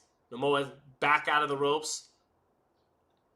Trying to probe and fence a little bit there, but off the mark. Sweeps a couple of power shots. Mielnicki gets his head underneath it. Smothers the body work. They reset. Namoa near the corner now, but ties Mielnicki up. Mielnicki working right hand to the body in the clinch. Ref warns him for a low blow. Oh, left uppercut counter by Namoa. Nice left uppercut counter by Namoa. Caught Mielnicki with a shot he didn't expect in between punches. Mielnicki trying to sweep over the top, and Namoa nailed him with a left uppercut in between. Nice shot. Now Mielnicki lands a jab, and Namoa ties him up. 20 seconds left. This is going to be a Namoa round. And that's been Mielnicki's problem, chat. He did enough to build a lead, but then just when it's time to really take it to that next gear and kind of be dominant and decisive, he can't get his way. He can't do it, and he's finishing strong down the stretch of the 6th round, ripping some shots on the inside. But I don't know. I could see a judge giving Mielnicki that round because Namoa's not doing a whole lot, and Mielnicki's coming forward and landing some of the jab. He finished strong in the last 15 seconds, but I thought that was a Namoa round. He landed some clean right hand, clean left uppercut, couple body shots. I gave it to Namoa. 4-2, 58-56. Here comes Brian Norman. They're showing on the slow screen. Slow-mo walking in the arena, and more of the same. Devin Haney, though, looks really locked in and poised and very confident. Brian Norman coming in just like with the everyman swag, hoodie, do-rag. Devin Haney coming in like the pristine, thoroughbred, decorated champion he is with supreme confidence. Devin got that look, man. So I like what I see from Devin Haney coming to the arena right now. He looks very confident. Another Chia. I will get to the super chat just a minute. Let's get through this 7th round, and then I got you another Chia. So here we go, round 7.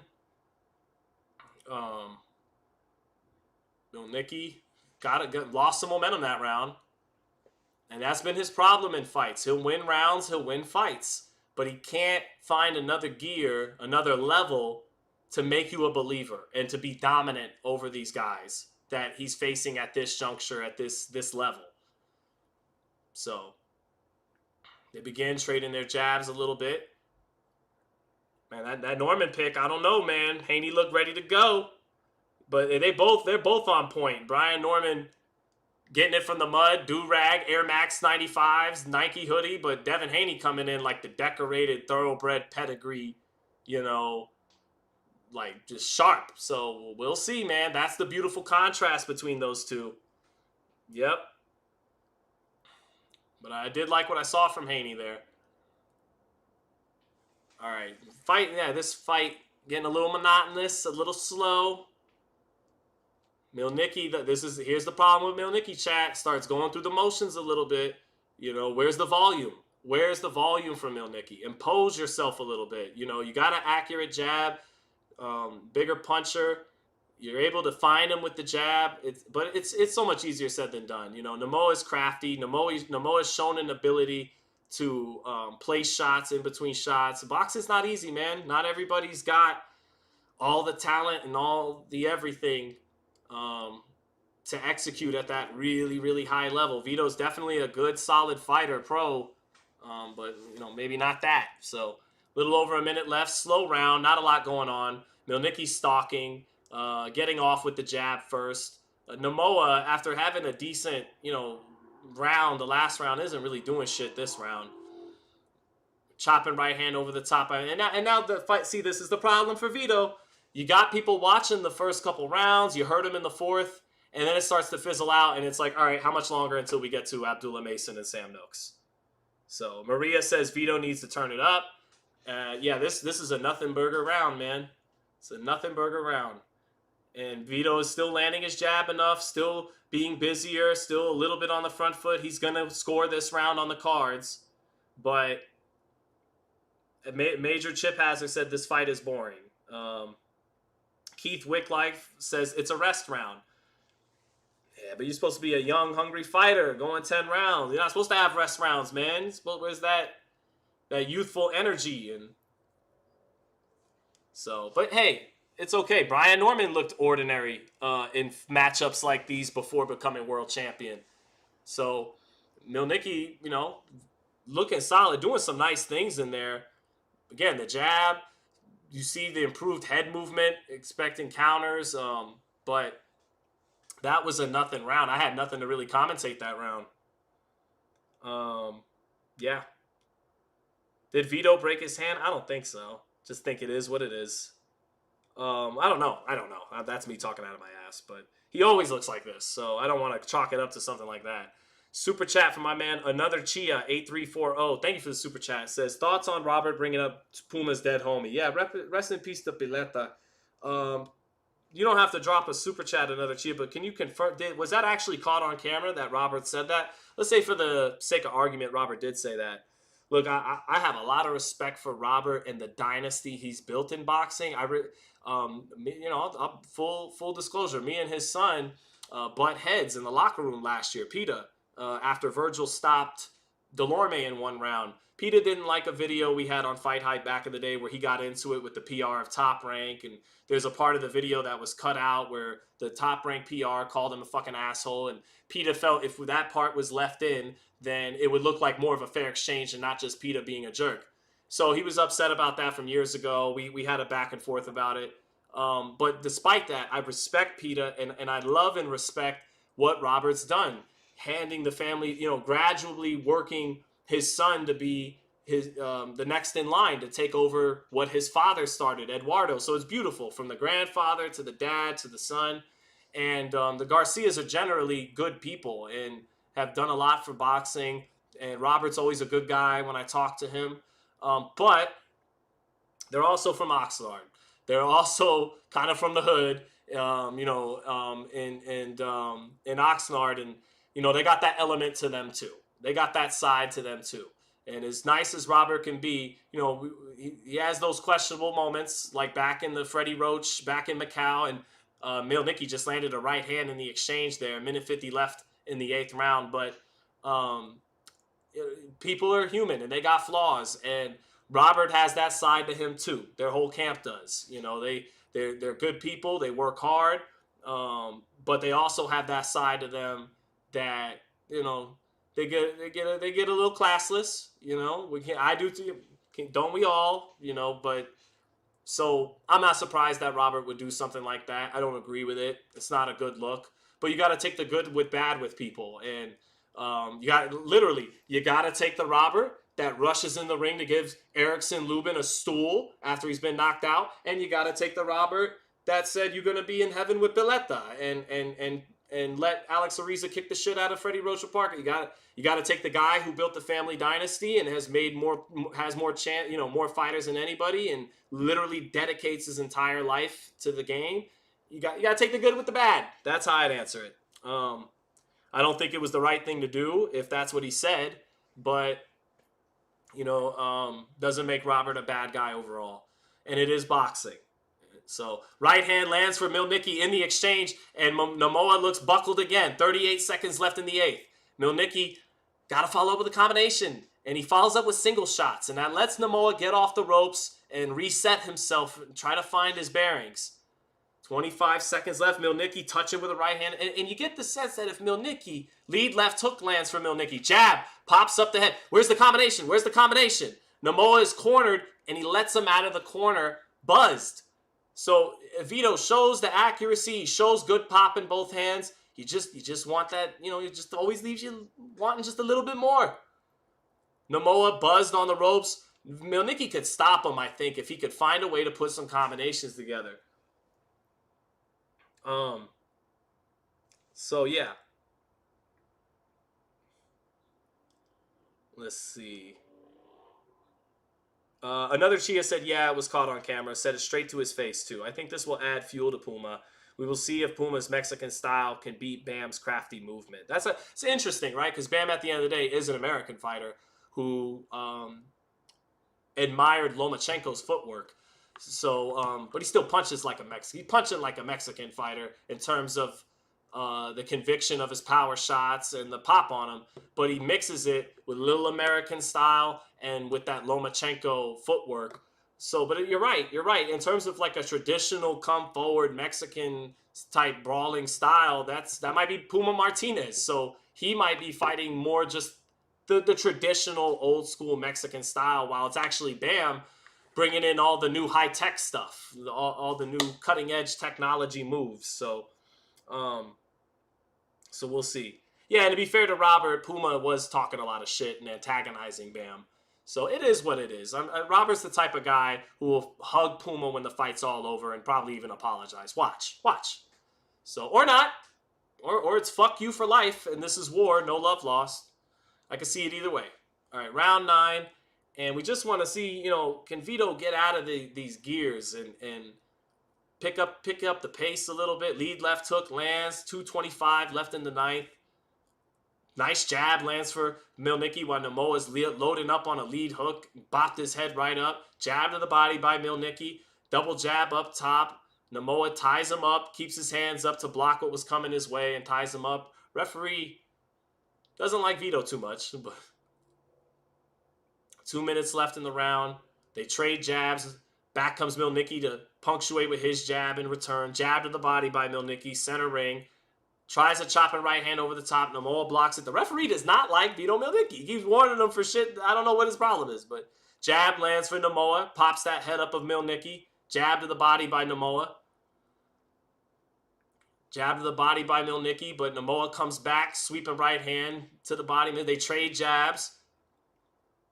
Minute 30 left in the round. Mielnicki winning the round. Winning the fight. Namoa would need a knockout that he's not going to get. So we're headed towards a Vito Mielnicki unanimous decision. Chad, anything else you guys want to talk about?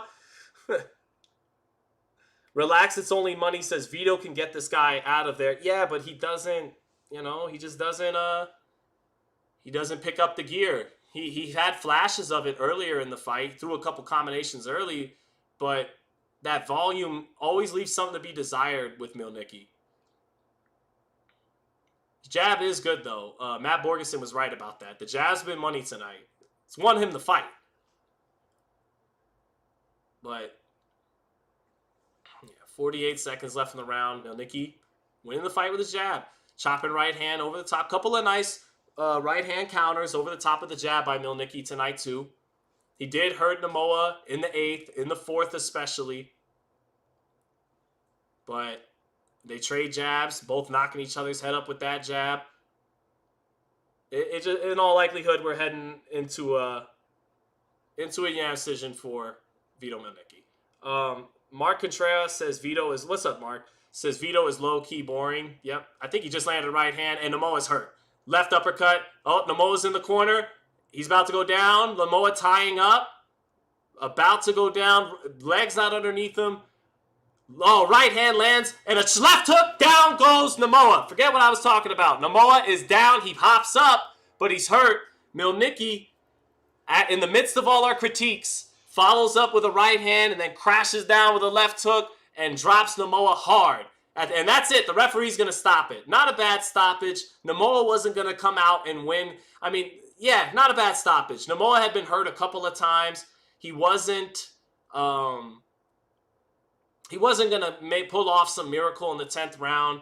So they go ahead and call it a stop. Hey, Vito, we got to shut the fuck up and give him some props now. He gets the stoppage when it looked like we were headed towards an anticlimactic unanimous decision.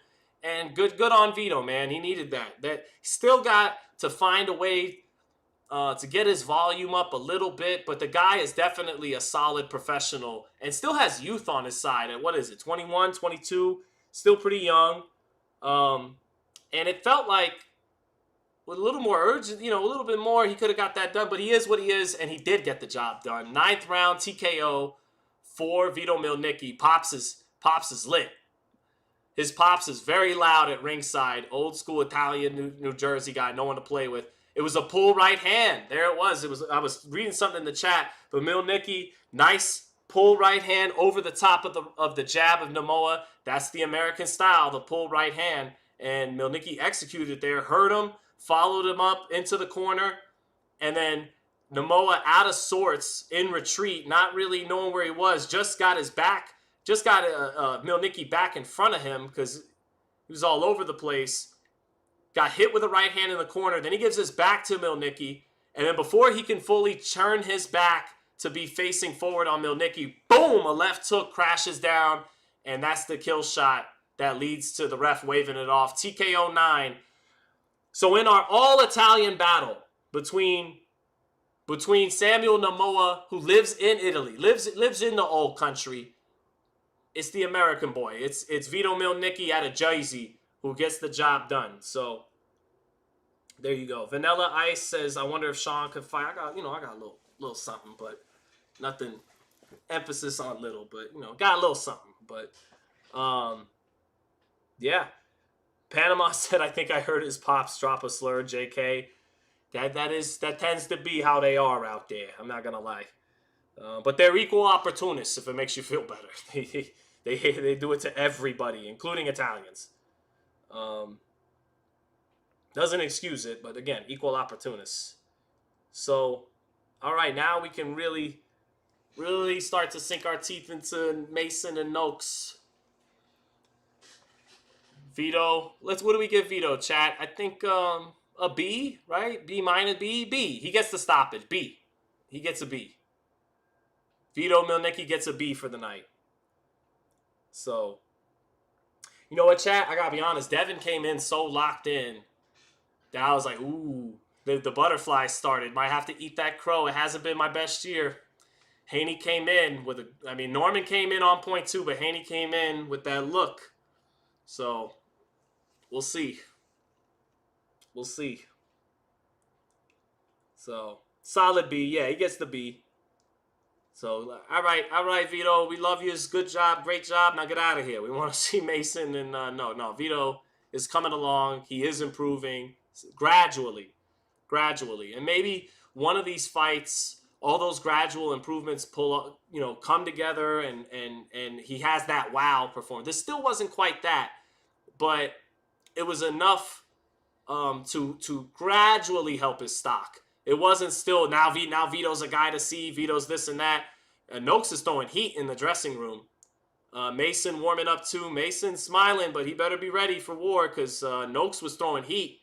And Noakes is coming in with a lot of confidence and a lot of people backing him overseas. This is more of a home game for Noakes than it is Mason. Riyadh's become like a second home to the Brits. So this is more enemy territory for Abdullah, even though Abdullah's Muslim and in a Muslim country. But Noakes looked good in the dressing room, man. He's throwing heat. Mason looked confident, obviously, too. But he's still, at 21, man. Noakes is a little older, a little bit more into his grown man strength. So, yeah, a lot older, really. 27 versus 28. So it's a real grown man against a kid. But this kid is such a special talent. But is this one of those Riyadh season 50-50 type things where you're not going to be able to just shine? You might get knocked off. You might get clipped. So we'll see, man. Noakes looked good and strong in the dressing room. I got Abdullah Mason all day. But Matt Borgeson says, I'm from Jersey. I hooked up with his sister. Let's go, Vito. Hey, that's a good reason. Boxing 9741 said Norman looked locked in too. They both did. But Haney had that air of superiority, of like elite, So we'll see. Marshall Z said, don't backtrack on your confidence now, Sean. I mean, it's not really backtracking if I've called it fifth. I haven't been that confident the whole way through. I got Norman, but I've said it's pretty much 50-50 the whole way through, giving Haney a lot of props. So, you know, it's not like I've been like, Brian Norman's going to sleep Devin Haney. And Devin Haney, chinny, he shot after the Garcia fight. He was overrated against little guys, and he's a runner. And then the whole time I've said Haney is excellent and might just box Brian Norman's damn ears off. But I think the South got something to say. I think Brian Norman got an underrated jab. I think Brian Norman is a fresh new star in boxing tonight. I do. But Devin Haney cast a hell of a lot of doubt on me at every turn because he's Devin fucking Haney. I put respect on his name. So I mean, look, man, we always say, not always, but we go, you know, it's a pick'em, a 50-50 type fight. This is like the only time. I mean, let's check all the way down to the last wire, bro. It is literally 50-50. I mean, I know you guys have been checking the odds too. You've had to, but I mean, up to the last minute, -112, -112. Can anybody in the chat point out another time it's been actually 50-50? It's all, everyone's always got a slight something, you know, +120, +150, something, +130, -112 a piece, chat. So I don't know, man. Can we take it easy on the Crow Eater? I mean, I'm not gonna shit on anybody who picked Haney if Norman knocks him out. Like it's a pick 'em. Now, whoever picks it right deserves props. But can the people who pick it wrong, can they skate by? It was a 50-50er. All right, chat. It's almost about that time to get the real smoke started. So it's very rare, says Keek with very rare, man. I don't know if I've ever actually seen it at exactly 50-50 at the books. So Josham3915 said, I'm gonna clip the last 20 seconds and make a hit piece video against Sean. I guess that comes with the territory with where I'm at now, right? Are we starting to get to that territory now where I get mischaracterized out of context and put up on the Summer Jam screen on the Twitter wall? That sucks. I guess I just gotta roll with that. So, yeah, man, the real smoke. Sean, do you think Mason gets the stoppage? Oh yeah, someone's getting stopped. Noakes is a puncher, and Mason's a puncher. Someone's getting stopped. I think Mason stops Noakes, but ooh, now that the fight's almost here, and you got two undefeated guys in their 20s with power and confidence, this is what it's all about, man. It's just a shame that it has to be in like a half-empty arena in Saudi Arabia. But it's a shame that we don't have the infrastructure and sports not thriving the way it should be to where boxing would be hot enough to pay all these, the market would be hot enough to afford all these fights in America, but it's not. So now they're showing Kate Abdo with my brother Malik Scott. Spencer says Haney will outclass Norman. Illis Boy says Benavidez might lose. Josh M says give me Mason, Bam, Norman, and Benavidez. I got Norman too. I got all those picks as well. Did I see Kid Austin expose Sam Noakes? I did not. What are you speaking on, sir? Please inform the chat. Thank you, Patrick, saying nice jacket. Let's see. So, yeah. I Am Line says, I can't take anything away from Devin Haney for what he's achieved in boxing, but that whooping he got from Garcia is still living rent-free in his head. Norman can take advantage of that. Norman's got to make it live in his head, because right now, Haney's convinced that this is his moment. This is the moment he gets back everything he lost April 20th, 2024, and then some. Because he does. He beats Norman. Haney's not just simply back to what he was before Garcia. He's back and then some. He'll have earned his respect at a whole new level. Haney is completely convinced that this is his night. And so is Brian Norman. And that's what gives you... When you got two guys who don't really know how to lose, who have the utmost confidence in themselves, to the fullest degree and they have contrasting personalities, backgrounds, and styles, that's when magic can be made in the ring. So I wouldn't be surprised if Haney and Norman make magic. And that it's a fight with ebbs and flows. Again, I think it's a fight that Haney is head in early. Norman starts to catch up to him and makes it tight. And then Norman swings the momentum once the power starts to actually make a difference in the fight. But the power can't make a difference until Norman catches up to Haney. So we'll see. Tay Day says, I got Haney by decision tonight. I'm standing on it. Illest Boy said, don't be surprised if Haney gets the stoppage. Look, I get it. Anything's possible. Norman even jumps into shots sometimes. Haney's a good counterpuncher. Force meets force, a la Pacquiao Marquez. Maybe something crazy happens. I think Haney can drop Norman. I don't see Haney stopping Norman, bro. I mean, anything's possible. Yes, I could take into consideration Haney having better punch resistance and power at 47. Norman, his chin is not the best. He gets hurt early in fights and has been dropped early in fights. Norman will leave his feet sometimes on his 2-1 or his sweeping right hand power jab. And he jumps in at the wrong time. Force meets force. You're right. Something crazy can happen in boxing. And crazy, unexpected knockout. But logic would dictate that if anyone's getting knocked out, it's Haney. It's not going to be Haney knocking out Norman. Haney hasn't knocked out anyone since Zarur Abdullayev. And that was a stoppage because he broke his nose with his jab. So, I mean, yeah, it's not likely. It's not likely. And then when you look at his power, looked good when he dropped Regis, but Regis, look at how his punch resistance looked in his next fight against a faded, fat Jojo Diaz, fighting at a weight class he has no business being in, and Jojo almost knocked him out. So it's not like that win and that knockdown aged particularly well. But I do think Haney's power is actually a little underrated. Ryan said that. Ryan said he hurt him in the third round with the left hook. So, yeah, it's possible. I'm not scoffing and laughing at your comment. I'm just saying I don't think so. I don't think so. If anyone's getting knocked out, it'll be Norman knocking out Haney. That's what I think. So here we go. Sam Noakes coming to the ring now, and Noakes, an undefeated puncher in his own right. Man, both guys really do have power, man. I just think it's going to be the athleticism of the speed of Mason. Both guys are at some point. I think Mason is going to try to box early and use his jab a little bit more, and he'll let Noakes come forward and try to be the boxer puncher. But at some point when they both open up, maybe Noakes' timing and experience and age give him the edge. I suspect the raw natural talent of Mason and the speed of Mason, which is phenomenal, to overcome that. I just expect Mason, who's 7 years younger, who still hasn't really grown into his grown man body the way Noakes has.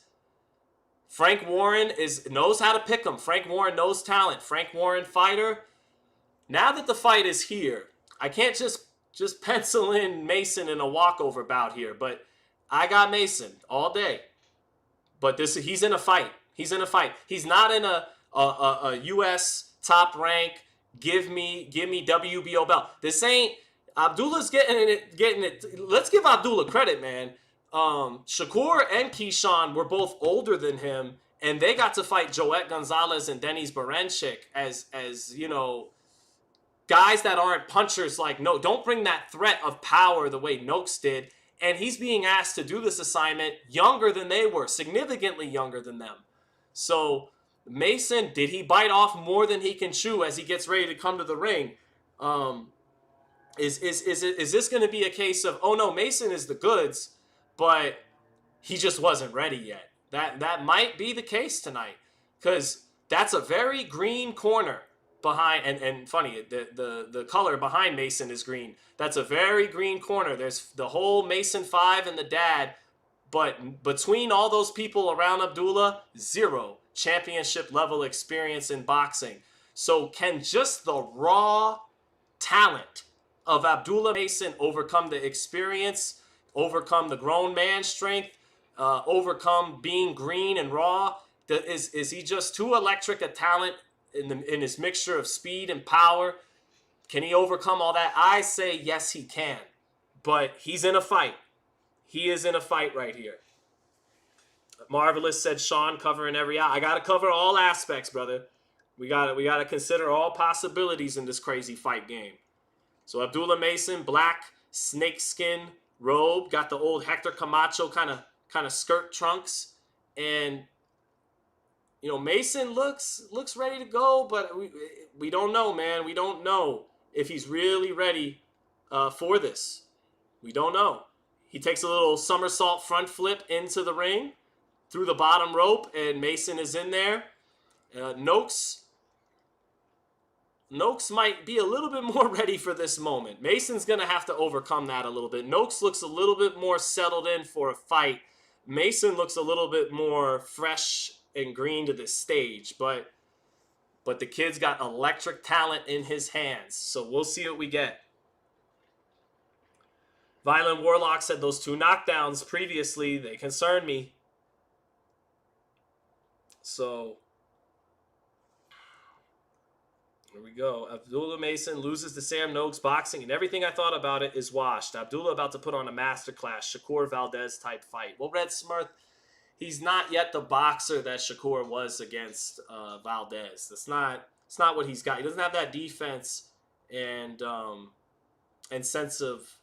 He doesn't have that back foot game just yet. I think he is about to jab though and fight on the back foot and let Noakes come to him early. He's about to try to fight like a boxer puncher. I'm not expecting Mason to get in there and say, let's go. I'm expecting him to try to be the boxer puncher here. And there is a chance that Noakes walks into a buzzsaw trying to press Mason. Like, there is a chance for Noakes that it's like, you got this kid fucked up, bro. He is throwing dynamite with lightning speed. You do not want to just come forward and kind of be straight up and down. Like, that is not going to work against this phenomenal young talent. But I think what Noakes is going to do is try to have intelligent pressure and time Mason, make him pay for being raw, for his little, deficiencies as a 21-year-old. He's going to try and beat him with timing and educated pressure. But he's going up against a kid with freakishly long ass arms and crazy leverage, snapping power, and great hand speed. But we'll see if he can overcome that with timing and just being an actual grown ass man against this guy who's a young man, still a little light in the ass. So Fights for Fight says Brian Norman's boxing skills are underrated. You guys will see. I agree. I think it is too. I think he's being a little slept on. Mason's hand speed is next level. There's a lot of fast world champions, but Mason is fast. He's elite fast. But his feet aren't the best, and he hasn't had to add too much nuance just yet. He hasn't really boxed someone's ears off. He's been knocking guys out. So here we go. Abdullah very confident, bouncing up and down. And even though Abdullah's a quiet Muslim kid, he got a little cockiness to him, a little swag that a lot of great American fighters have. So, but he does look the part, like a Crawford a little bit, like that with the great long arms, the speed and the power, the ability to counterpunch. He does look the part as one of those great Midwest American talents. But tonight, the hype gets put to a test. He's in a fight. He's not in a walkover. He's in with a guy just as hungry as he is. But Mason, cut, and the length is, I really think, one of the gifts that's going to make this kid special. The length is the big X factor for a lot of American talents. Having those long arms, the reach of a man 6 feet, 6'1", 6'2", but you're only 5'8", 5'9", fighting in the lightweight and welterweight divisions. So, all right, Noakes, they touch gloves. Check. Here we go. Ooh-wee, here we go, chat. It's about to get real. 800 people rocking with us. Let's go. All right, let's see what we get. The first title fight in Abdullah Mason's career. And he starts off moving to his left. Noakes in a crouch. Mason lands a jab through the center. Another jab from Mason. Noakes targeting the chest with a straight right hand. Noakes wants to get inside a little bit. Jab by Noakes, straight right hand of the body. Mason peels out, makes him fall short. Mason falling in with his shot a little bit there. Lands that straight left hand to the body, but he's got to be careful about that.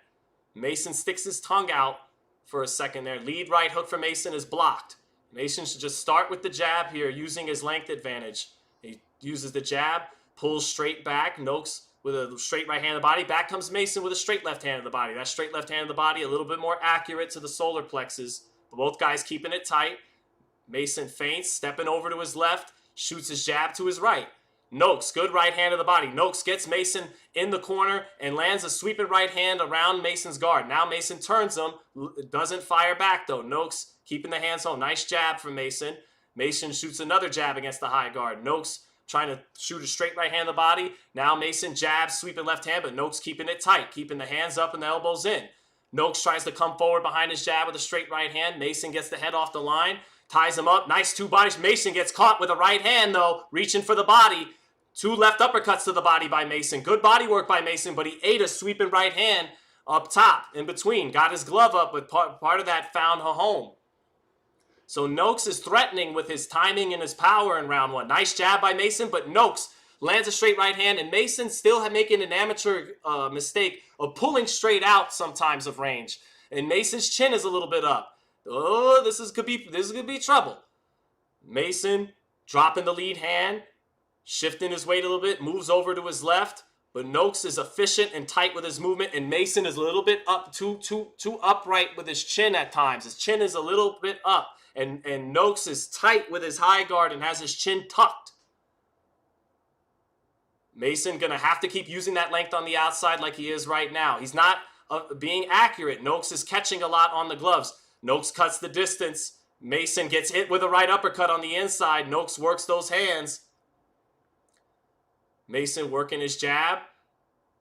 This could be a Noakes round. Mason missing with a counter as Noakes tries to shoot that straight right hand to the body. Now a left uppercut gets in for Mason off a lead right hook, but only partially. Again, Noakes is keeping it tight. Mason lands his jab. Mason lands his jab again. He should keep Noakes on the end of his jab and not fall in with any power shots. Noakes is waiting to time that. Noakes is the stronger fighter on the inside.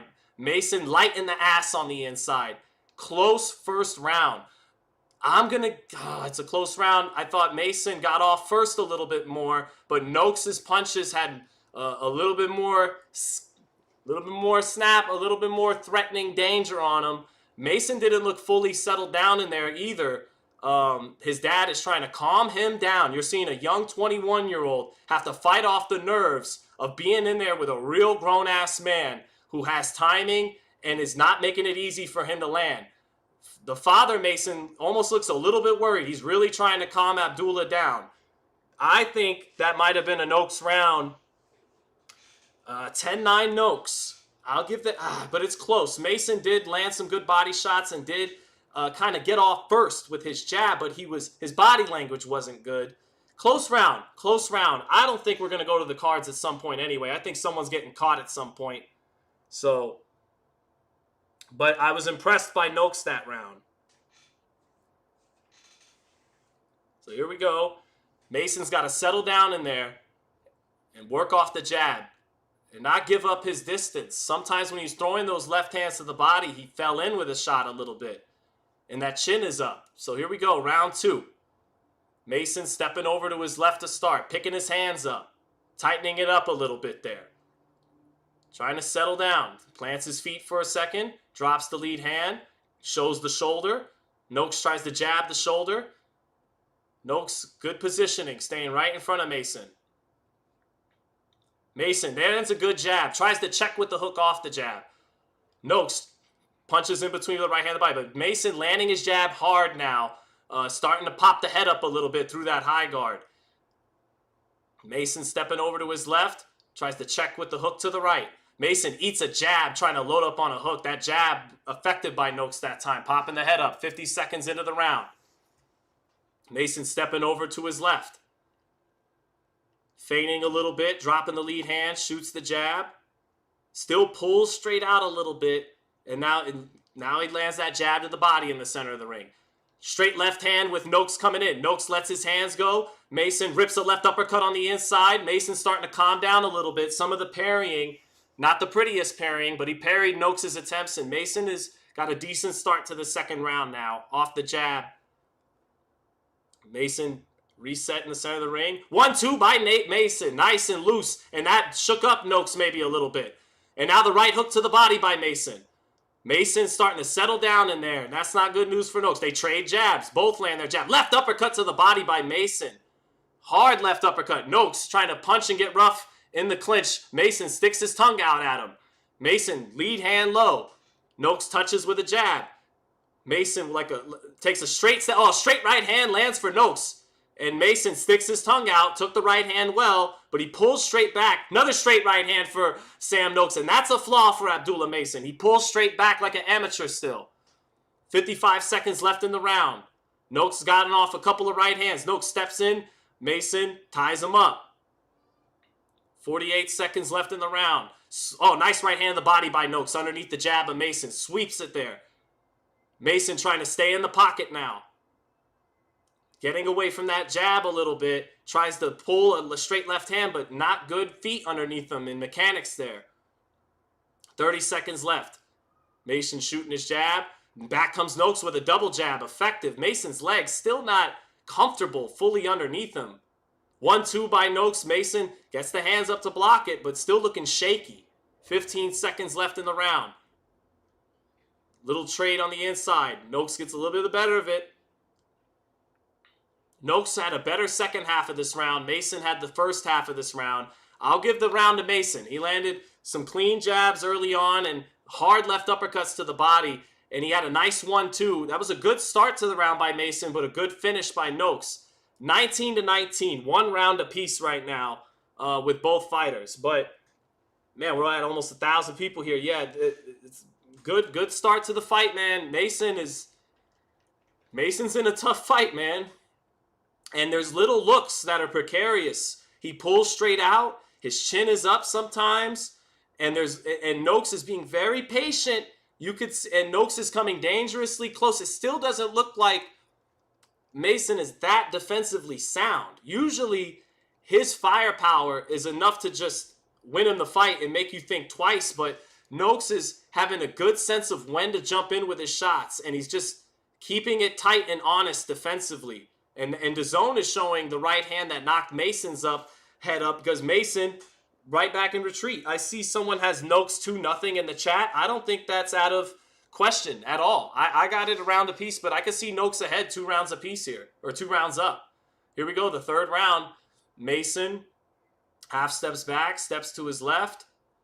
Man, Mason looks thin at this weight, and Noakes looks sturdy. And Noakes just looks more sturdy with everything he's doing against this kid. Now, a left hand to the body from Mason hurts Noakes. Well, not hurts him, but gets his attention. And that's where Mason is finding some real heavy artillery, is that body. But when he reaches down there, he's vulnerable up top. Mason measuring with the lead hand. Noakes shoots in his jab. Mason trying to check him with a right hook counter. Left hand gets in for Mason. The touch jab sets it up down the pipe. Noakes trying to punch with Mason. Oh, left uppercut. Noakes is hurt. That's the money shot for Mason. What a chin by Noakes. Mason's probably never had someone stand up to... That's his money punch, that left uppercut. Beautiful shot by Mason. Noakes comes back with a straight right hand through the center. Noakes is tough. Right hook to the body by Mason. Left hook to the left uppercut to the body. Mason using his head movement to get out of the way of what's coming back. Noakes is now bleeding from the left eye. A jab, a sweeping left hand by Mason. Noakes trying to wait for a spot to shoot in between as Mason now is starting to look and see and smell blood. Halfway through the round, Mason blocks the right hand. Mason turns to his right.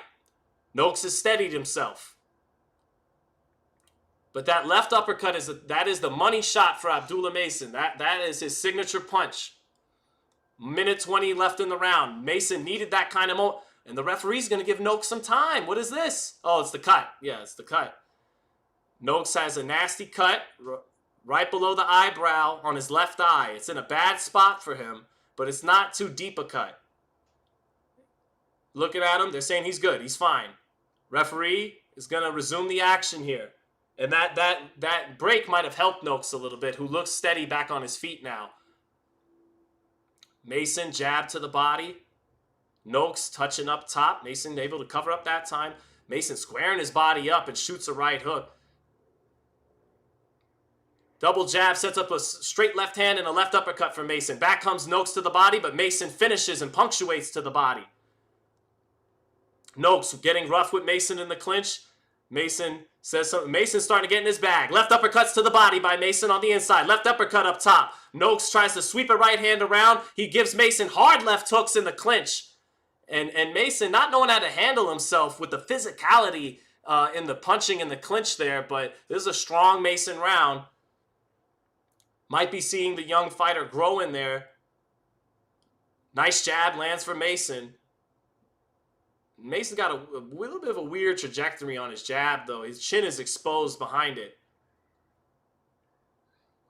But you got to, boy, there's some landmines to get to that exposed chin for Sam Noakes. There's some left uppercut landmines he's got to walk through. And he doesn't want to get hit with that shot too many more times or he won't be standing. Mason gets his head off the line, but then squares himself up. A good defense up top, even with his feet square. Slides in some shot, parries some shots, and that's it for round 3. The most convincing round of the fight for either fighter. The first big round, and it's a Mason round off those left uppercuts to the head and to the body. He hurt Noakes that round, but Noakes is showing good durability, good toughness there. 2 rounds to 1, depending on how you score that second round. It's either 2-1 Noakes or 2-1 Mason. Anyone's fight, again, I don't think we're going to go to the distance anyways, but so 2-1 apiece, 2-1, no matter whether you got a Mason or Noakes. But it did feel like Mason found the momentum that time, and the left uppercut is a special punch from Mason. Here's a replay. Mason walked him into it. It was a little bit like the Jermall Charlo against J-Rock, where you shoulder roll into the left uppercut. Great leverage on that counter shot. Great chin by Sam Noakes, man. That boy is strong. He got some good legs underneath him. Mason, though, looks light in the ass and a little erratic, but despite all that, looks like he may still very well get the job done just because of his raw talent of speed and that snap on the end of his shots, his punching power. But he ain't out of the woods, not by a long shot. Just had his first authoritative round. Let's see what we get in round 4. 20 seconds into it now. Noakes trying to come inside and get rough. Mason taking something off his punches and throwing them in combination there. Noakes covering up well, though. Noakes covering up well, smothering Mason, getting in his chest. Mason wrestling with him in the center of the ring. Referee breaks him apart. Mason getting saucy in there. Straight left hand of the body, but I don't know if that's good. Still might want to settle down. But he's fighting off of a rhythm a little bit as we go forward now. Trying to get to the jazz, but I don't know. He's not doing the fundamentals to do it. A lot of wrestling on the inside. Mason holding his own with that. Shoulder rolls on the inside. Minute into the 4th. Not a lot, anything really done by both guys. A lot of physicality on the inside in the clinch. Now they're in the phone booth. Mason saying, all right, now I'm comfortable. Let's fight on the inside. Let's get it. Let's do what I like to do. Left uppercut to the body. Woof. Noakes trying to sweep shots around the top, but Mason's rolling the steam off everything and starting to groove in there. Oh, he better be careful, man. He has these looks in between punches. He can get fucking caught like he did against Vasquez.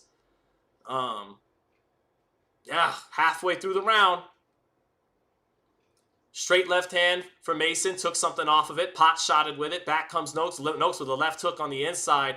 Mason rolls some of the steam off of it, but still getting touched. Minute 15 in the round. Mason not exactly following this up with a lot of momentum after the last round. It's anybody's round. Noakes is the guy. Oh, nice right uppercut on the inside by Noakes. Mason takes a step out of range, gets back to his jab. His chin is up when he jabs, though. Straight left hand lands for Mason, but back comes Noakes with a straight right hand. 55 seconds left in the round. Noakes blocks a lead right hook. Noakes lands a jab. Mason trying to shoot in between, but Noakes keeping his defense tight. And Noakes is having a little bit better round. He's touching Mason. Not super clean, but he's touching him. Noakes trying to reach the body. Left uppercut on the inside by Mason. That's what Noakes just can't allow to happen consistently, is Mason ripping those left uppercuts. Oh, jab knocks Mason off balance, and the right hand almost touches him right after it. So Mason's base is still not great, and it's a lot of clinching here in the 4th. Noakes, straight right hand to the body. Good body shot by Noakes. This is a Noakes round. Double jab by Noakes. Left uppercut on the inside, though, by Mason. And a right hook to the body and a right uppercut. Back comes Noakes with a right uppercut. Noakes took those shots well. Mason in there with a guy who can hold up to the power a little bit. Left hook to the body by Noakes on the inside. Back comes Mason to the body. Mason punctuating to the body with a right hook. Good work down the stretch there by Mason. But questionable positioning and tactics and he got touched that round. 2-2. 2-2 through 4. Doesn't that feel right? 2-2. Dondada says Noakes 3-1. Mason doesn't move his head. He does move it, but he also leaves it himself in too many precarious defensive positions. So Daryl Royal says Mason needs to start working from angles. That's that IQ and inexperience. And then Noakes is tight. Noakes is combating the special effects with solid fundamentals. And Mason got counterpunched there with a right hand as he winged a right uppercut. Boom, right hand. Right, good chin by Mason, though. He took the shot well. He didn't react to it. And then Noakes with a right uppercut on the inside. It is conceivable Noakes is ahead 39-37, 3-1. Major Chip Hazard has it 3-1. So it is conceivable. Here we go, round 5. It's either 2-2 or 3-1 Noakes. Oh, Noakes knocking the sweat off Mason's head with a jab when they both open up and trade with the jab. Man, this is some serious shit, man. Straight right hand of the body by Noakes in between Mason's jab. Mason lands the jab, staying in range. Left uppercut to the body by Mason. Left hook inside up top for Noakes. Mike Coppinger has this 4-0 for Abdullah Mason, and I thought I had the bias for America. Anyway, straight left hand and a left uppercut for Mason. Nice 2-punch sequence there. Noakes still trying to time the kid and take advantage of his mistakes, but sweeping right hand lands for Noakes, and Mason eats the shot well. Straight left hand lands for Mason. Left uppercut to the body. Man, Mason is getting hit and hitting. He's winning this round so far, a minute into it. Hard jab lands for Mason. Right uppercut lands on the inside for Noakes. Follows it up. This is going to come down to who punches harder and who can take a punch better at this point, because Mason is not outboxing him. Mason is going to have to, find the shots that knock him out at some point. So we'll see. We got a long road ahead of us. It's a very competitive fight right now. Almost halfway through. Mason getting hit with a right hand in close, but lands a left uppercut. They're exchanging. They're both landing. Right hand to the body by Noakes. Places it nice. Right uppercut, though, up top by Mason on the inside. Right back at him. They're exchanging blows. They're going punch for punch right now. Oh, Noakes timing Mason, though, at times. Mason is getting timed with that right hand in these exchanges at times. And he's taking it well, but it's touching him, man. And Mason's bleeding from the nose. Right hand to the body again by Noakes. Noakes is targeting that right hand of the body well. Right hand up top lands for Noakes. And it knocks Mason's head up. Mason better make some fucking adjustments, man, because he is on the line for the right hand. Or if he can't make an adjustment and not get hit, he better, rip. Offense got to be the defense. But Mason can't quite make up his mind if he wants to bang in the pocket and close or if he wants to still try to use his jab and outbox Noakes. He's in between game plans. Can't quite put it together. Noakes just keeping it tight, keeping it fundamentally sound, and has very good timing.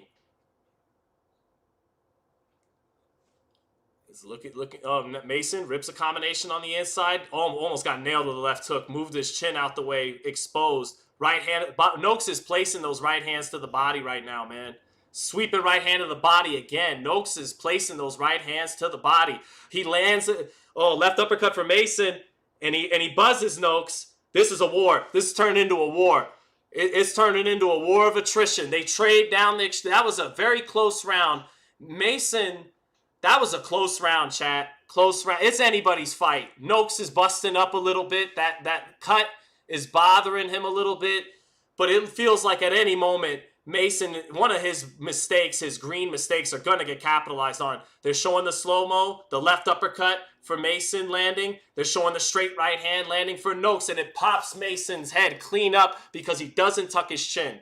Noakes tucks his chin. So when he lands the shot, it snaps his head up. but not as funky as when it snaps Mason's head back because his chin is straight up. Noakes, though, does look a little weary after that round. Like the power is having an effect. So Kingmaker says, it appears you are too biased to call a fair fight. No, I'm not. I'm calling this extremely fair. I got Mason ahead 3-2. I think he hurt Noakes a little bit more than the other way that round. But it was a very competitive round, and the fight really heated up to a new level at the end of the 5th. Here we go in the 6th now. Mason, little leak from his nose. Noakes cut from the left eye. These are two young fighters who want it. Mason turning Noakes a little bit. Noakes blocking the right hooks. Mason getting the left uppercut a little, not quite finding that home. Now Noakes looking to smother Mason. Right uppercut, left hook for Noakes, but Mason covering up. Nice jabs landing for Mason. Another jab lands for Mason, and he angles off to his right. Now he's wrestling on the inside with Sam Noakes. Right hand lands for Sam Noakes, taking advantage of Mason's timing on his jab, and Mason will jab with that kind of like Devin Haney at times, where you can take advantage of that jab with the chin in the air. Another jab lands for Mason, but he eats a jab for having his chin in the air. Short left hook on the inside for Noakes. Minute into the round. Straight left hand lands for Mason, and that buckles Noakes. Straight left hand again for Mason. Another straight left hand. Noakes is hurt. Mason looking for something to the body. Doesn't rip it. Back comes Noakes. Mason didn't follow up buzzing Noakes with those straight left hands, but I think he feels like he's breaking him down. Mason squares up on the inside. Noakes wrestling with him, chops with the right hand. Mason blocks it and sticks the tongue out. Works his jab against the high guard. Works his up jab. Mason, a little bit of a shoulder roll coming. Left uppercut on the inside by Mason. And he's turning Noakes more this round. Turning him a little bit better to his right. And Mason has the more confident body language in there. He feels like oh, nice power jab by Mason. Minute 10 left. Right uppercut. Noakes in a crouch. Gloves high, elbows in. Mason, though, is turning him more this round again. Nice, better angles this round by Mason on his pivots, on his turns. Now little half steps by Mason. A little bit more calm down with the lead hand low. Takes 2-3 steps out of range. Hard straight left hand to the body by Mason. Left uppercut by Mason. He's breaking Noakes down now. Sweeping left hand by Mason. Noakes is coming back, but the momentum, you could feel it. Mason is building in there. He is working his way to breaking Noakes down. Now Mason angles off. He's catching, getting hit, getting touched a little less clean this round. Covering up on the inside a little better. Shooting the jab. Oh, nice left uppercut on the inside by Noakes, but Mason is... Oh, right uppercut on the inside by Noakes, but Mason is taking the shots better than Noakes is able to take his shots right now. Mason gets underneath the right hand in a left hook. Straight left hand back at it. Mason looking a lot more comfortable down the stretch of this 6th round. That was a good round by Mason. Hell of a fight.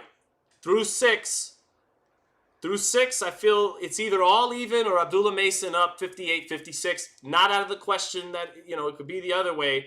If you're scoring more in Noakes' favor, then you're saying Mason only won the 3rd and 6th rounds, and the other 4, Noakes was more consistent. I could see that. I think it's just basically even through halfway. Basically even. A lot of people in the chat are saying 3-3.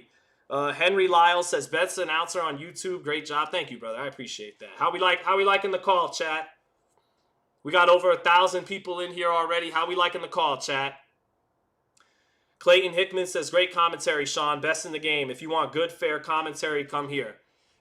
Major Chip says, I bet Coppinger has it 6-0 Mason. Hey, shout out to Mike, man. I can't get mad at the patriotism, but goddamn, there's no way that Noakes didn't win a round or 2 or 3. But that round, it looked like Mason began to take some control once and for all. But we'll see. We will see. We'll see. 7th round begins in the phone booth with Noakes trying to rough him up. But Mason looks more on point now. 20 seconds into the round. Lead right hook by Mason. Noakes blocks it, tries to come back body. Nice jab lands for Mason. Mason angling off now more and letting punches go behind his jab and angling off. Left uppercut by Mason. Mason don't give a fuck. He takes crazy chances with his chin up and even squares up sometimes, but he's like, come get this uppercut. I dare you to open up with me. It's all right, young man. You're playing Russian roulette sometimes, but when you're 21, you don't know better. 45 seconds in the round. Nice left hook to the body by Noakes. Left hook up top. Right hand by Noakes. And a right uppercut. But Mason taking the shots better now. He's settled in and has his punch. He's taking the punches better. But that was a good sequence by Noakes. And just when it looks like, Mason could gain some control, not so fast. Back comes Noakes. Mason reaching with a right hook to the body. Left uppercut to the body. And it's brutal body work. But Noakes comes back up top. Noakes with a right hand up top to punctuate a three-punch combination. Mason is getting touched up top this round, and he's taking it better than he did in the previous rounds. And he's landed some hard body shots, but he's still getting touched. And now he goes straight back. Back touches the ropes. Noakes follows him up. Right hand of the body, left hook by Noakes. Back comes Mason. Straight left hand of the body, hard right hook up top. Mason has the firepower advantage, but he's still green, and Noakes is taking advantage of that in spots. Right uppercut, sweeping left hand for Mason. Noakes covers up though. That didn't split the high guard. And then Noakes keeping it physical on the inside. Mason ripping little uppercuts on the inside, not that full leverage. Noakes sweeping shots over the top in the clinch. Mason touching that body with a left uppercut. Old school infighting right now from the Brit and the Clevelander. Right uppercut lands for Noakes, but the left uppercut comes back for Mason, and that's the story of the fight. Both guys are landing their best shots, but Mason has the firepower. And Mason lands a right hook that backs Noakes up. Noakes is exchanging with Mason, but Mason is pushing him back, gradually breaking him down. The body work of Mason is brutal. Noakes is still going toe-to-toe with this kid. Still touching him up. Noakes bleeding from that left eye. Touching Mason, but Mason is the one taking steam out of him with his withering shots on the inside. Both are landing and giving as good as they could take. The difference is Mason's got a little bit more on the firepower. And you see Noakes' face busting up a little bit here. Very competitive round, but Mason is the guy whose punches are having the effect. In the big combination at the bell by Noakes. Look, Noakes got a ton of good work done that round. Plenty of good work done. But you could see he's the guy bleeding from the nose now, bleeding from the left eye. And Mason is taking his shots with little effect the last two rounds. Noakes, here's the replay. Left hook to the body, two left hooks to the body. Left hook up top. Mason rolls some of it, but then the right hand, four-punch combination. Mason getting hit too much. And then on the other side, a lot of pro Noakes replays there. I think Mason got done some really good work there too. That back Noakes off. Here's the work now by Mason. Mason with that scowl on his face, getting countered though by. So the replays favor Sam Noakes. I could see that. Yeah, 4-3 either way. Super chat from Marcellus7110. Thank you, Marcellus. Thank you, brother. Appreciate that. Close round. A lot of people got it Noakes 4-3. I think it's 4-3 either way. It still feels like Mason is going to stop him at some point. Just calling it like I see it. But, it ain't a sure thing at all, man. He cannot just gain consistent control of Noakes at all. Some people still think he's behind a point. So, but his shots are having an effect on Noakes as this fight goes on. They exchange in close. Mason punctuating that time with a sweeping left hand, but Noakes is on the front foot. Mason inaccurate. Right uppercut, straight left hand, right uppercut. Noakes making a miss all of that. Stepping to him, touching him with the left hook up top. And then Mason trying to shuffle out of range, but Noakes is on his ass. Coppinger has it 5-2 for Mason. I think it's 4-3 either way. Anybody's fight. Noakes has been buzzed a couple times, but Mason's had his head rattled multiple times in this fight. Noakes off to a decent, counter straight left hand with Mason near the ropes, and Fan Zone has Noakes ahead of point. Left uppercut on the inside by Mason. Back comes Noakes to the body. Noakes working his hand on the inside. Straight left hand of the body by Mason. Another straight left hand of the body by Mason, but Noakes taking it well. Power jab by Mason. Another power jab by Mason. Noakes off with the right hand in return. Center of the ring. Mason holding his ground. Lead hand low. Now takes little half steps to Noakes. Noakes jabs at him, touches him with it. 1-2 right down the pipe by Mason. Busts through the guard a little bit there. Back comes Noakes with a 1-2. Mason steps out of range. Oh, sweeping left hand body shot by Mason. Another sweeping left hand body shot. Noakes has been hurt a few times to the body, but he's got a hell of a poker face. Very durable. Halfway through the round. Competitive round. But that effect of Mason's power shots could give him an edge. Now Noakes, though, doubles up his jab and knocks Mason's head up. Straight left hand by Mason down the pipe. Straight left hand again. They trade jab for straight left hand. Now Noakes comes back with a right uppercut off that jab. That got blocked on the elbow by Noakes to the body. Noakes keeps his hands up and blocks the sweeping left hand up top. Straight right hand lands for Noakes. Mason counters with a left uppercut. They both got it in good. Noakes with a left hook to the body as he steps in and touches Mason with 2 left hooks again. Straight left hook straight left hand by Mason. Straight right hand by Noakes. Mason blocks the counter. Mason double 2 jabs, power jabs, where he almost overextends and leaves his chin exposed, but it lands in it. Oh, left uppercuts to the body. Noakes, the shots are having it. They're freezing Noakes in spots. Now Noakes is cornered. He punches with Mason, but he's the one getting backed into the corner by the power of Mason. Mason punches with him and punctuates an exchange with a sweeping left hand over the top. 15 seconds left in the round. Mason backing him up in the clinch. Pushes off. 2 body shots by Noakes. Withering left uppercuts by Mason. 1 to the body, 1 to the head. Back comes Noakes. Noakes finishes strong. Straight right hand lands for Noakes off the 2 body shots. Back and forth, back and forth. Oh, it's a hard fight to score. I feel like Noakes is touching Mason more consistently, but Mason's punches have more of an effect. They freeze and debilitate Noakes in spots. This is the hurt business. If I had to give an edge, I would actually give it to Mason because he's American. No, I'm kidding. I'd have to give the edge to Mason because they're both giving as good as they can. Again, I think Noakes is actually touching him a little bit more often at times. But Mason's body shots, they freeze Noakes. They have an effect. And I think that's the slightest of edge between these 2 fighters right now. It is nip and tuck, back and forth. Mason doesn't tuck his chin, so anytime Noakes hits him with a right hand, his head pops clean up. But Mason, his power, his firepower is punctuating the exchanges at times. And as the fights went on, he's had his head bopped around, but he's eating the shots well. And Noakes, you can see the effect. Here we go, round 9, back in the phone booth. Noakes getting off first, touching him with right uppercuts, multiple right uppercuts and body shots. Mason inaccurate with a double right hook on the inside. Now he backs at it. Now he creates a little separation, but not effective with his jab there. Back in the center of the ring, Mason picks his hands up. 1-2 by Noakes. Noakes backing him up. Double straight left hand by Mason. He commits to a right hook, but doesn't land it. Now Mason backs him up with a combination, and Mason trying to use his wicked leverage on his withering power shots to just kind of overpower Noakes as they go tit for tat here. Noakes with a 1-2, backs Mason up. Mason has to shuffle out to his right, shuffle out to his left. Back touches the ropes, but he gets back in the center of the ring. Lead hand down. Plant, little shuffle to his feet. Half step back, straight left hand, but Noakes blocks it clean. Back comes Noakes with a 1-2. Noakes getting off a little bit more with volume than Mason right now. Minute into the round, Noakes has a good first minute, getting off first on Abdullah Mason.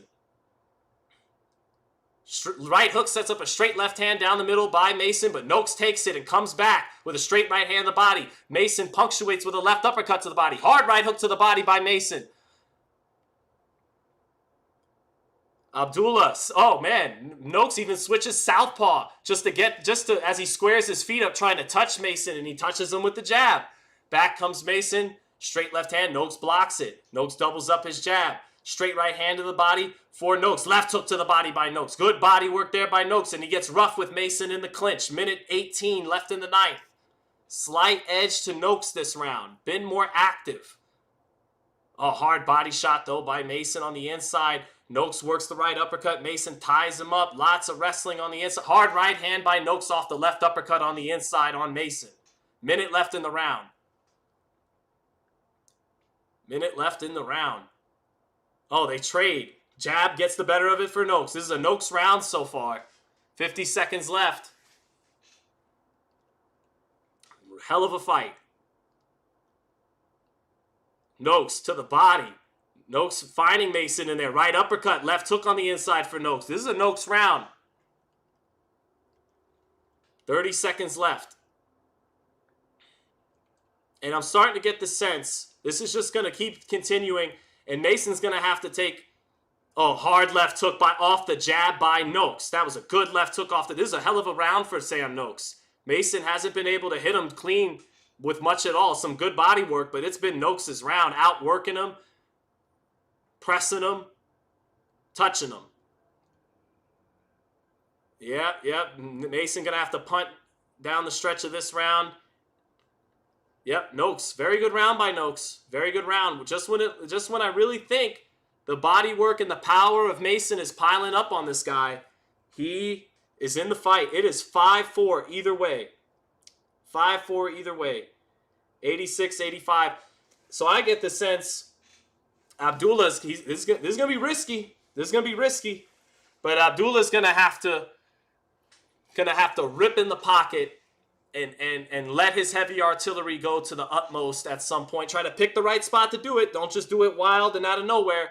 But he's going to have to pick a spot that risks him getting countered with the kind of shot that dropped him against Vasquez. He's done it already in this fight a couple of times, but you guys know what I mean. He's going to have to summon the crescendo here, or else he might not win this fight. It is nip and tuck.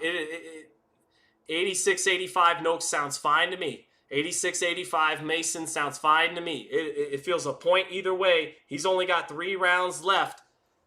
And here we go. Here we go. Mason lands a jab, stepping over to his left. Noakes staying on top of him. Mason off his jab, but not effective. Noakes comes back, right uppercut, left hook. Noakes lands the 1-2. More accurate to start the round. Yep. Left uppercut to the body by Mason, but Noakes has taken his shots better the last 2 rounds. After starting to get broken down, it looked like Noakes is starting to see the light at the end of the tunnel. Good body work by Noakes on the inside. Oh, Abdullah is getting... The butts are getting tight. Left uppercut on the inside by Mason. There he is. There he does. He's ripping and taking that chance, but Noakes is trading with him and giving as good as he gets. Mason punctuating that exchange with a little bit more oomph, but Noakes punching with Mason, both landing on each other. Big right hand for Noakes, backing Mason up off the jab in a straight line. Mason takes it well. Back on the jab is Mason. Noakes is getting off on Mason, man. He's getting off with more volume. Nice jab by Noakes. Right uppercut off the jab. Mason getting hit too much. Hard left hook on the inside off the right uppercut by Noakes. Oh, it's deep waters for the 21-year-old. Real deep waters. Hard sweeping left hand to the body. Hurts Noakes. Noakes takes a step back. Mason has to let the heavy clip go. Empty the clip. He doesn't. He doesn't. Hard straight left hand to the body. Noakes recovers, turns him off, and comes back with a left hand. I don't know why Mason couldn't rip right there when he froze him with the body shot. They're in the pocket, in the phone booth. Mason angles off to the right. Stays in front of Noakes. Noakes, the jab by Mason. Hard right hand countered by Noakes off that jab that leaves Mason vulnerable. Good inside work by Noakes. Minute left in the round.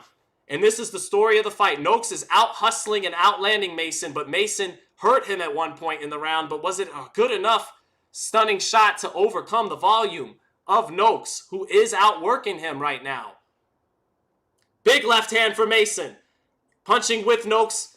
That freezes. Oh, Noakes lands a right, and Noakes is hurt. Mason finally unleashes the crescendo. Right hook to the body, right hook up top.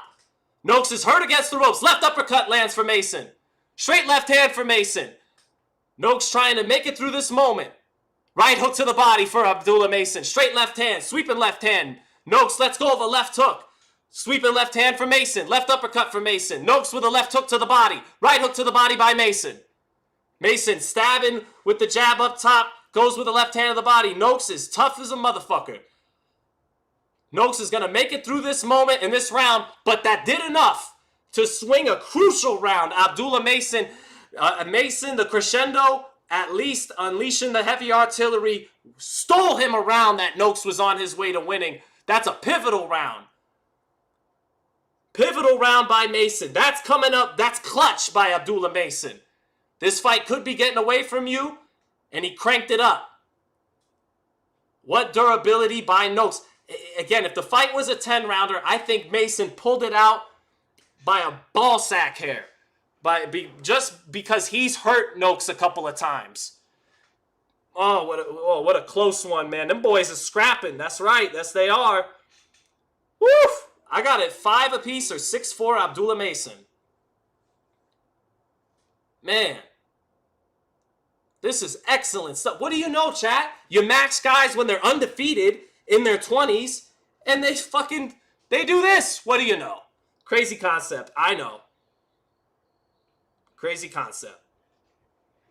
All right, round 11 here. Mason taking that step out of range, lead hand down. Knight picks it back up, gets back in range. Shuffles off to his left. Mason bleeding from the nose, bleeding from the mouth. Noakes' face busted up, bleeding above the left eye, bleeding from the nose as well. This has been a fight fans fight. Left hand to the body by Mason. Mason finding Noakes now with left hands. Noakes have to retreat to the ropes, but he punches with Mason with his back against the ropes. No quit in the Brit. Mike Coppinger has it 8-2 for Abdullah Mason. I believe that's wide. I definitely gave the 9th to Noakes. And Coppinger gave that to Mason. Here we are in the 11th. Left hand to the body on the inside for Mason. Mason is a withering body puncher. Excellent body puncher. Straight left hand to the body by Mason. Noakes comes back, but Mason blocks the left hook, takes a step out of range, resets, shoots his jab. Lands that jab. Keeps that lead hand low. Left hand by the chin. Shoots a jab. This time he gets out of the way of the right hand counter by Noakes. Noakes touches with a left hook to the body. Back comes Mason with the left uppercut up top. Double touch right hand by Noakes, but he eats a left hand to the body. Hard left hook by Noakes. Mason rolled some of the steam off of it, but it got in off a straight right hand setup. Mason, shoulder roll in the center of the ring. Now he picks it up. Minute 30 left in the 11th. Anybody's round. Mason angles off to the right. Shoots his jab. Another hard jab. 2 hard jabs by Mason. Back comes Noakes with a 1-2 against the high guard. They trade jabs. Mason with his mouth wide open eats a straight right hand, and he takes it well, but his mouth was wide open. He ate that right hand from Sam Noakes. Left uppercut to the body by Mason. 2 left hand body shots by Noakes and a left hook right hand up top. Back comes Mason with a counter left hand and a right uppercut that backs Noakes up into the center of the ring. Minute left in the round. Let's rip, boys. No, Mason angles off. Mason, for the first time in his career, fighting with his mouth open. Showing composure, though. Noakes pins him on the ropes. Right uppercut touches Mason. Right uppercut blocked by Mason. Left hook touches Mason. Back comes Mason with the left uppercut on the inside. Hard right hand to the body by Noakes off a right uppercut to the body on the inside. 33 seconds left in the round. Noakes is out hustling Mason again. Straight right hand to the body. Touches with a left hook to the body. Left uppercut. Sweeping right hand on the inside for Noakes. Hard right hook to the body by Mason, though. Hard right hook up top by Mason. Straight left hand by Mason. Left uppercut on the inside by Mason. Stiff arms. Back comes Noakes with his jab up top. 10 seconds left in the round. Hard left hook to the body by Sam Noakes. Off the 1-2 up top. Good work by Noakes in the final 10 seconds. Bopping Mason's head around with a combination. Mason throwing only one at a time. I felt Noakes out hustled him that round. Even though Mason landed some hard body shots, Mason is busted up himself. Bleeding from the lip, bleeding from the nose. Got a little cut on his forehead. It's 6-5 either way. It's 6-5 either way. Ah, man. Mason, he's got it in him. I'm a believer. I think he can produce one, maybe not get the stoppage. I was wrong. I thought we were getting a knockout. Mason's got to produce to make sure. He's got to produce one more moment like he did in the 10th, in the 3rd, in the 6th. He has to hurt Noakes here. Noakes is outworking him in most of the rounds where Mason can't hurt him. So I think Mason, it comes down to this. Fight feels on the table. Mason, if he gets outworked, he's not in this round, he's not going to go home champion. It's the upset. If Mason can find another crescendo in him, another burst, then he'll win the fight. That's what it feels like here in the 12th. All right, Noakes is pressing Mason to start. Time to let him rip, boys. Time to let them nuts hang all the way to the ground. Hard straight right hand to the chest by Noakes. Back comes Mason in combination, but Noakes covers up. Now Noakes eats a right hook and a left uppercut on the inside. Good combination on the inside by Mason as Noakes landed a hard body shot. Mason angles off to his left, resets. Hard jab by Mason. Straight left hand by Mason, and that knocks Noakes off balance, off the jab. Another jab lands for Mason. Back comes Noakes with a 1-2. Mason shifts his weight on the inside. Noakes touches with a left hook, but Mason takes the steam off of it. Straight left hand to the body by Mason out of the break. He parries a straight right hand, ducks a left hook, switches orthodox, and lands a left uppercut. Now he switches back southpaw. Double jab by Mason. Mason, better volume this round. Noakes comes back with a sweeping right hand. They trade on the inside. Minute 50 left in the fight. Mason with a better volume this round to start. Now a left hook to the body for Noakes on the inside and a right hand on the inside. Back comes Mason with a combination though and backs Noakes up with a straight left hand off the uppercut. Mason on the front foot, ready to rip now. On the inside, Noakes holding on. Mason trying to position off and shoot something, but the ref separates him.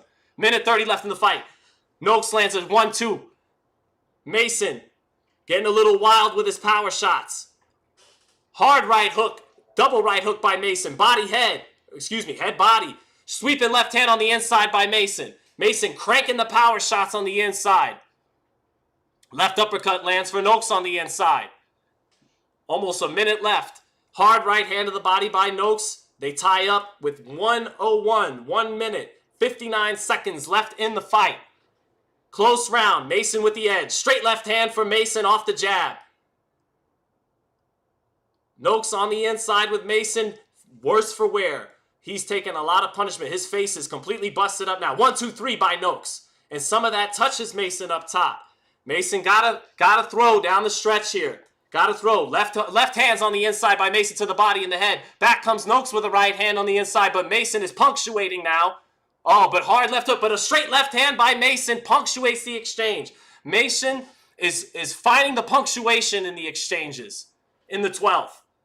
20 seconds left in a hell of a pitched fight. 1-2 lands for Noakes and a jab. Mason comes back with a right hook. They tie up. 10 seconds left. Come on, let them rip, boys. Straight left hand by Mason and a right hook. Noakes ties up. Left hand on the inside. Mason pulls out that 12th round. Right hook lands at the bell for Mason in the left hook. That's going to do it. Mason wins the fight, but it was a... if I'm him, my butthole is extra tight awaiting the scorecards because it was close.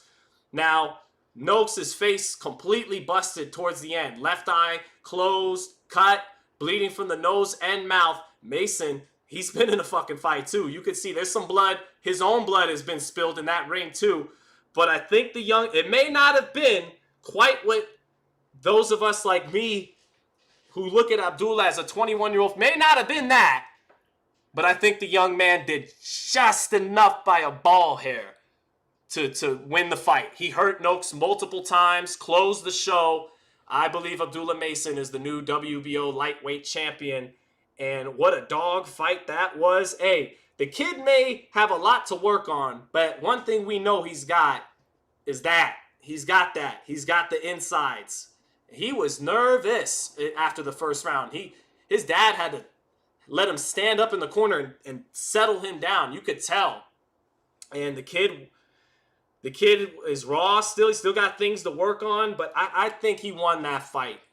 Maybe a little Yankee bias, but no, I think I called that right down the middle. He was in danger of coughing that up, man. Noakes was determined and busy and durable and had good timing. It's a tremendous fight. This is what it's all about, man. Tremendous fight. So, Blue-Eyed Soul said Sean's doing his best Don Dunphy. You know it, baby. Don Dunphy in the flesh. Him Lampley. Young him Lampley. So, almost 1,400 people in there. Goodfellas says, Sean, you cool, but so much gay analogies is not good amongst men. Which of the analogies were gay? I forgot. Rod Silva said classic Zittel work. 1950s action. That was tremendous. I have a feeling tonight's special, chat. I got a feeling, man. We got some real killers on this call. Super chat from TT Imend says, thanks for the play-by-play. No, thank you, man. Thank all of you for tuning in and enjoying it. Let's keep this high quality for all four now. All four fights. Slick said, gonna be hard to top that fight tonight. Oh, it's gonna get topped. It's gonna get topped. I feel confident in that. Well, maybe you're right. The fight in terms of two-way action, but I think we're at least gonna see a thing or two that supersedes this. This just got the show started the way it needs to be, hot. All right, who won, chat? Who won?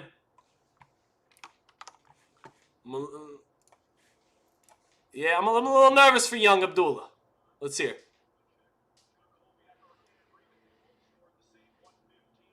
$115, $113 by 2 judges. Winner by unanimous decision.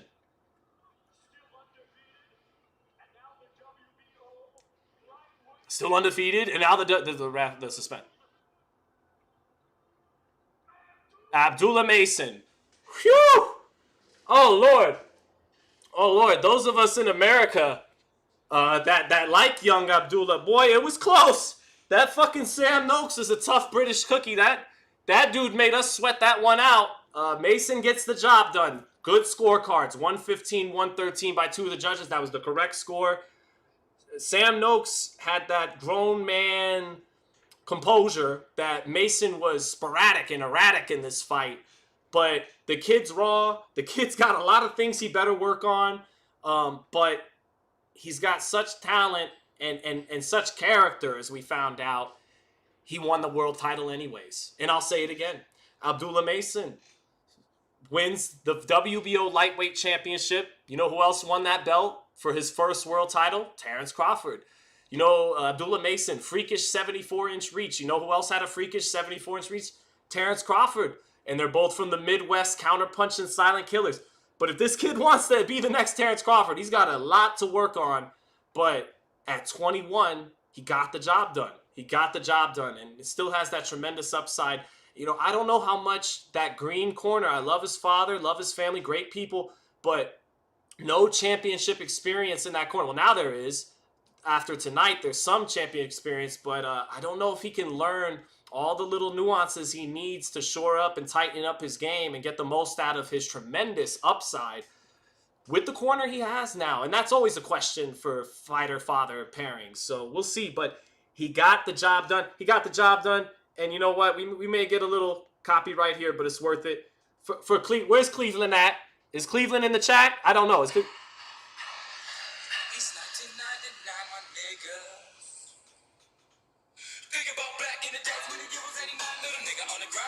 For Abdullah Mason. Clear 9-9. Thought of you. Wishbone. So strong. Crazy bones. It's an everyday thing when you let your nuts hang. Miss Daily Man. Hustlers. Busters. And the old school. Truth.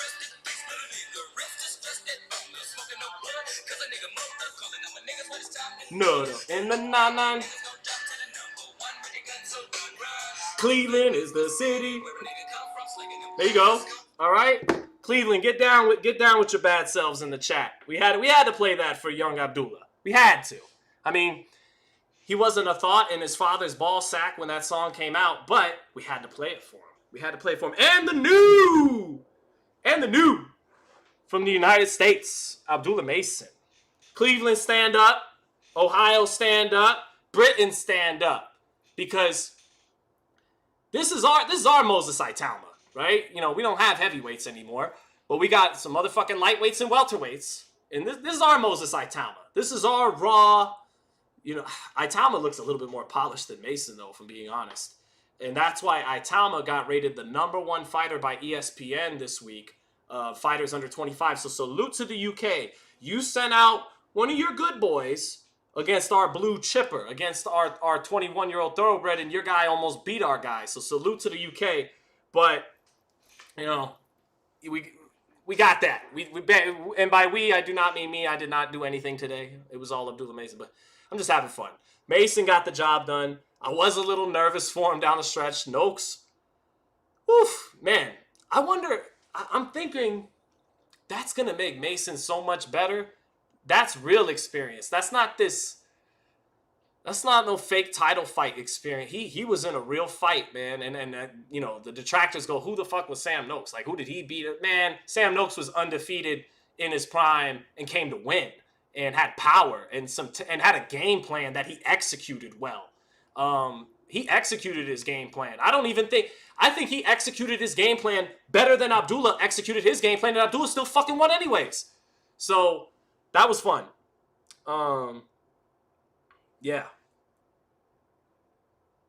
Italma needs to face Jared Anderson. Cornell, I like Jared. Do you not like Jared? Do you want to see something bad happen to him? Why do you want Jared to fight Italma? I don't even know if Jared wants to box anymore. Shout out to Jared Anderson. I got mad love for the guy. I'm not trying to see him fight Italma right now.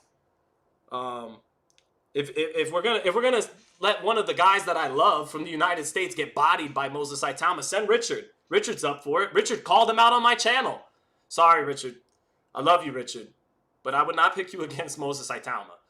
I think Richard's legit. Richard's a damn dog, that's for sure. You know, a bull in a china shop. But that Italma, unless he's mentally weak or chinny or, you know, some kind of glaring defect that hasn't been discovered, Italma's the next guy. Italma's really good. So, Maria C., thank you for the super chat, Maria. Maria, you didn't have to do that. You're over here moderating, holding down the channel, and then you drop the super. That's too much. Rescind the super chat, Maria. Thank you. So, hey, Raul Gallardo. Simon, gracias, muy chingón. He says, you're getting it done too, brother, with this fire commentary. Sean es chingón, muy chingón. Chingón, mamón, cabrón, perdón. I don't even know what that means, but I remember when Eddie, I know it's a mix of bad words. Can someone directly translate the old Eddie Reynoso? What would he say? Mamón, cabrón, chingón, perdón. You know, I know como chingas means you're getting on my fucking nerves. I do know that. So, all right, let's go. So, what's up, Fight Hub? Hey, shout out to Marcus Hayes in the chat. That's right, from Fight Hub. We got a boxing media heavyweight in this motherfucker, Marcus Hayes. So, all right, so it's time we move on to Puma Martinez against the sensational artistry of Jesse Bam Rodriguez. All right, so let's talk about Bam for a minute. I said earlier when there was a lot less people in here that, look, Crawford and Usyk are the top 2 pound for pound. Inoue might be number 2 pound for pound. Crawford's got the spot right now. But Crawford's an artist. The performance he did against Canelo was artistry.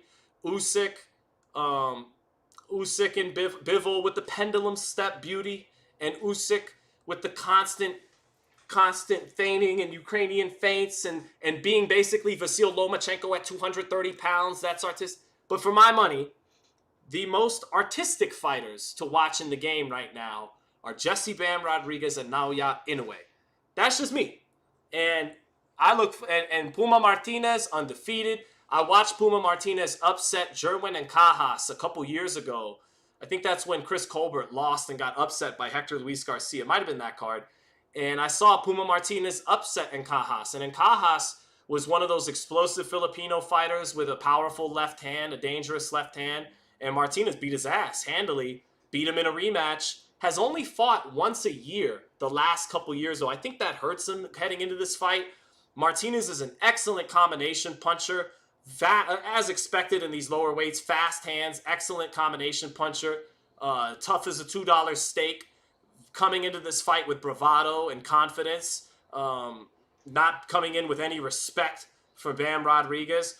But despite all that, I think you're going to see a quality championship level fighter get maybe dominated by a generational special fighter in Jesse Bam Rodriguez. Bam Rodriguez is probably the best fighter pound for pound on this card. So here we go. Let's see what we get. Yeah, Bam is something else. Bam is special. So here we go. Hey, Oak Cliff Studios, thank you for the super chat. Said Noakes came in incredible shape. Great work, Sean. Came in incredible shape, executed his game plan, and had timing. And incredible durability. I mean, yeah, he fought good enough to be a champion. Like, if you're Sam Noakes, bro, you just go, you lost and you're going to be disappointed about that, but hold your head high. And I bet you he will be beloved by the boxing fans in the UK for that performance, despite falling short. So here comes Bam Rodriguez, introvert, who kind of expresses himself through his fashion sense and his amazing artistry in the ring, has started to open up a little bit and is never going to be a big talker, but I've watched a few interviews with him. Charlotte Daly is an incredible interviewer from the UK. And then there was this clothing channel, Shaka Clothes, with like 16,000 subscribers that interviewed Bam for 50 minutes, and I was able to get to know him a little bit better through these excellent interviews. And he's just such a serious, focused, mature fighter at this age. And there's nothing extra about this guy. He is the definition of all business. And in my opinion, he probably wouldn't agree with this too much. He'd think, oh, this is white dude making it deep when it's not. In my opinion, he really is an artist who expresses himself in this ring. He's more of an introvert. But what I found through those interviews is that he has more depth than I thought. Because he's not the easiest guy to interview, especially if you're trying to get your headline questions about Inoue and all this.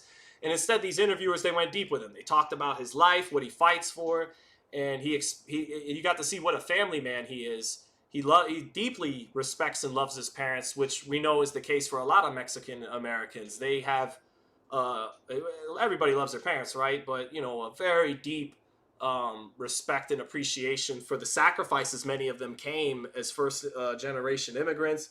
So Bam, he was all about his family, all about being a new father. He has 2 kids now, just had his second child, his son, I believe, and named him Milo this week. So this is a young man really flying high right now at 25, already kind of self-actualizing himself as a family man, knows who thyself very well, supremely confident, says he doesn't want to box past the year of 30. And that reminds me a little of like Shai Gilgeous-Alexander, who said recently, I'm going to retire pretty shortly after I reach my peak, saying I'm not really trying to hang on for a 22-year career. LeBron, Chris Paul, who just retired today. Chris Paul is one of the most amazing players I saw, separate note. But Bam reminded me of Shai when he said that. I want to reach my peak, execute my potential in my prime, and then that's it. And then sail off. Now, will he really do that? I don't know, but he strikes me as the type who may, like Andre Ward, like Lennox Lewis, walk away on top. So, hey, I've heaped a hell of a lot of praise on this guy. It may seem a little extra, but I'm giving him his flowers. But watch me jinx him. And for Puma Martinez to drag him out, I just can't see Bam Rodriguez losing at 115. If he were fighting Nakatani or Inoue, different fucking story. But at 15 against guys his own size, in this case, this guy's even shorter, they're not beating Bam Rodriguez. That boy is special. That boy is the truth.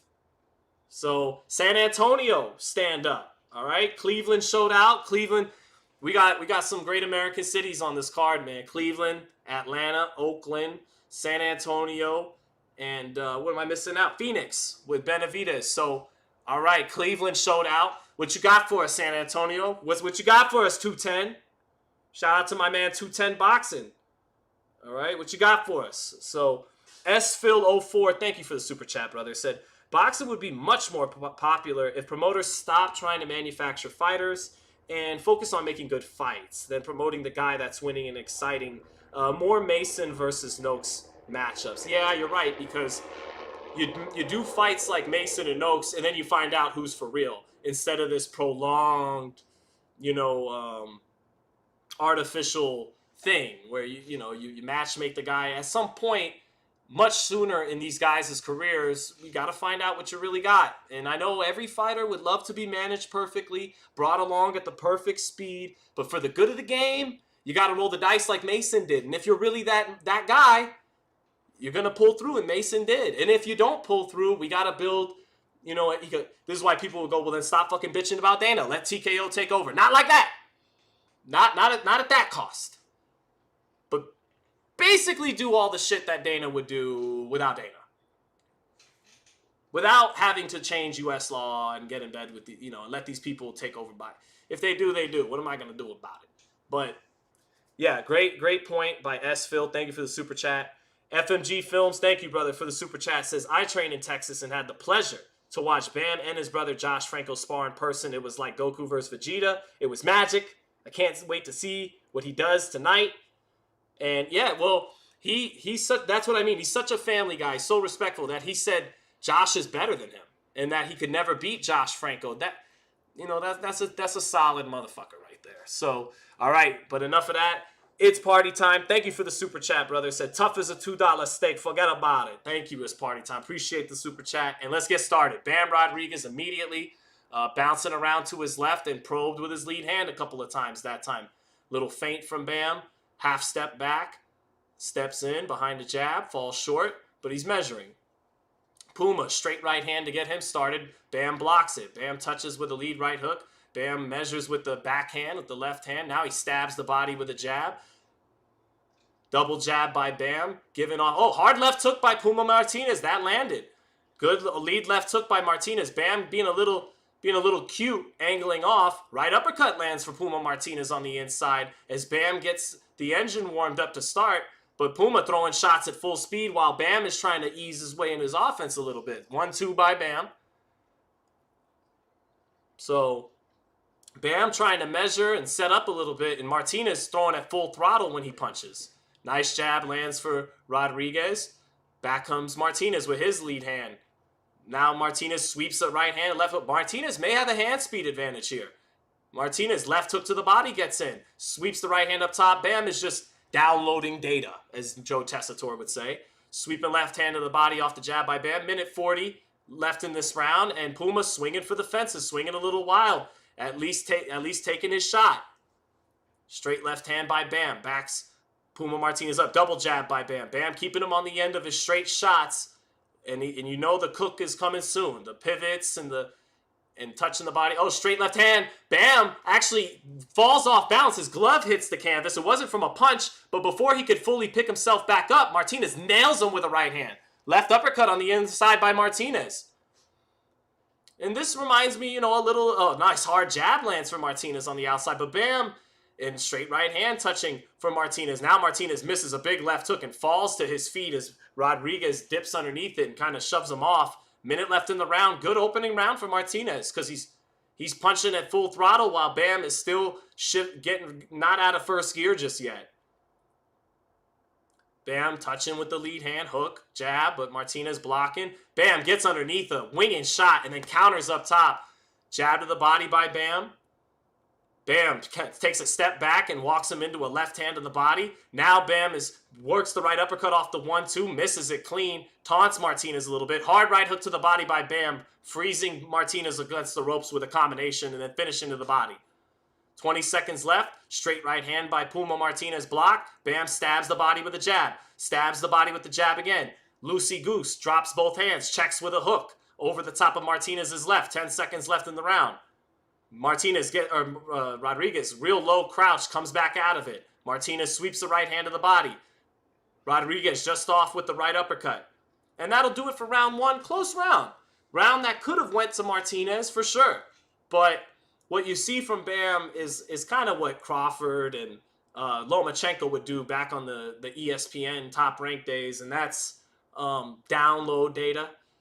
Kind of not worried about giving away the first round or two while they download data. That's what it looked like by Bam Rodriguez. He was completely unfazed by anything Martinez was doing, but in round one, Martinez had a hand speed advantage. And again, while Bam's in first gear, measuring, touching, he's not throwing the fastballs yet. Martinez is coming out from round one throwing the fastball. And maybe that was enough to give him the first round. So,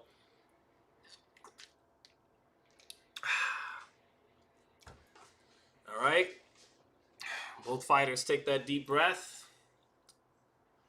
Rodriguez, very confident, composed. In round 2, here we go. All right, Bam Rodriguez starts with a jab, triples it up. Gets underneath a right hand by Puma Martinez. Puma, though, letting that right hand go, trying to touch Bam with it. They sweep shots over the top. Bam ducks underneath from him.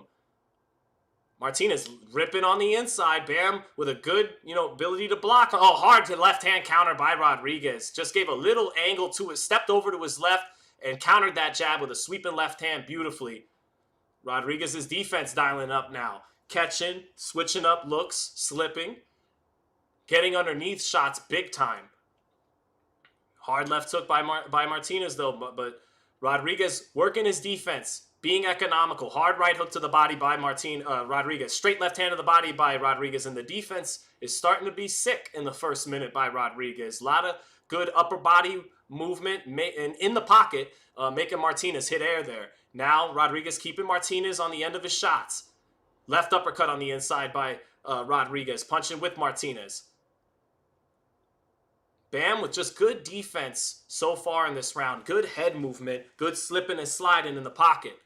And that's what I mean. Rodriguez is an American fighter. You see a little brother in that head movement. You know he's an American fighter. Yeah, he's Chicano, but the boy got some Lomachenko Ukrainian pivots. Got a little black American, slipping and sliding, good head movement with the upper body. And then when he punches like a Mexican. So good fighter, obviously.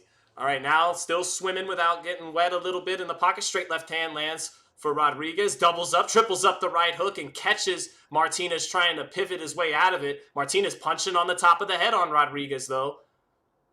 Rodriguez dipping down low, but some of those shots hitting him almost to the back of the head. Nice level change by Rodriguez. Straight left hand, sets up a right hook up top. Martinez, though, defensively responsible, keeping his elbows in and his hands up high. He's not getting his head bopped around. Bam, with the right hook, doing, just throwing it at trajectories other fighters wouldn't, with Martinez exiting and him pivoting on an angle and following him out the door with the hook. Rodriguez shifting his body weight around, shooting the left uppercut, straight left hand, double straight left hand, rocks Puma Martinez, and a left uppercut to the body off a touch jab by Bam Rodriguez. Bam's head movement is sick in the second round. Oh, hard right hook to the body by Bam Rodriguez off a little special effects up top to keep the hands up. Good defense in the pocket by Rodriguez. Double jab, straight left hand. Martinez working his hands, but the defense is sick right now in round 2 by Rodriguez. Rodriguez is being economical. Now Martinez lands a jab, but Rodriguez punches with him with the straight left hand while he lands it. That does it for round 2. To give credit to Puma, he's not getting hit too clean. Some of those shots are sneaking around, and some of the body work was good, but it's not like Bam has found the accuracy just yet. But the defense and the shifting was beautiful stuff. They're interviewing Bill Haney in the dressing room, and it's a kind of a subdued Bill Haney. See what he says. And he says we're going to handicap Brian Norman.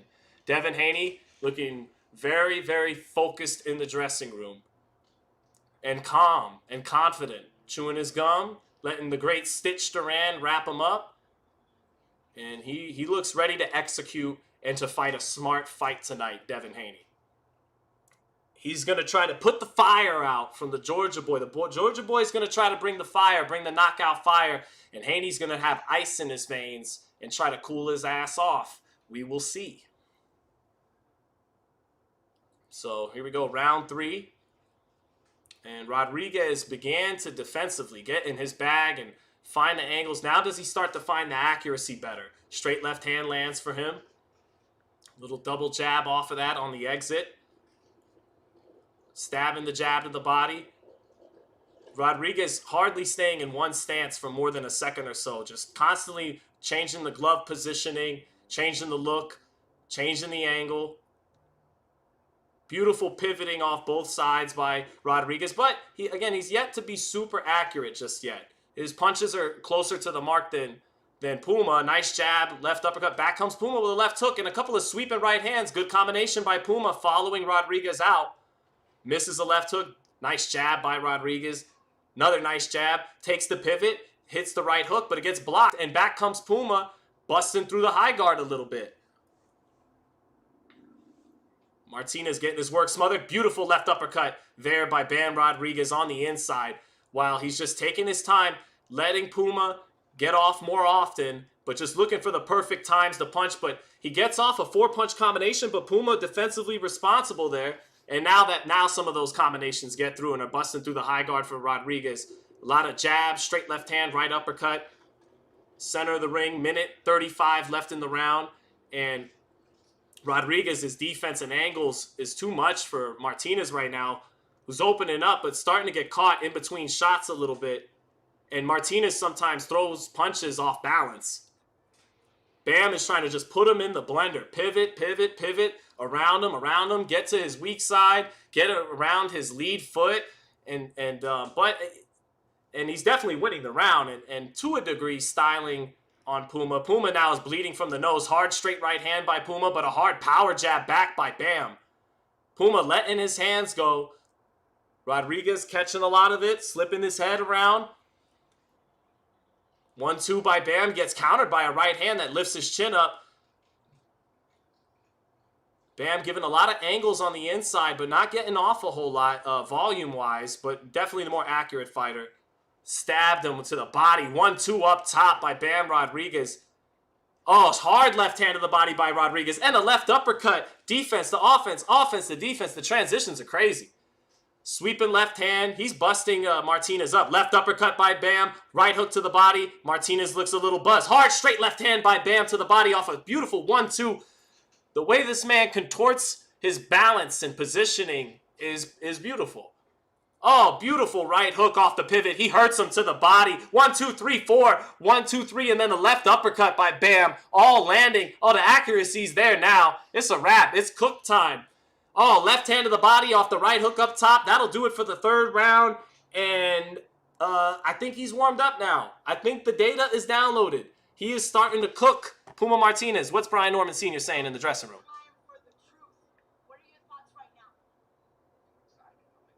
Norman Sr. says he's excited, which means he's a little nervous. He said everything's going too perfect. He said everything's just been going too perfect this year. Norman Sr. looks nervous. Haney Sr. Bill Haney looked calm. But you can make some of those nerves work in your favor if you're really hungry and willing to walk through the fire. Norman Sr. say, rested every day, we're good.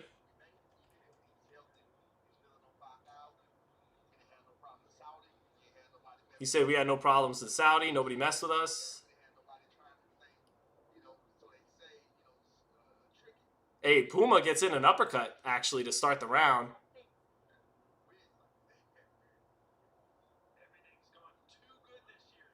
I didn't like that by Brian Norman Sr., man, saying everything's been too perfect this year. But I noticed something about Junior. He's not always fully in lockstep with Senior in a good way. Sometimes he's the more calm, mature guy between the two of them. And he's in his own zone apart from his father a little bit. Sometimes that could be a big problem at the same time. They got to be on the same page. But we'll see. Here comes Rodriguez taking the fight right to Martinez now. A little bit less angles and a little bit more coming through that front door, willing to exchange through that front door with Martinez. He thinks he can overpower him, it seems. So Rodriguez backing Martinez up, taking the fight directly to him. Now he pivots out to his left. 1-2 lands for Martinez, or for Bam Rodriguez. Left uppercut lands for Bam Rodriguez.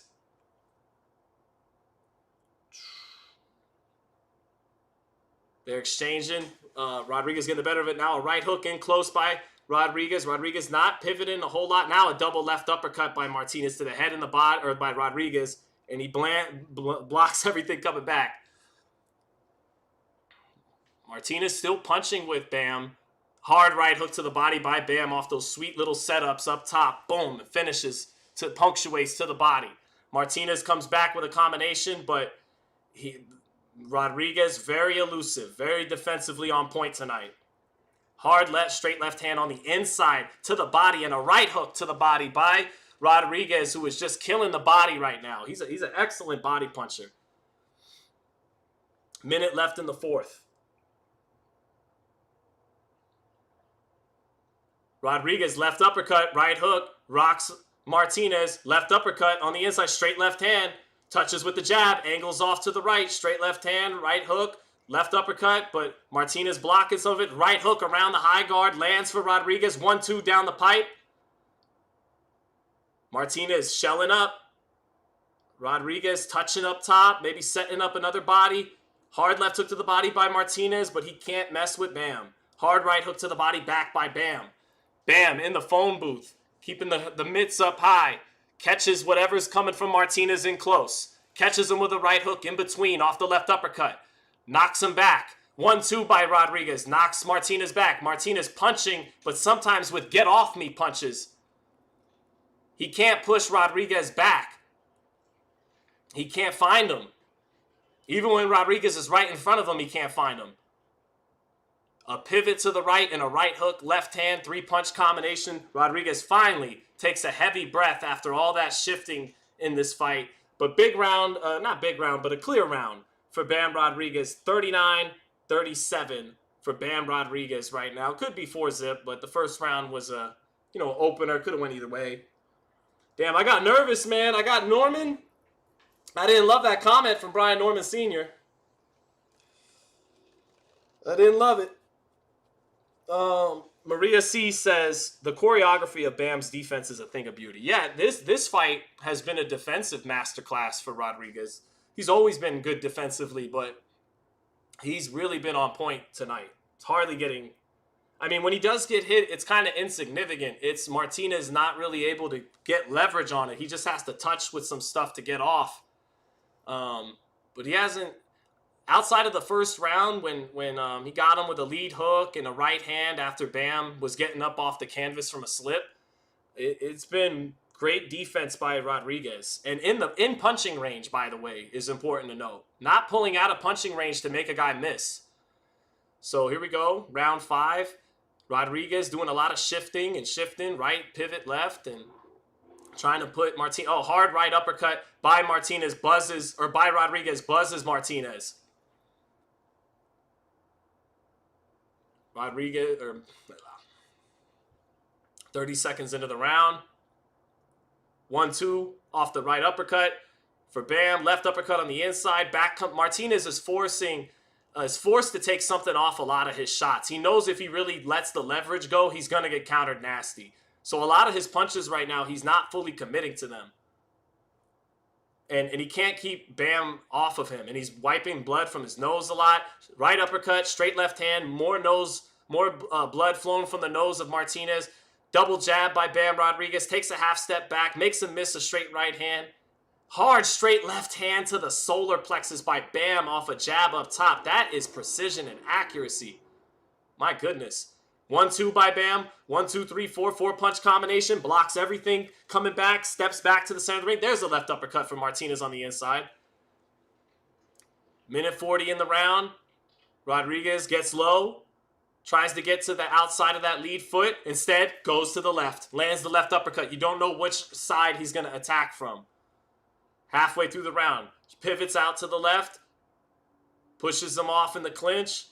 Half steps to his right. 1-2 to the body. Right hook up top. Beautiful accuracy there by Rodriguez.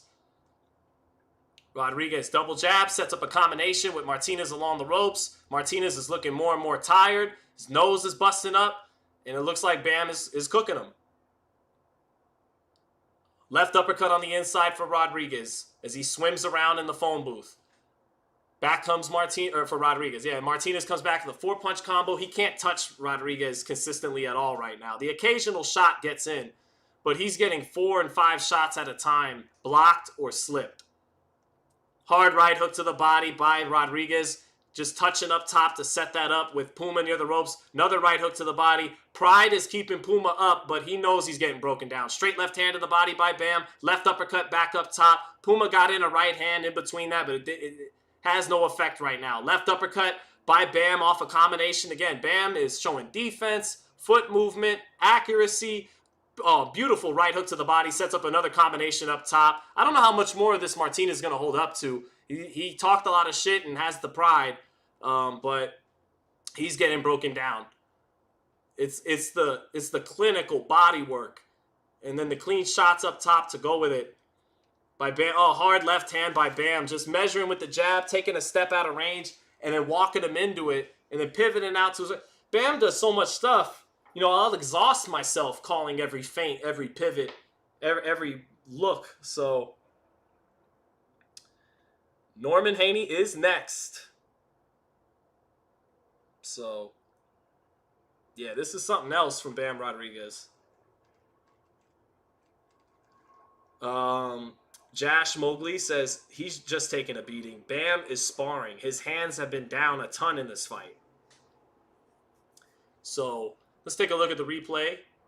Rodriguez touching with the jab, and then touching with the jab again accurately on the top of the fourth touch. Touches again, touches a fourth time, boom, sweeps the left hand. And on the inside, Bam is so good, he could throw straight line shots at a distance where most guys wouldn't throw them. Some of those straight left hands to the body, you know, he's very close and can throw very compact, tight power shots. Even straight left hands, he can throw tight and compact in a 6-7 inch distance. So here we go, round 6. And more of the same, man. Come on, Bam, cook him and let's get to the co-main. We know what it is at this point. Martinez is nothing for you. Bam is playing with him. 5-0 by Coppinger. He is correct this time. Bam, just so slippery, hard to hit, and committing everything to the body, mostly focusing on the body. Back comes Martinez with a combination.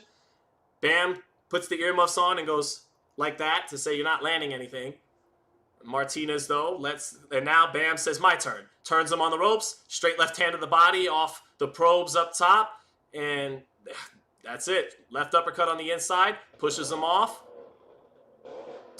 hooks, just messes with his right hand, and then commits the left hand to the body. Just touches with a hook, touches with an uppercut. Now Martinez getting some good work done on the inside, but Bam's letting him shoot his load. He's letting him.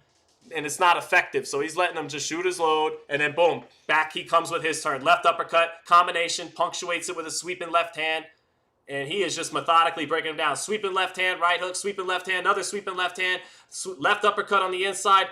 Martinez is blowing blood out his nose constantly. And he's getting frozen by the pivots and the lead hand probing of Bam Rodriguez, who's finishing, punctuating to the body, throwing 4 and 5 and 6 punch combos, varying the speeds and how much he leverages on each of them, but punctuating to the body. Bam is throwing 4 or 5 punch combos. Martinez hurt with a left hand to the body. He's hurt. Rodriguez with over a minute left in the round. Right hook to the body off the touch left. Back comes Puma with a left hook to the body. But Puma is hurt. He knows he's getting broken down. He's already pretty tired. He's got a long way to go. I don't see him making it to the final bell. 1-2, 3-2 by Bam. You know, the jab, straight left hand, right hook, straight left hand. Center of the ring, blocks perfectly the uppercut and the left hook. Counters, catch and shoot by Bam Rodriguez. So you're seeing pull counters. You're seeing catch and shoot counters. You're seeing him eat what he wants off the jab. You're seeing him cook the body. You're seeing him mix in uppercuts with straight punches and hooks. You don't know if it's coming to the body or the head. He pivots out to the right, freezes him, punctuates to the body. And that's usually the sequence you're going to see from Rodriguez. Another right hook to the body, sets up a combination up top. 10 seconds left. Left hand to the body, left uppercut. 1-2 by Bam Rodriguez. This is almost feeling like a Lomachenko. Like Martinez is just going to have to quit on the stool or something. Because this is like the Lomachenko days. This is futile. You know? This is like when you get to a point in the Floyd fight and it's like, okay, the dude is handicapped. He is not going to win this fight. Floyd has handicapped him. He can't do shit. Yeah, Bam is a wrap. Bam, Keith Wicklife says Bam's just getting in some ring work now. Maybe he's being a sadist. Maybe he's enjoying it. Maybe he's prolonging the punishment. Maybe Bam is doing what Lennox Lewis said he did to Mike Tyson, and that's, enjoy it and make him pay for the things he said. Norman is in the dressing room, locked in. It's two different demeanors, man. It's quite the contrast. Norman's eyes are closed. He's grooving to his music. He's trying to get into his zone, have his game face, but Haney is supremely confident. Norman is going to have to convince Devin Haney with his fit. Oh, boy, I can't wait.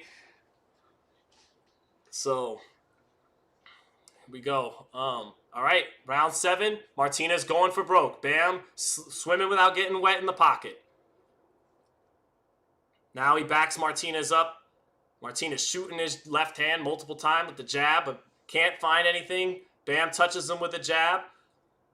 Bam still coming forward, letting Puma shoot 4 and 5 punch combos. Some of these getting through for Puma, but not very clean. And Bam is just so unconcerned, unbothered by anything he does. Even as he's letting him tee off 10, 11, 12 shots, knowing that it's either missing or hitting the gloves. And then when you're done and you shot your load, back I come with much more accuracy on his combinations. 50 seconds into the round. Puma's back, touching the ropes, slides around them to the right. Bam, keeping him on the end of the jab, tripling it up, stabs the body with it. Now he gets his back off the ropes. Bam, half steps back in the center of the ring, keeps the jab on him, resets his aggression, jab, sweeps the left hand behind it up top.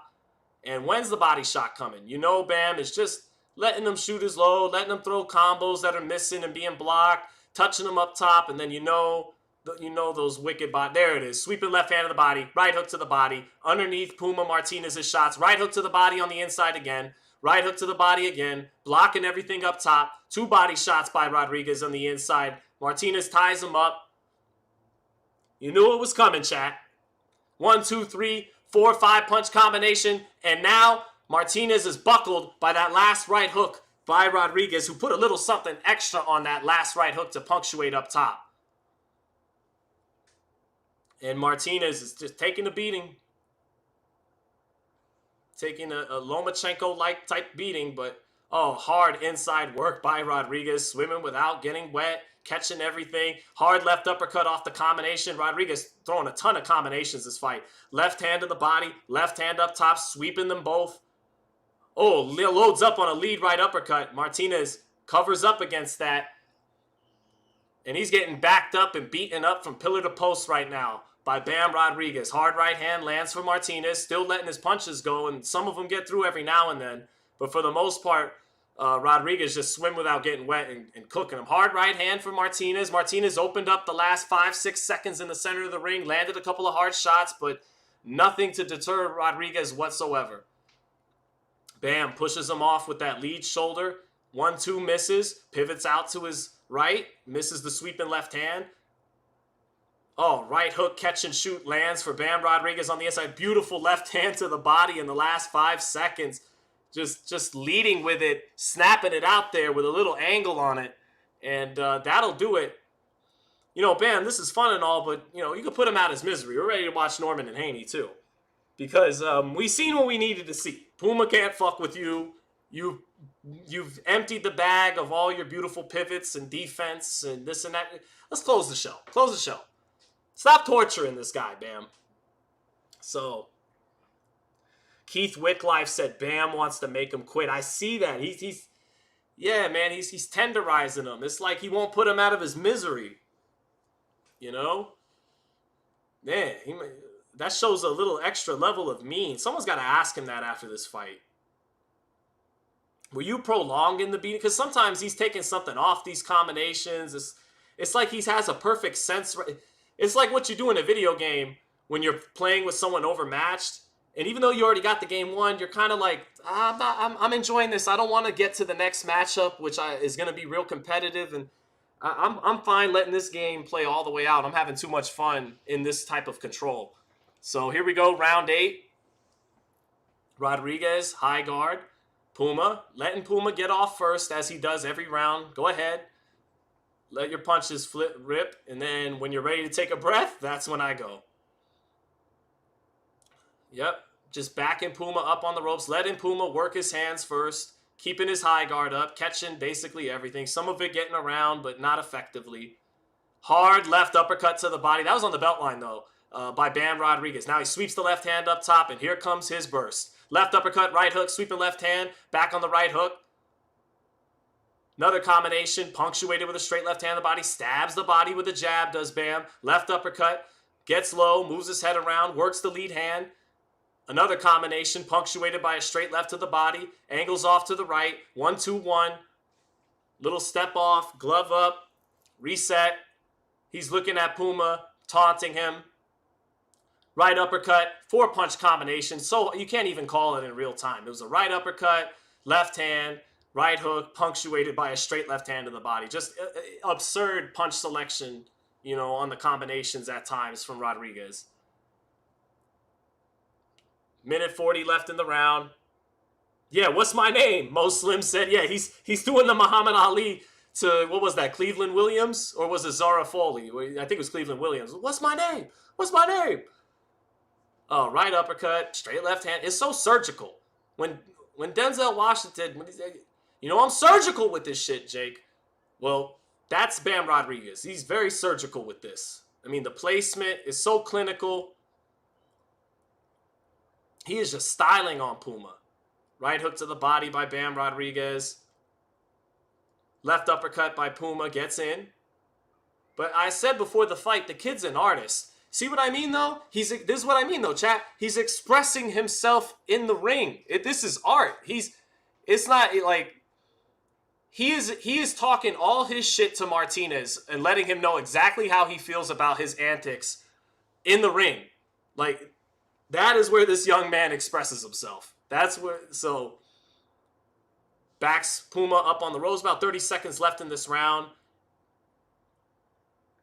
Lots of combination. Oh, beautiful straight left hand to the body. Sets up an uppercut up top. Punctuates with a right hook. But Puma is taking these shots. Hard left hand to the body. Right hook to the body. I don't know how Puma's taking so much clean, effective body work, but he's taking it. Combination by Rodriguez. Right hook. Left uppercut. I mean, he is just landing combination after combination now.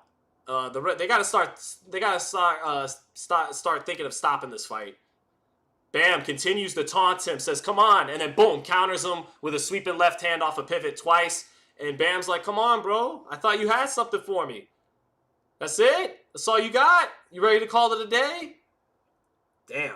Ernie Terrell. Thank you, chat. It was Ernie Terrell. Ernie Terrell.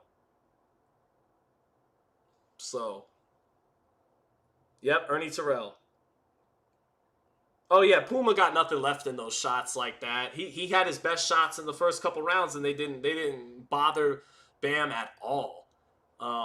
This is Bam just cooking him and enjoying. He's playing with his food a little bit. Maria says, "Come on, Bam, end it." Yeah, I agree. You made your point. Don't be too much of a sadist, bro. End the show. You're very professional. Part of being a professional is closing the show when you got tenderized meat in front of you. You know, you made your point. You made him eat every word he said. It's late in the fight now. Time to close the show. Because this dude's tough, Bam. If the referee in the corner keep letting him take punishment, you know, he really wants to defend his pride and his country. So, you know, you can step it up. Left uppercut in between Martinez's punches lands to start the ninth. 10 seconds into it, Bam follows up on him. Right uppercut, left uppercut. Pull counter, left hand misses, shifting his weight around. Now Puma ties him up. Bam is pushing him around the ring. Referee finally ready to break him up. And Bam off the jab. Nice double jab by Bam.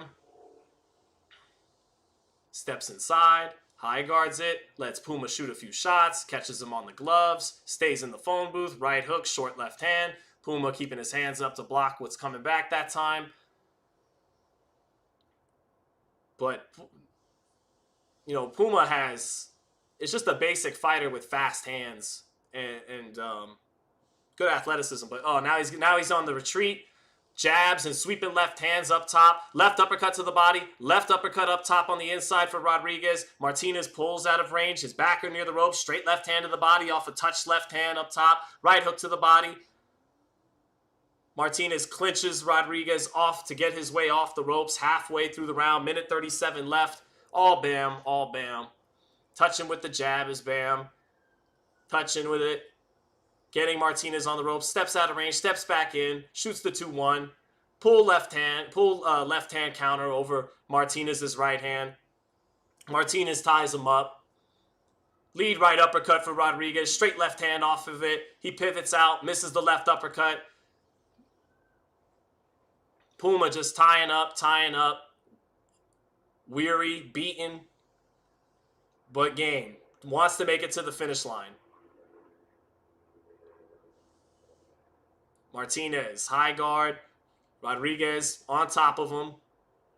Straight left hand to the body again off those little touches up top. Touch right hook counter by Bam. Moves out to his right. Left uppercut. Knocks Martinez into the corner. What a beautiful shot. Martinez ripping with Bam. Catches him with a right hand. Bam trying to go in for the kill, and Martinez punching with Rodriguez. Staves him off for a moment. Rodriguez acknowledges it by sticking his tongue out. 5-punch combo by Rodriguez, but Martinez covers up and ties him up and shoves him into the ropes. Referee breaks him apart. High guard.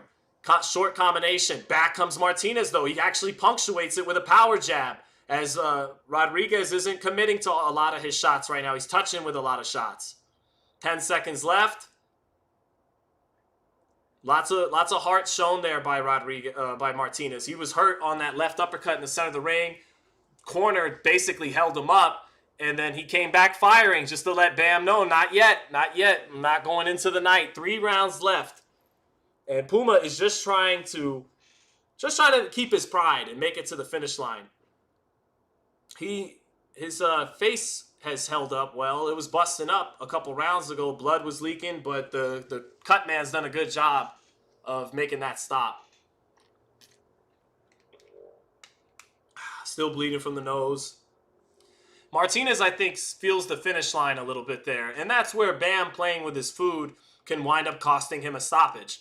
Because now you give a determined fighter like Martinez, might be telling himself just 9 more minutes, 3 more rounds, and I make it to the final bell at least. Whereas if you're pushing that gas really the best you can, and Rodriguez was, but it's still... You know what? Fuck all that. Let's just give credit to Martinez, man. He's holding up. Let's just give him credit. All right, round 10. Double jab by Bam Rodriguez. Another little probing double jab. Gets Martinez on the ropes. Jab, right, left uppercut. Right uppercut off the catch and shoot by Bam Rodriguez. Stab to the body. Straight left hand. Touching with shots up top. Bam has a hell of a jab. He can win these fights with less sauce off his jab and fundamentals if he really wanted to. Even if you took the sauce away from Bam, he'd be a good fighter. That's how good his special effects are actually backed by good fundamentals. Oh, power jab by Bam off the left hand. Kind of almost put it like a half hook, half jab. That was a nice shot that knocked the sweat off Martinez on the inside. 2:08 left in the round. Martinez just, getting backed up, pillar to post. Bam has just a lot, man. Just a lot in his arsenal. Great uppercuts, great body work. Great defense right there. Martinez backing him up with 6 or 7 shots, and Rodriguez just slipping Oh, what a fucking shot. Pull left hand over the top of a shot by Martinez. Drops him flat on his back. He may not beat the count. 8, 9, 10. It's a knockout. Not a TKO. Not a stoppage. A knockout by one of the top 5 best fighters in the world, pound for pound. Crown him. Crown him. Crown him. Unified. Basically undisputed. Super flyweight champion. That was art. I said before the fight that the man's an artist. That the man is an artist. and that the man is the best fighter pound for pound on this card. He may be the best fighter pound for pound in the world one day. He is cemented in the top 5. You got to have the accomplished veterans as the top 4. Crawford, Inoue, Usyk, Bivol, however you order it. But number 5, in my opinion now, is clearly Jesse Bam Rodriguez, the 5th best, the top 5 pound for pound, creme de la creme, top of the crop. Bam Rodriguez, San Antonio, stand up. Texas, where you at? What can I play for my Texas raza? Huh? Because I would play Kid Frost, but that's LA, baby. Come on, raza. Give me something in the chat. What do we got for 210? What do we got for the 210? San Antonio, stand up. But 25 years old, and he was playing in there. He was having fun. He could have probably made that happen sooner. But what a perfect shot. A pull, left hand counter. That's the American saw. Over the top of a right hand. Pull counter, straight left hand, knockout shot. And what that, you saw it all. You saw it all. You saw, the Mexican willingness to stay in the pocket, to take the smoke, no problem, all that. You saw the American influence from great black fighters with the defense up top, and then the pull counter. We all know that's made most famous by black American fighters. And then what he took out of the page of course, Lomachenko, all the crazy pivots off the front foot, put it all together, and you got a special young fighter who's in his prime, who's already a Hall of Famer at 25. Jesse Bam Rodriguez, San Antonio, stand up. Southside the realist? All right, we'll go with that. But I think of Errol Spence when I play that. All right, let me think. All right, I got it, chat. Here we go. I know it's Houston, but it's still Texas. Rapping Phobos. We're giving that. Shout out to Texas. Oh, no. No, I'm tripping. There is a Chicano superstar that was from Texas. Hold on. Was it? Okay, here we go. The song doesn't match at all, but I think we know this Chicano from Texas.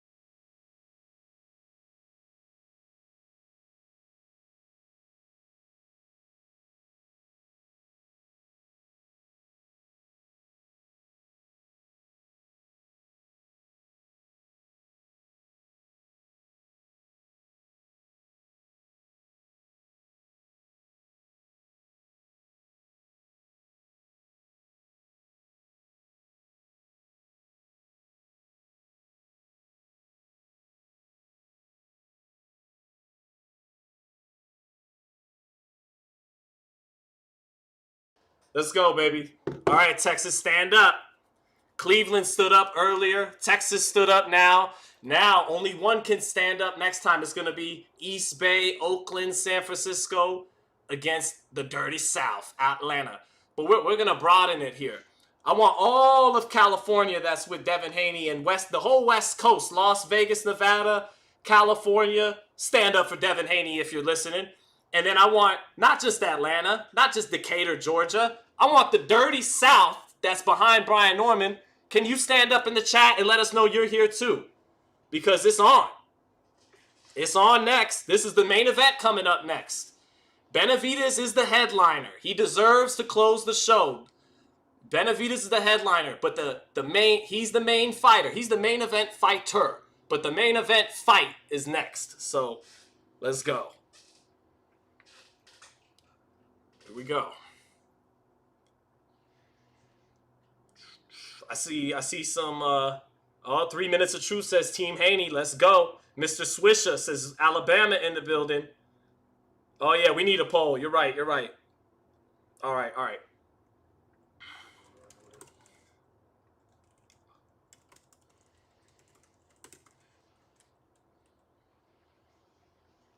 Here we go. The Bay. West Coast, stand up.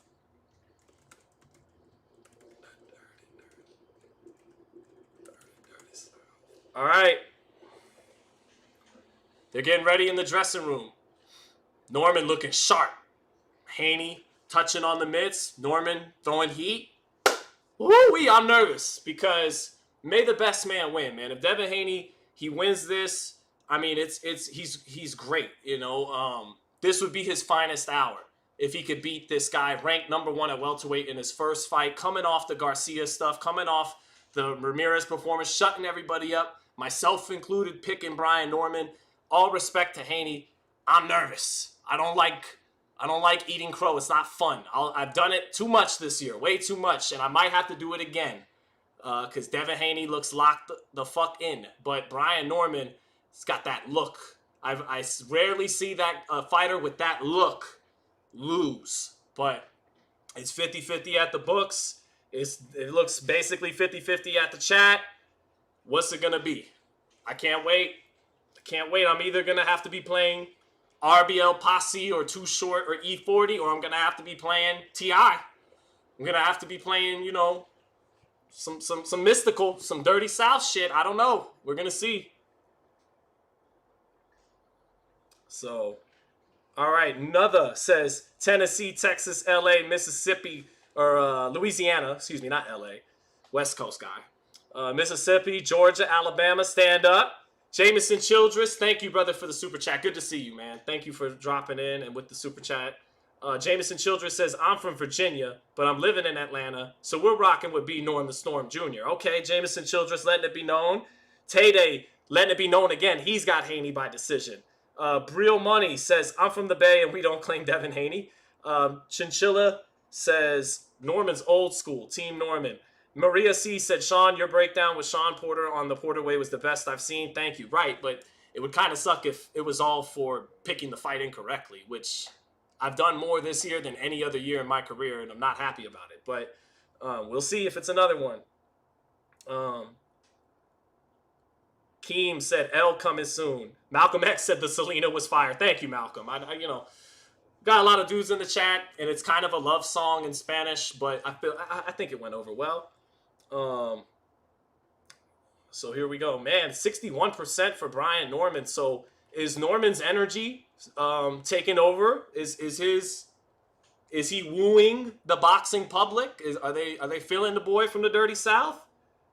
Or is Devin Haney just a hellified heel? Is he just gotten really good at getting under people's skin and getting him to root against them like a certain somebody we know that he looked up to? We'll see. So, oof. Oh boy, here we go.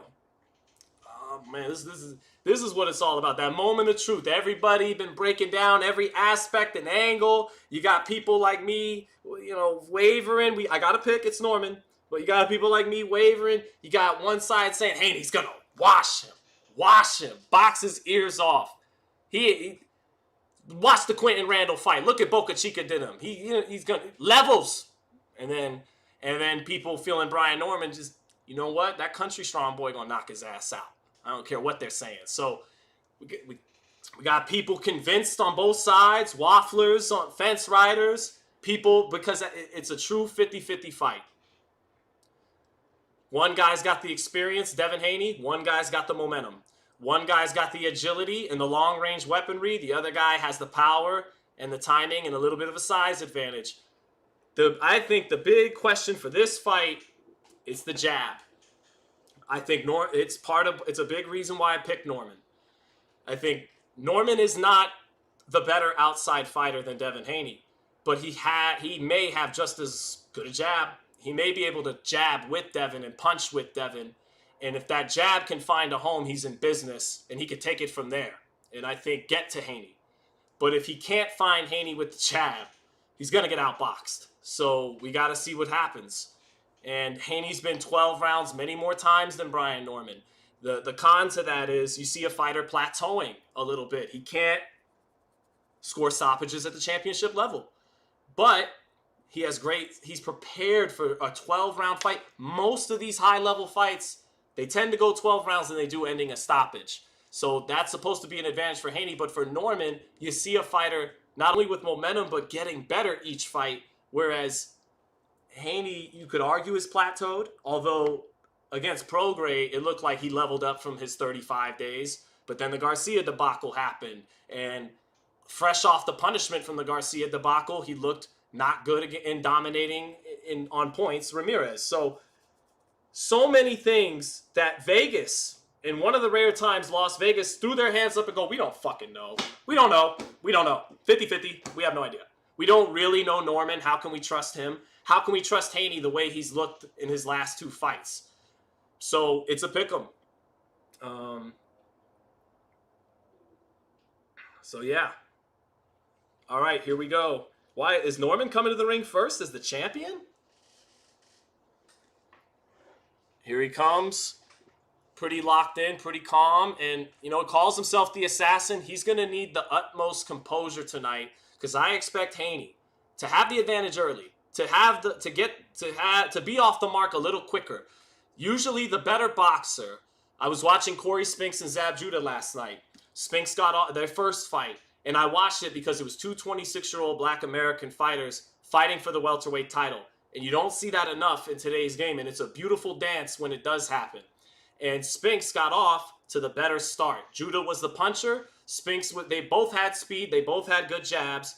But Spinks was the pure boxer. Zab Judah was the boxer puncher. And Spinks raced out to a 3-0 lead. And then the ebbs and flows began. Zab started cracking him and hurting him. And then Spinks, he would have this clean boxing work, but all Zab needed to do was to land a couple of hard shots with the power advantage, and he'd either make the round even or win it. And then the show concluded with both of them getting dropped, and Spinks just barely, he was the champion. Judah didn't do enough to take it away from him, and Spinks got out of there with a decision, barely, after getting dropped. His knockdown on Zab was more of a flash, whereas Zab really hurt Spinks at that time. But Zab lost, and he couldn't knock Spinks out until he got the rematch. So a little bit similarities here. The pure boxer against the boxer puncher. And like Corey Spinks, expect Devin Haney early to have an advantage. The question is, while he has that advantage, do any of his punches have a real effect on Norman, who is a little chinny early in his fights before he gets warmed up? I think is very possible. I even think a knockdown's in play for Devin Haney. But what happens if Norman can adjust and start to get the timing and the patterns down of Devin Haney? Here comes Haney to the ring, kind of yellowish gold robe. Got his brother and his father alongside him, and he's not taking his time getting in the ring. He's getting right down there in a hurry. Good bounce in his step, and you'll expect that in the ring. A lot of bouncing and feinting and agility from the former undisputed lightweight champion and former WBC super lightweight champ, Devin Haney. So the challenger is in the ring. Let's see what we get. Let's see what we get aura-wise from the champion. All right. Haney's in the ring, looking good. Looking ready to box. 12 rounds, and people make their remarks about he's ready to run, he's ready. No, he's ready to box because he has to box to win this fight. Excessive, inefficient movement like he used against Ramirez. It probably won't be enough to get the job done, but he's going to have to move a lot, and that's him at his best. And I think what you're seeing from Haney coming into this fight is trying to get back to his bread and butter, being a pure boxer in the center of the ring. So, but now Norman is on stage. They got the little pyro going. He bounces up and down. Norman having to come in solo with his dad and team already in the ring. And here he comes to the ring. Looking serious. Looking ready to go. Very serious demeanor from Brian Norman. But you do wonder if he also is a little nervous. He's never been in a fight of this magnitude. Haney's been in several. But Norman looks pretty calm, pretty focused, got a good sweat worked up, and looks ready to fight. Norman looks about ready to go. Uh-oh, now that he's in the ring and saw his brother and his dad are popping big shit. I like that about Norman Jr. is not attached at the hip with his father. I see a little bit of a healthy separation there. He's able to tune his dad out and not get irritated at him at the same time. So here we go. Both fighters are in the ring.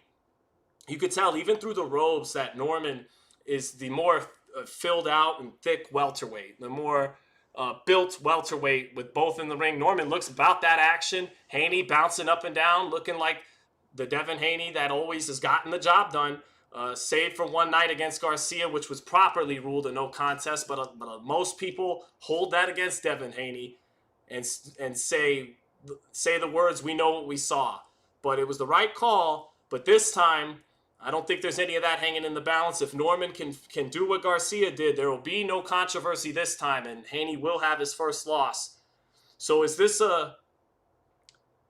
let's see, is this once and for all, is this the reclamation of a star regaining its shine and cementing his reputation once and for all in Devin Haney? Or is this the birth of a new star from Georgia, a new flavor, a breath of fresh air to come through the boxing game? We don't know. But Norman looks ready and Haney looks ready. We got over 1,200 people in the chat. I want to thank everybody, man. Hit the like. And for people who haven't heard the live before, we're going to call this right down the middle. Right down the middle, each round. No favorites here. We'll see what goes down. Chiki and my boy JJJ said, you know the fight's good when you're palms are sweaty, knees weak. All that. All that. All right, Bill Haney begins to remove the robe of the former undisputed lightweight champ, Devin Haney. Haney ripped. Frame looks excellent tonight at 147. In absolute cut like a bag of dope. Great shape. Filled out well in the welterweight division. Tremendous, just shape by Devin Haney as always. But looks more filled out tonight as a welterweight than he did certainly at lightweight. Looked pretty good filled out at 40 in the Garcia and Prograis fight, but looks really filled out at welterweight right here. So, all right, now Brian Norman, his father begins to take the robe off. And we'll see what Norman looks like rehydrated. In tremendous shape as well. Haney, ripped to shreds, filled out great. Norman, as expected, a little bit broader through the shoulders and through his frame overall. And as ripped as Brian Norman is, this is the first time he may be fighting a guy a little more ripped than he is in Devin Haney, but he has a little bit more mass and broadness to his frame through his arms and shoulders and back than Devin. So expect him to be the bigger puncher and a touch stiffer than the quicker Devin Haney, but both fighters in just tremendous, tremendous shape. That's why it's a 50-50. You almost never see this in the last several years. I mean, the last time we saw this was Keith Thurman and Sean Porter. I think that's the last time we had two welterweights from America in their 20s, in their athletic primes, in a 50-50 type matchup. Here we go. Both fighters dogging each other. Norman's face-off game we know is elite, but face-offs don't win fights. All that's out of the window now, and it's the moment of truth that we all wait for in this sport. Both fighters absolutely cut to shreds. In their athletic prime. Athletic prime, not necessarily prime. But here we go. Starts in the center. Norman gets off with his jab first. Falls short. Shoots the jab again. Norman getting off with the jab first. Not finding Devin with it, but getting off with it first. Staying in the center of the ring with Haney, where Haney's supposed to have a big advantage here at this distance and at this real estate. But Norman getting off with the jab first, falling short. Here we go. Haney. Not excessive movement. Haney's back touches the ropes for the first time, but he turns Norman and ties him up.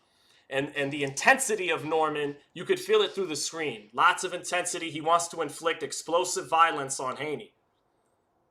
Haney taking his time. Norman is getting off first, but not landing anything, falling well short. But Norman in good position, cocked, coiled in the center of the ring. Norman staying on top of Haney. Haney staying in the center of the ring, moving out to his left, lead hand low. Norman jabs to the chest. Haney shuffles his feet to the right, drops that lead hand. Now he picks it up. Norman trying to wait for Devin to open up and time him. Norman feinting with Haney. Double jab by Norman, falls short. Haney hasn't punched yet. Lead left hook for Norman, blocked by Haney. But it's all Norman getting off first, not finding anything. Now Haney sets his feet a little bit and cocks that lead hand low. Norman jabs him and Haney ties up. Haney getting manhandled a little bit there on the post by Norman. That's called, framing and posting when you pull your opponent down in the clinch, and Norman kind of manhandled him there for a second. Minute 10 left in the first round. And Haney with a nice sharp lead hook misses though, falls short. And Norman doing a better job than some thought he would at this distance early in the fight. Minute left and no fighters landed anything, but it's Norman slightly on the front foot and opening up first. Now Norman jumps in with his first right hand, leaping left hand, and Haney ties him up with his back against the ropes. Norman very intense right now. His punches seem explosive in round one. Haney lands a jab. There's a jab for Haney. And Haney actually lands his jab. Norman hasn't landed anything, even though he's gotten off first. 30 seconds left in the round. That was a quick jab by Haney. Double jab to the chest by Norman. Norman doing a good job, staying calm, not pressing, not reaching. Nice jab again by Haney, but Norman locks his head up back with a jab, and that seemed to buckle Haney a little bit. Haney ties up, and that could be the difference of the fight right there. Both fighters can land their jabs, but Norman can hurt Haney with his jab. 10 seconds left in the round. Norman closes the gap and lets go of a combination. Devin ties up, but Norman stronger on the inside, and that'll do it for round one. Good first round for Brian Norman. Haney did land 2 jabs, and if you were going to try to give it to Haney off landing 2 jabs while Norman pressed and didn't land anything, what ruined that for Haney was the power jab that buckled him a little bit there. So 10-9 Norman. I really like what I saw from Norman in round one in terms of patience, positioning, and just how sharp he looks with what he's doing tonight. Haney, on the other hand, didn't really settle in until he landed 2 jabs there down the stretch, but that was a Norman round. And Haney did look a little shaky there in round one. But then again, that jab was accurate the 2 times he popped it, the up jab. But Norman, again, that's part of why I think he could pull this off tonight. He had an overlooked jab heading into this fight, and you saw it in round one. Brian Norman Sr. giving a lot of instructions to his son in the corner. 1,400 people in the chat. 1-0 Norman to start. Let's see if Haney has settled down in round 2 now. All right. Norman on the front foot slightly. Haney shuffling around. Back gets near the ropes. Back gets near the corner. It's not where he wants to be. Norman already closing the gap on Haney in round 2, and I thought that would take him longer than this. But the accuracy has only showed up on 1 jab tonight so far. It was enough to win him the first. Lead left hook falls well short for Norman. Haney, double, triple jab by Norman, makes Haney back out of range, but it falls short. Now Haney is feinting, setting up, shoots his jab, gets close with it. Lead left hook misses for Norman. Norman might have got countered by a left hook there. It was quick. Nice sharp jab lands for Devin Haney. Norman tried to come over the top of the right hand. Might have got checked by a hook. I saw his legs react. Haney getting underneath the jab of Norman. Ties Norman up. All right. Minute into the second. Center of the ring. Both fighters. Norman keeping his hand a little higher. His lead hand. Haney going from the chest. Norman commits the jab 2 or 3 times to the stomach of Haney, drives him into the ropes, and Haney ties him up again. Referee warns Haney there. Haney with his first pull right hand over the top, but Norman got underneath it, got to his midsection, and tied him up. That right hand off the mark from Haney. Norman gets closer. Haney leads with a hook, but Norman smothers it and roughhouses Devin on the inside. Norman much physically stronger in these clinches than Haney. That's expected. Oh, they trade left hooks. Norman's hurt. Norman is down. Down goes Norman with a right hand by Devin Haney. What a shot. And Devin looks at him like, what's up? All right, I said that Norman might go down early. Now is the test. But he's hurt. And let's see. Haney with a right hand over the top. Norman is hurt. Oh, Lord, look at Devin. Haney might get him out of there in 2 rounds. Norman is hurt. Sweeping right hand. Norman's holding. The referee warns Haney, but Haney might get him out of there. 45 seconds left. Norman's still hurt. He covers up on the ropes. It's not looking good. He's covering up. Legs are not underneath him. Holy shit. Norman is badly hurt and bleeding from the nose. What timing? Haney hooked with the hooker and hurt Norman. Norman's got to make it out this round. Haney touching him with the jab. Straight right hand by Haney off the jab. Norman misses a left hook. Well off the mark. Norman is chinny, and that got exposed just there. 10 seconds left. Norman lands a jab, but what a knockdown by Devin Haney. Sharp jab by Devin Haney. Whole fight just changed on 1 punch, and Haney hooked with the hooker to land that shot. Wow, what a shocker. I knew that Haney could drop him early, but holy shit, he busted his nose with 1 left hook. And now some of that confidence from Norman has been taken from him. Norman didn't see it coming. Legs couldn't recover, and Haney dropped him on a sweeping right hand after that left hook. He hooked with the hooker and drops Brian Norman. Holy shit. And Norman was having a perfect start to the fight. Oh, wow, what a shot by Haney. That sweeping right hand. People in the chat are saying Norman is done. Connor Ben is shocked at ringside. The fucking fight game. Holy shit. Beautiful timing by Devin Haney. That was supposed to be Norman. Timing him with the left hook. He got timed with the left hook. Woof. Round 3. Can Norman recover? Norman's got to box now and try to take some air out of the clock and steady himself. Wow. All right, round 3. Haney not pressing his advantage yet. Norman still stepping to Haney, but now he knows he could be hurt. Norman getting wide with his punches. Backs Haney to the ropes. All right. Haney probably feels like he could find that shot again. Doesn't have to rush anything. 1-2-1 by Norman. Gets Haney into the ropes, but none of it effective. 2-10. Haney. Good positioning in the center of the ring. Lead hand low. Norman jabbing to the chest, but can't find Haney right now. Nice up jab by Devin Haney. Pops the head up of Brian Norman there. Another up jab by Devin Haney. Pops the head up. Norman follows up with a combination. He bull rushes Haney into the corner, but none of it could find the mark with the accuracy. Haney covering up and makes Norman reset in the center of the ring. Norman stepping forward to Haney. Oh, right hand counter by Haney. Walks Norman into it. Norman not knowing his distance well and jumping it, leaning in with shots. Got caught with a right hand there. And Norman would be wide. I don't know if he has the experience to know that you got to slow this thing down a little bit. This guy, now you know this guy could hurt you. You got to make an adjustment there. Up jab lands for Haney. Norman short with the jab twice.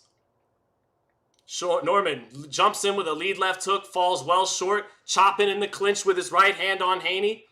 And is this a miscalculation by Haney not pressing his advantage after a knockdown more? Can Norman get his feet underneath him? 1-2 by Norman.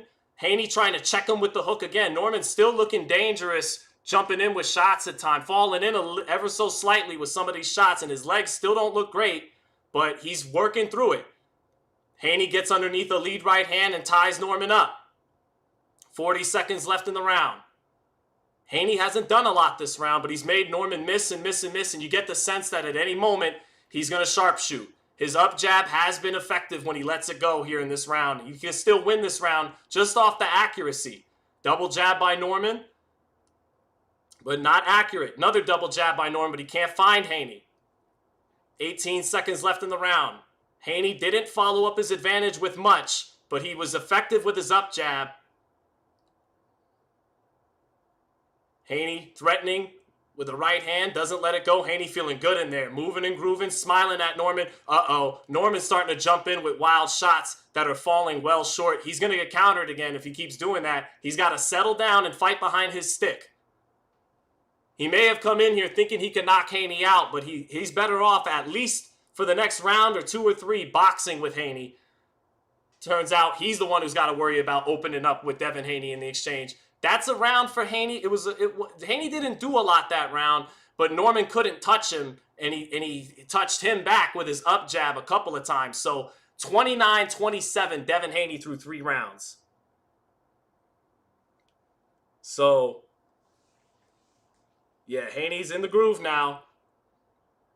But he didn't follow up his advantage, but he might not need to. That might have just played into Norman's hands, and he knows he's better than this guy. He knows he's a step in front. He sees everything coming, and so he's not trying to get overzealous too soon off the knockdown. He's being a patient, experienced fighter. And Norman, that green is showing, he looks rattled a little bit, although he is keeping his composure through it as well. Round 4, here we go.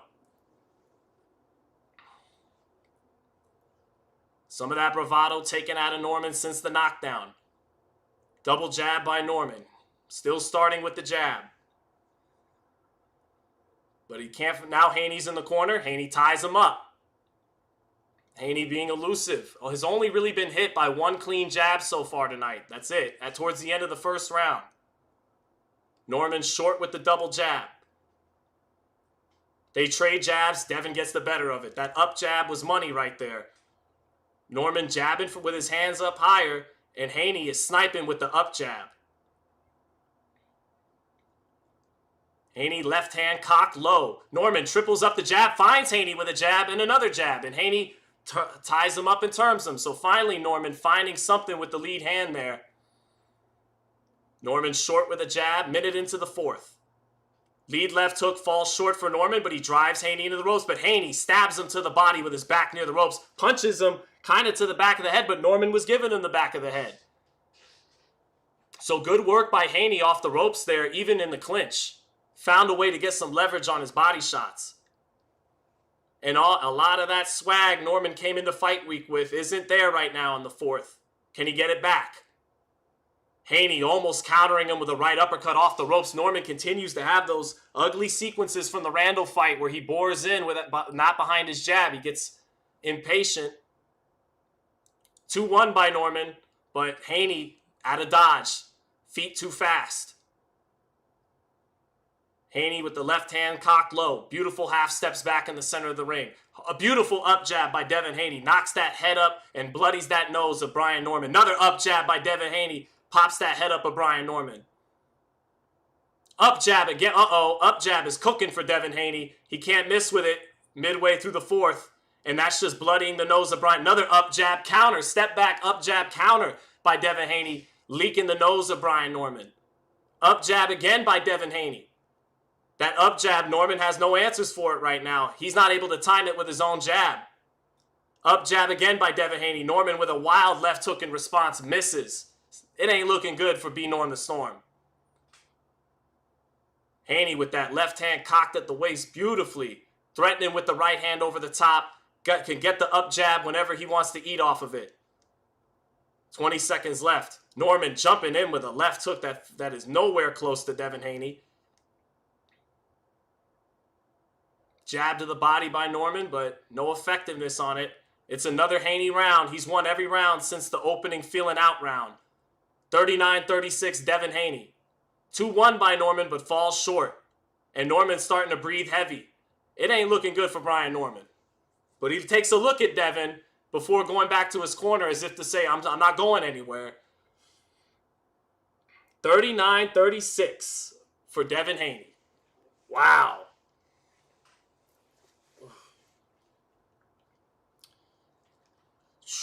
See how I'm quiet right now? That's what Devin Haney is doing to a lot of people right now. Shh. OG Blaxican says Norman is lost. Yes, he is. Yeah, his nose is leaking, everything. I mean, hey, one thing Norman had coming into this fight is grit that he showed. A lot of grit. He better have a ton of it tonight. But I don't know if that's gonna matter, man. The scenario for Haney has played out. He is outboxing him in the center of the ring, making him fall short, touching him up with the jab. And then when Brian, if you violate, I'm gonna have to demonstrate. And that's what happened to Norman in round 2. But we still got a long way to go potentially. Round 5. Here we go. Norman's still letting his jab go out there to start the round. Jab to the body. Double jab. Jab into wherever he can find Haney, because he can't find him to the stomach or to the head. So he's jabbing to the chest, jabbing to the hand, whatever he can touch. 30 seconds into it, Haney positioning beautifully in the center of the ring. Threatening with that right hand over the top. Norman triples up the jab, and finally the third jab finds a home. What's Haney setting up here? Beautiful up jab by Devin Haney. In the center of the ring, holding his ground. Beautiful up jab again by Devin Haney. Haney boxing beautifully. Stepping to Norman, holding his ground. Threatening him to pass that invisible line. Pass that line and you know the counter's there for you. Whether with the check hook or the right hand over the top. And Norman being patient. He's got to be patient. He cannot jump in with shots. He has to just stay behind his jab even when it's not landing. Norman still getting off with the jab. Misses the left hook. Gets Haney into the corner. But Haney at a dodge. Slips off the corner. Gets back in the center ring. 1-2 by Haney. And Norman's legs reacted to that right hand off the 1-2. Norman's blood all over Haney's white gloves. Haney out jabbing Norman in the center of the ring. The up jab is better than the traditional jab up top. Now Norman lands a little bit of his own up jab, but Haney takes so much steam off of it, taking a step out of range. Ties Norman up along the ropes. Minute 10 left in the round. Center of the ring, Norman falling short with a jab. Back comes Haney with his up jabs. He feints Norman. That blood all over Devin Haney's lead glove from popping that nose with the up jab. 1-2 by Haney, and that right hand got in off the jab. Norman took it better though. Jab by Haney again. Norman jumps in with a 2-1. The one caught Haney. Now Haney's in the corner. He dips his waist down, ties Norman up, doesn't let Norman get anything off with his back against the ropes. 30 seconds left in the round. It's another Haney round. Norman can't find answers thus far. And his legs don't react well when Haney finds the mark. Norman, again, trying to jump in with shots, and that's just not going to work. It's just not. 10 seconds left. Another Haney round, 49-45. Devin Haney. Yep, not looking good. Now, Haney's in complete control of the fight right now. But if by any chance Norman can swing the momentum in this, which I don't really see happening right now, he's still jumping himself out of position with shots. He doesn't trust his jab, and that's because Haney has disarmed him. Haney's boxing brilliantly and taking him to school. But the one miscalculation maybe Haney could make is not pressing his advantage more. I mean, that was a beautiful 1-2 that shook up Norman's legs. Yep, 1-2, Norman's legs buckled. But Haney doesn't press it, and I think he's fine. He's in complete control. But if by any chance Norman can catch up to him, he may regret not exerting his dominance that much more. But otherwise, he's been boxing great and looks on his way to having the finest hour of his career and cementing a Hall of Fame career at 27. So here we go. Yeah, boots would have definitely have stopped Norman. So here we go. 10 seconds into it. Here's Haney stepping over to his left, stepping over to his right. Making Norman miss Norman trying to hook off the jab. Norman not just in no man's land on the outside, and that's the nightmare scenario for Norman. He just can't touch Haney in the center of the ring. Haney's feet too quick. Norman trying to get a little bit closer to Haney now, but inaccurate. Doesn't know what to do when Haney does get near the ropes. Can't place the shots. He falls in with it a little bit. And he's just lost at sea at that kind of range against Devin Haney. Minute into the round, Haney hasn't opened up yet, but every round you know he can get off what he wants, and he's just being extremely patient and selective with what he does want to get off. Doesn't want to make any mistakes. Minute in the round, Haney hasn't really let go of anything yet, but his positioning is on point. Feint by Haney, lead hand cock low, blocks the left hook from Norman.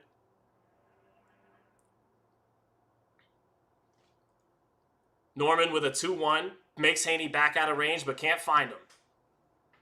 Norman feints his jab, steps over to his right, steps over to his left. That's better footwork by Norman. 2 body shots get in on Haney, and Haney has to clinch along the ropes. That time, Norman settled down and stepped around a little bit instead of jumping in. So, minute 20 in. Haney has yet to pepper Norman this round. Maybe Norman gaining a little steam here after finally finding something to the body with Haney along the ropes. Norman loads up on a lead hook and misses way far out. That's not a good sign. That means he's not learning in there at the pace he needs to. He should have learned by now that lead left hook in the center of the ring doesn't have a chance. You're going to have to fight behind your jab consistently and stop jumping in.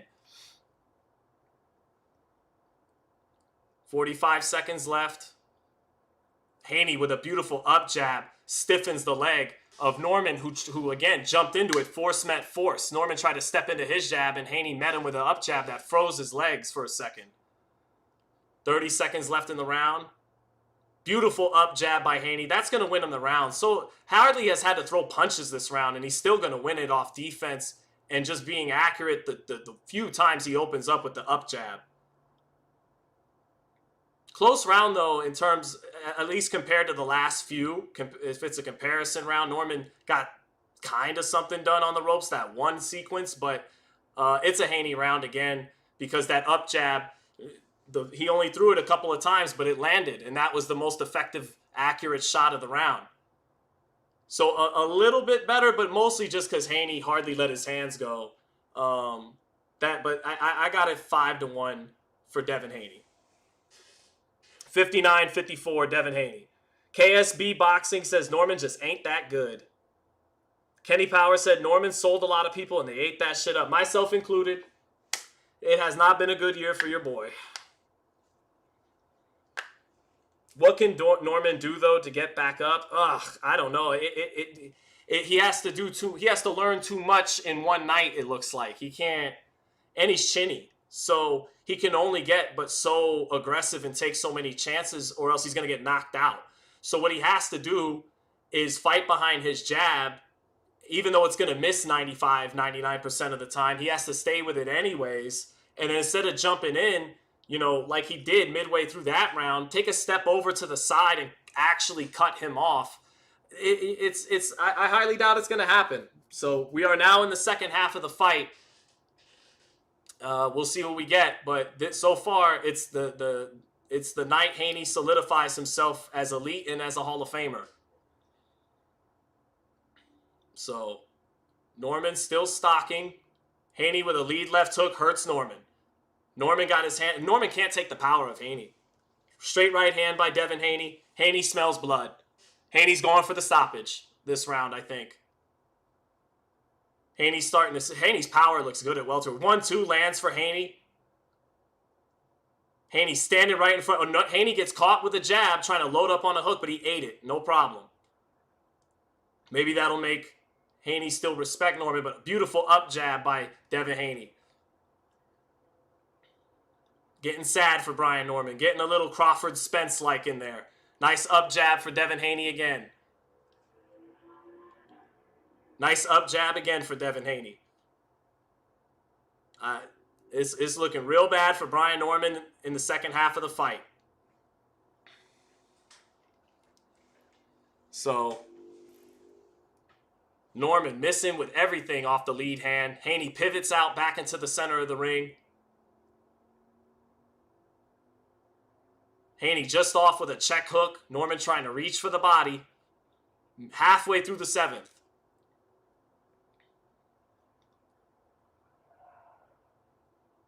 Lead left hook misses for Norman.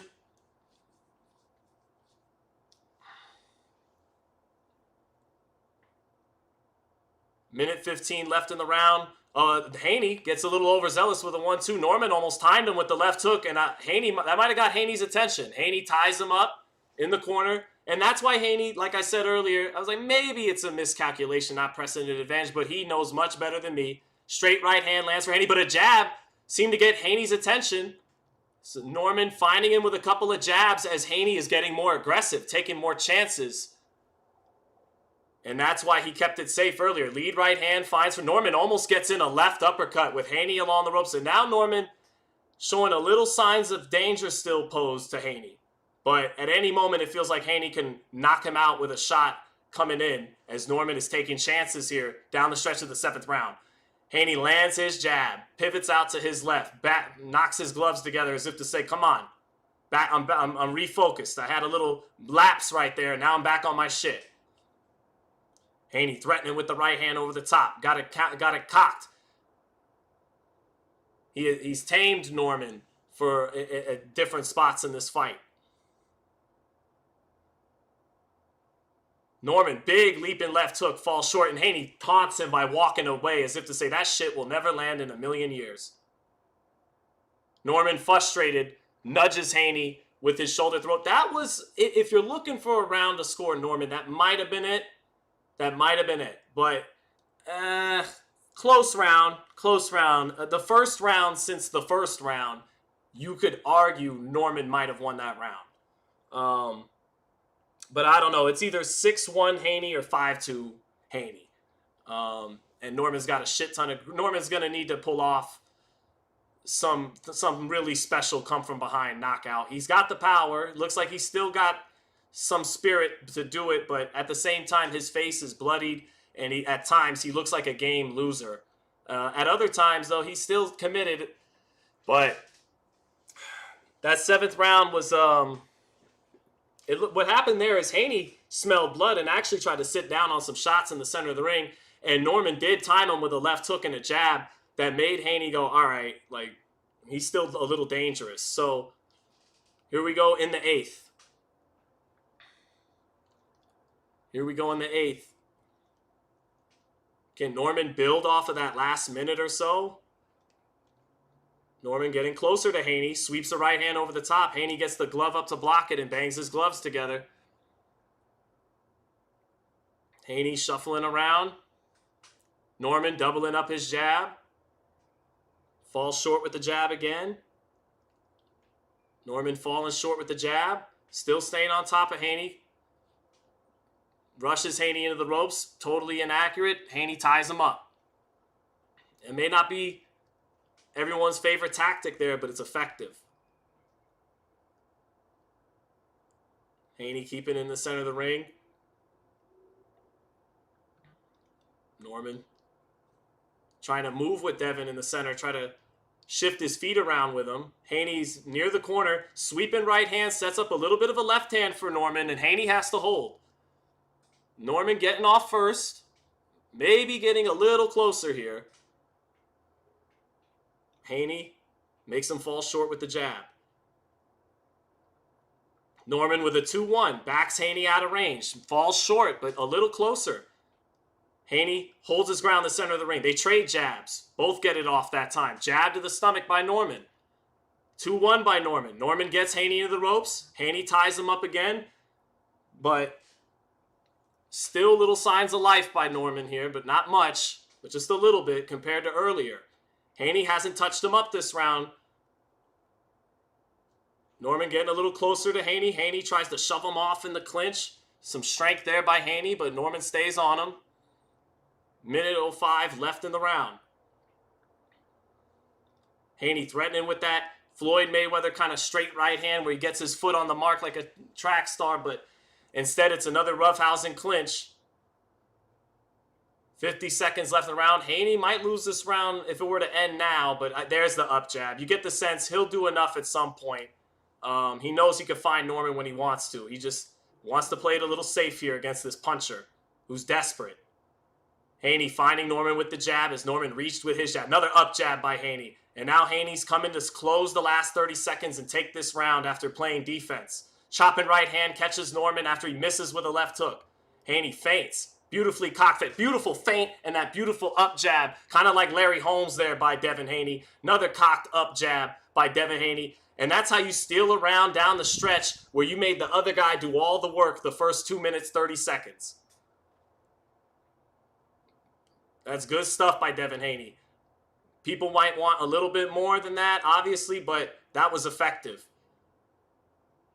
So Norman did all that, but couldn't find him. And Haney, in my eyes, stole that round in the last 30 seconds, and I knew he would with the up jab. And to give Haney props, that up jab was a little Larry Holmes-like. Got the feint cocked by the waist, and bink. Feint cocked by the waist, bink. And that's been money for Devin Haney. So 6-2 Devin Haney. And yeah, that's about it. I mean, Norman has got 4 rounds left, but he's kind of cooked. So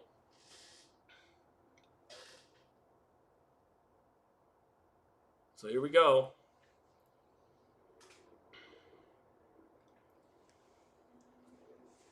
Norman's father still trying to give lots of instructions in the corner, but it's not their nights. And they're running out of time and hope. Yep.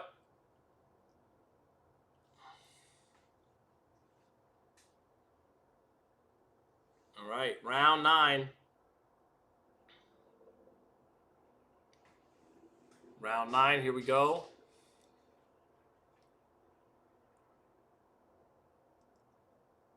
Haney keeping the center, keeping his ground in the center of the ring. Haney's done a beautiful job with that invisible line in the sand, threatening with counters. Even when he doesn't pull the trigger, he got Norman's respect in round 2, and it's been all downhill for Norman since then. All right, referee breaks him apart.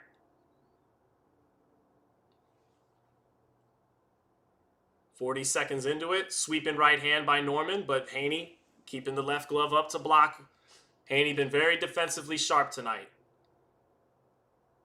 Haney trying to sweep a right hand of the body. Norman comes back up top. Haney working in the clinch. Punches with his right hand over the top with Norman just clinching him. Norman's got to work in that clinch. Haney worked. 2 minutes left in the round. Jab, sweeping right hand, both miss for Norman. Haney ties him up. Referee breaks him up.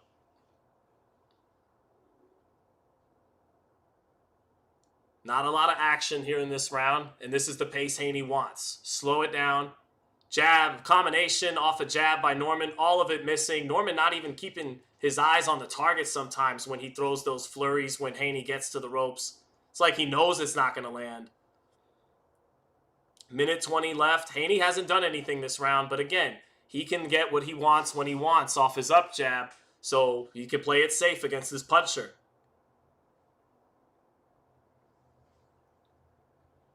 Haney still just staying coiled, up jab. Now Norman almost finally finds him with a lead hook because Haney backed out. Oh, power jab lands for Norman, but Haney took it. That's the best punch of the fight for Brian Norman. Now Haney gets caught with a lead hand, trying to open up with a 1-2. Haney goes back to the ropes. That's the first real shot Norman's landed, but Haney took it fine. But it was just more of a jab by Norman. He couldn't find him with the hook. But Norman still maybe a little bit of life left in the 9th after landing that shot. Norman jumps in on Haney, finally gets in a right hand to the body, letting that combination go. Haney ties him up. Haney might want to, he's got Norman on the line. They trade left hooks. Oh, Haney showing balls right there, hooking with the hooker. Double jab by Haney. Beautiful double jab. Knocks Brian's head back. Norman tries to bully in. Haney ties him up.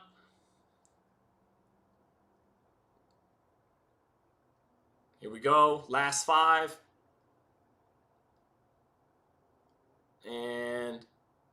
that is going to do it. Close round. Maybe Norman did enough to barely scratch it out. He landed his best punch of the round. I'll give the round to Norman. So, 6-3 or 7-2 Devin Haney with only 3 rounds left. So, it's party time. Says Norman's got to take a chance to let his hands go. Now he, that's what got him caught in the second round. Haney tamed him early in this fight. He's still pressing. He's still trying, but he can only get but so zealous. And even if he does get zealous, Haney most of the time just isn't there. He backs out of range. You drive him to the ropes with these kind of these inaccurate flurries, ties you up, and reset. Now, Haney, the last 3 rounds, has not been letting his hands go as much. I still thought he won the 8th, but I think Norman might have nicked the 7th and the 9th, and I do mean nicked. Like, he barely got anything done effectively, but he pressed a little bit, was a little bit more consistent, definitely a little bit more volume. So who knows? But I mean, Norman, he's going to need a knockout. So it's probably all mathematical and irrelevant. Whether he's down 6-3 or 7-2, to go with the knockdown, he needs to at least drop Haney here and win every single round. So here we are in the 10th. Norman stepping to Haney behind the jab. Haney ties him up in the corner or in the ropes. Referee breaks him apart. Norman missing with a sweeping right hand. They trade jabs. And again, they're smothered in the clinch, back in the center of the ring. Haney is, again, got great positioning at any moment to let go of his right hand, but Norman has him just weary enough to play it safe. They trade jabs. Coppinger has given Norman the last 2 rounds. He's got Haney up 87-83. Norman gets a little chopping right hand in the center of the ring when Haney jumped in with a punch. Norman with a straight right hand, a jab. Haney ties him up. Haney puts that chin, or his head, right into Norman's chin in the clinch. Norman getting a little closer to Haney. Lands his jab, got checked by a hook, but luckily for him, it landed more on the collarbone than it did the chin. But he didn't see it coming, and Haney almost walked him into it. Halfway through the 10th. Double jab by Haney, steps over to his right. Norman got out of the way of that double jab. Norman jabs, shoots the right hand. Haney gets underneath him in the center of the ring, clinches him, drives him to the ropes. Minute 20 left in the 10th. Straight right hand by Norman. Haney clinches. Norman's got to work in the clinch more. Minute 10. Haney hasn't really done much this round. So it's another one of those nothing rounds that Norman could potentially nick, but he doesn't need nothing rounds that he's nicked. He needs a moment here and fast, like now. But Haney has taken his foot off the pedal, chat. Haney has taken his foot off the pedal. 45 seconds left in the 10th. Norman still... Oh, Haney just off the mark with a lead left uppercut. Beautiful shot there. Hit the chest of Norman. Oh, Norman lands a jab. Clean. Haney commits to a hook with Norman jumping in, but missed it. 1-2 by Haney. Norman clinches this time. Lifts Haney up off his feet. Like Canelo frustrated against Bivol. 20 seconds left in the round. Another nothing round that Haney might have just kind of given up. I don't think it's going to bite him on the back end because he's got the knockdown. Big power jab lands for Norman as Haney tried to jump in with a lead left uppercut. Kind of odd decision making there by Haney. And he eats a jab that knocks his head up, but he takes it fine. And that's it for round 10. That's a Norman round. Norman's won the last 2 rounds. I think he's won 3 of the last 4. But I got him down 6 rounds to 4. And with the knockdown, I got him down 96-93. He's going to need at least a knockdown here in the last 2 rounds. So here we go. 2 rounds left. Keith Wicklife says Dev getting a bit lazy. Yeah, Devin took his foot off the pedal, but he's got a tremendous lead. He's way up and got the knockdown in his pocket. I mean, he could punt on these last 2 rounds, and the best I could give Norman is still falling short by a point. And again, the rounds Norman has won, they've been nothing burgers. It's just been Haney not doing anything, and Norman at least letting his hands go, and maybe landing a power jab here and there. But, he still hasn't landed anything to really change truly the momentum of the fight. Let's see, though, if Haney closes the show, man, because he has taken his foot off the gas for 3 or 4 rounds now. Round 11. Maybe the cards have tightened just a bit. Norman short with his jabs. Norman starting to take better steps forward, but still jumping in with a left hook. Haney blocks it and is, pushed to the corner. They reset in the center of the ring. Norman almost got checked with a hook. He took a big chance there. He jabbed and tried to knock Haney out with a sweeping right hand. Almost got checked with the hook, but Devin not confident in his counters a little bit, not countering with conviction. So they're actually just been off the mark the last couple rounds. 2:10 left in the round. Norman misses a jab. Haney gets underneath. Nice left hook to the body by Haney, actually, in the clinch there. And that's impressed me with Haney in this fight. He's gotten the better of Norman in the clinches following the early part of the fight where Norman manhandled him a little bit for the first round and a half. Ever since then, Haney's actually been getting better leverage on his punches in the clinch. Minute 45, Norman misses big with a left hook over the top. And they a lot of clinching in this fight, a lot. And it has gotten to the point the ref could do a warning to Haney, but, well, whatever. Halfway through the round, more clinching. Hasn't been a great fight. Haney stepping over to his right. Norman almost touches him with a lead right hand there. Haney clinches him again. Norman driving him against the ropes, finally trying to work with Devin's back to the ropes, but can't do nothing. And they wrestle on the inside. Norman doesn't need to be wrestling. He needs to find a shot from the goals, yeah? Minute left in the round. A lot of sloppy holding this round. But both fighters, Norman holds just as much as Haney because Norman, he just smothers himself when he gets close. So Haney, beautiful up jab. That first jab set up the second one that landed clean right through the guard of Brian Norman. Beautiful up jab by Haney. Norman steps forward behind his lead left hand, throws a little combination but can't find nothing. Haney hits him with a nice clean left hook in the clinch again to the body.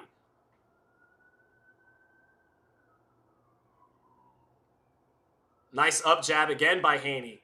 And that's going to win him this round, is the up jab being accurate 3 or 4 times this round. He's won a couple of rounds in the second half of that fight while barely throwing punches. Up jab for Haney. And that splits the nose open of Norman again. That's going to be this clincher for Haney. I mean, he already clinched with 6 rounds and a knockdown. But that 11th round stalls any little, mini whatever rally Norman was building. And this time, Norman seems to know he's beaten. He doesn't give Haney the mean mug going back to the corner. Norman got nothing done that round. It was a lot of clinching. That was Haney's round, and I got it either 7-4 or 8-3 Devin Haney. So, yeah, either 106-102 or 107-101 for Devin Haney. Norman needs a miracle, and he's not getting it. So Haney's won this fight. Yep, Haney hooked with the hooker and dropped Brian Norman and almost knocked him out in the second round. And honestly, if he pressed it, he might have knocked him out, but that's not Devin Haney. Devin Haney is going to win by any means necessary, even if it means, he clinched a lot. He barely threw punches in the second half of that fight. Yeah, but he won. And now he's about to be 6-time champion in 3 divisions and is a Hall of Famer now. So, people will now take away from Norman, and certainly Norman's chinniness and some of his limitations were exposed, but they were only exposed by an elite fighter in Devin Haney. So, there we go. Round 12. And it's not out of the question that Haney still drops Norman here. Haney, has played it safe, but could really get what he wants in that ring when he really wants it. It's just, he's just going to get the win. He's not going to risk that. Haney has given it to Norman in the clinch. Pretty good. Every time. He punched out of the clinch beautifully there to start this round. Haney, left hand, all the way by his waist, comfortable. Norman trying to roughhouse with him in the clinch. Been an ugly fight. Left hook finally lands for Norman, and a sweeping right hand in close. I think it got Haney's attention, but Haney ties him up along the ropes. Some of those shots finally getting through at close range. Way too little, too late. 2 minutes left in the fight. Norman, sweeping right hand, misses. Nice right hand body shot by Haney with his back against the ropes. He's punched with his back against the ropes beautifully. Well, not beautifully, but effectively enough to just continue to win this fight. Norman finally working in the clinch on the inside, but where's this been all night? Norman finally getting some good work done in that clinch, but now Norman is squaring up, trying to load up on a shot, taking a chance. Party Time said, thank you for the super chat, said Norman gave up thinking he did enough. So he's about to have to go back on that midnight train to Georgia. Unfortunately, LA proved too much for the man. The California boy said LA proved too much for the man. He couldn't make it. So a minute 10 left. Haney on his way to his finest moment. Good body shots in the clinch by Devin Haney. This fight was pretty much settled in the second round. Fight was over after the knockdown by Haney. More wrestling on the inside. Norman content to wrestle. Instead, he should be trying to get Haney off of him and go for broke, but I think he knows what it is now. Lots of roughhousing in the clinch in these last... Ugly end to this fight. And not a great fight. And Haney detractors will still say it was a lot of clinching and not a lot of volume, but he got the fucking job done. 20 seconds left. And it's a Haney round, by the way. Norman, inaccurate with Haney along the ropes.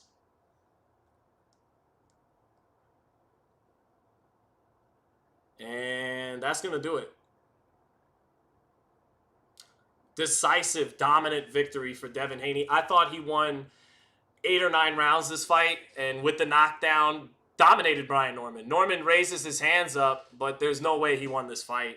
Haney knows he's won this fight. Yeah, great job by Devin Haney. So I finally, my final score, 117-110, maybe 116-111 Devin Haney, but it's all academic. There's no taking this from him. The knockdown, that was beautiful. And again, Haney hooked with the hooker. And Bill Haney's talking mad shit to Brian Norman. They're going to probably talk mad shit to me, and I'll just take it on the chin because Haney did his thing, man.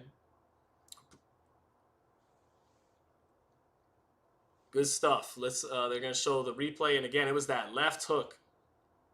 Yep. And then the sweeping right hand dropped him. Oh, beautiful shot by Devin. Sweep the right hand off. He hurts him with the hook, times him. That I thought, if anyone, that was going to be Norman timing him with a left hook. Instead, you know what? I got to tweet that, chat.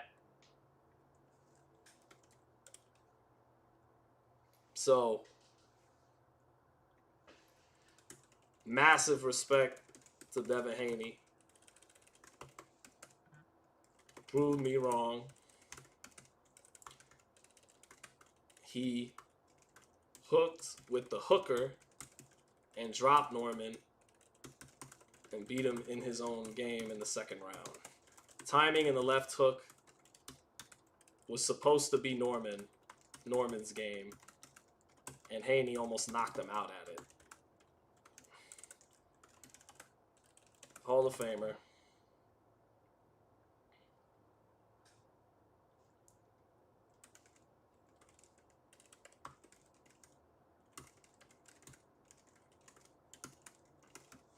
Let's see.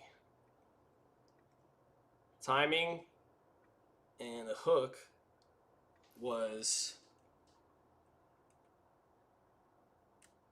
Norman's game, and Hall of Famer. Abjad was money off the... There. I'm eating crow, chat. I'm eating crow. I'm a man.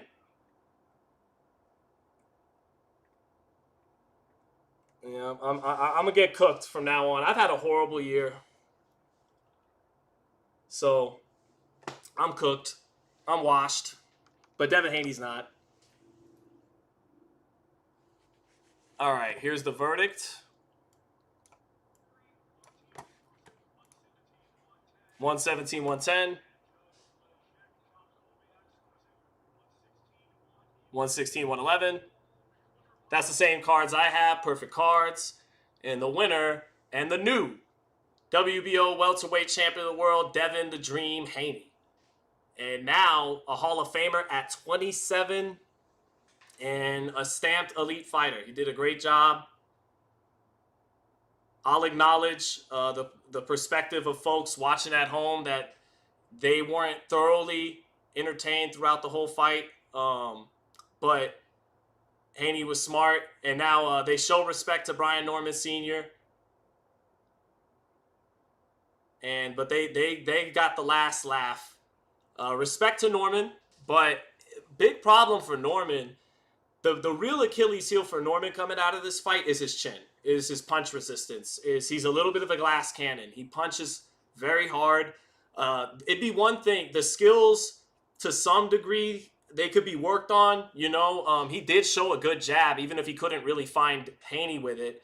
He showed good speed and a good jab. He's got power, but I think the real problem for Norman going forward is, like, you can't fix a chin, and he's chinny, and that's the big issue for him, I think, going forward. I think some of the other stuff can be fixed to a degree, but the chin is the chin, and that's a major issue for Norman moving forward. Still a Brian Norman guy. Still think he has an awesome personality, and I still will love covering him. But the man of the hour is Devin Haney, and the guy. I gotta say it again. Hall of Famer. Now at 27, 3-division champ. Boxed his ass off. Showed the Larry Holmes feint and the up jab. Hooked with the hooker. Almost knocked him out with it. Great job, you know. Great job. Didn't let Norman ever make it an inside fight. Tied him up. Norman could not even really make it a mid-range fight. Haney was just a step or two ahead of him all night. And then once Norman felt the power, he was a tamed beast in there with Devin Haney. So props to Devin Haney. How is Norman chinny now? I thought Devin was chinny. Well, I don't think either one of them have Canelo, Alvarez, Marvin Hagler chins. But they're both vulnerable in that regard.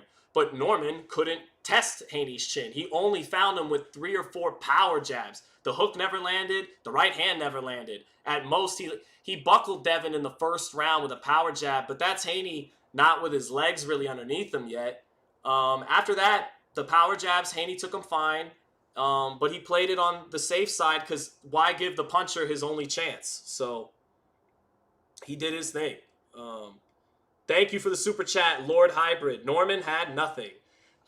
He brought speed and power and a jab to the ring, but that wasn't enough. Haney brought so much more, and Haney said it the whole time. His punch resistance and his punching power would be better at 147 pounds than they were. So he backed everything up.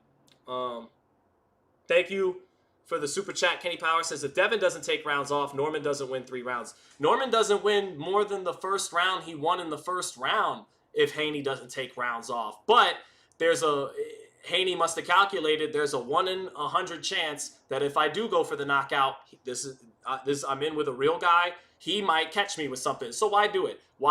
Let's take that possibility off the table. We've disarmed him. We've done everything we needed to do. Let's take this title back home, and that's that. So, the Bay Area, stand up. All right, the Bay Area. Hold on, what are we gonna play for the? All right. You know what we gotta do on me because I'm cooked and I called the fight wrong. We gotta call a foul on me. We gotta blow the whistle. We gotta blow the whistle on me. You know what I'm saying? I'm holding it. Shout out to Devin Haney.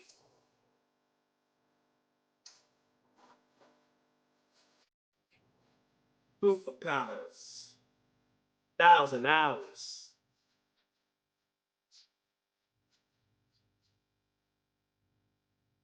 Yes. Me on the front. And they don't.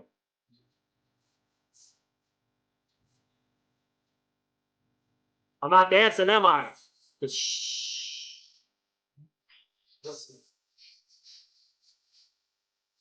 There you go. Go get down, baby, in the chat.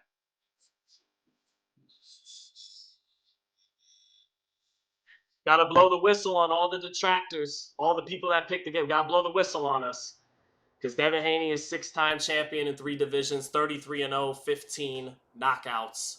And you got a new #1 welterweight in the world.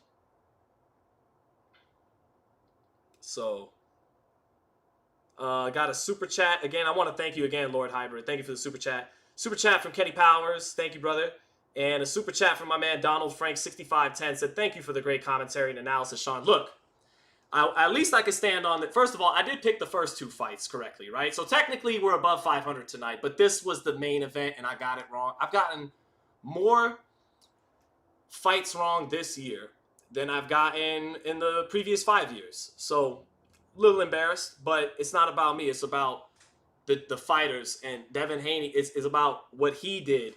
And sometimes as a media guy, you got to play your part. You can't, because I was tempted. I was so fearful of eating crow by the Haney fan base and the Haneys and everybody else that I hesitated to even pick the fight because I knew this could very well happen. But I said, you know what? No, pick Norman. You think Norman's going to win? Pick Norman. And also, what I thought months ago was sometimes you gotta play your part. Sometimes you gotta be the media guy who's the skeptic and goes, I don't think he can do it. I don't think he can win. I think this and that and this and that. Because if you don't, then you're not playing your part. These guys got to have something to pull from and motivate them. If you're scared and, well, it's a 50-50, it could go either way, and we'll see. It's like, no, play your part, pick somebody, let the guy who you picked against feed off of that, and if he shuts you up, he shuts you up. They're the stars of the show at the end of the day anyways. We're just the talking heads. So shout out to Devin Haney. But I do got to stand on this. Give me this, chat, because I'm feeling cooked and washed right now, missing this one. But give me this. It never affects my fight call. Is that not facts? Is that not facts? It never. Whoever I picked, it does not affect the fight call, because we called out all the beautiful things Haney was doing. Major Chip Hazard said Sean got nervous when he saw the Norman Sr. interview in the locker room. Yeah, there's a lot of things, man. Haney had me nervous all week. It was like picking against Crawford in the Canelo fight. It was like all week you get these spurts of confidence, like yeah, but they feel too romantic. They don't feel logical enough. It's off your gut and everything. And I never this year in these fights like Canelo Crawford or Norman and Haney, I never got that I'm definitely right feeling heading into the fight. It never happened. That's why I hedged my bets with both and said, well, Crawford's the greatest counterpuncher of all time. I can see him doing the masterpiece. Haney's an amazing pure boxer. Take nothing away. Blah, blah, blah. It's because I know how good these guys are, and I know there's a great chance I'm going to look fucking stupid when it's all done. And so that's what happened. So, thank you for the super chat, Astral Traveler 257. And again, I got to defend myself a little bit. In the breakdown, I break down everything Haney did except, and I said it at the last second with Raheem on Thursday that, oh, by the way, he has a lead hook and a check hook, right? But I don't know if anybody could have foreseen him hooking with Norman early and almost knocking him out. That was just, that's what made the performance memorable and make no one forget it. Yeah, he took his foot off the gas late, a lot of clinching, kind of became a dull fight. But kind of like Ryan getting upset by Rolly. You got a second round knockdown that you'll never forget that's going to go viral, that's going to sum up the entire fight. And it overshadows if it was a dull fight. It's like, holy shit, that happened. Rolly dropped Ryan and dominated him. Holy shit, that happened. Devin Haney dropped Brian Norman, almost knocked him out and dominated him. So it's something nobody will forget. So I think 2026, I'm back on point, man.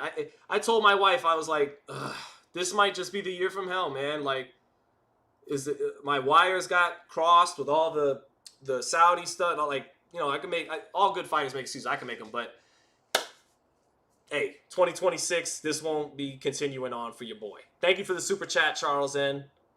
Norman was clinching instead of going to the body. He was tamed. Damn, Sean, the shade is real, and I'm a long-time listener. Where's the shade, Wolfgang? I'm not throwing any shade. I'm not throwing any subliminals, no passive digs, nothing. Like, nothing. I know what I'm looking at. If that strong motherfucker closes the gap, tie him up. Get him back in the center of the ring, okay? Yeah, I could try to stop him. I've heard him multiple times, but why take a chance when I got the fight in the bag? Everything I'm doing is already working. The game plan's working. And then in the 7th or 8th, at some point in the second half of the fight, Haney actually did. He made a couple of interesting. He got countered off a power jab that knocked his head up. He tried to load up on a lead left uppercut, and so he thought about it for a minute, and then decided, nah, fuck that, and let's just win the fight and get the job done. So that's smart. Tay said you're too hard on yourself, bro. Yeah, but I hold myself to a high standard. I'm supposed to be the best. I ain't been close to the best this year. Yeah, I got to take the HBO jacket off, goddammit. I don't deserve it now. But, yeah, so what do we got at welterweight? I guess Haney is the #1 welterweight now.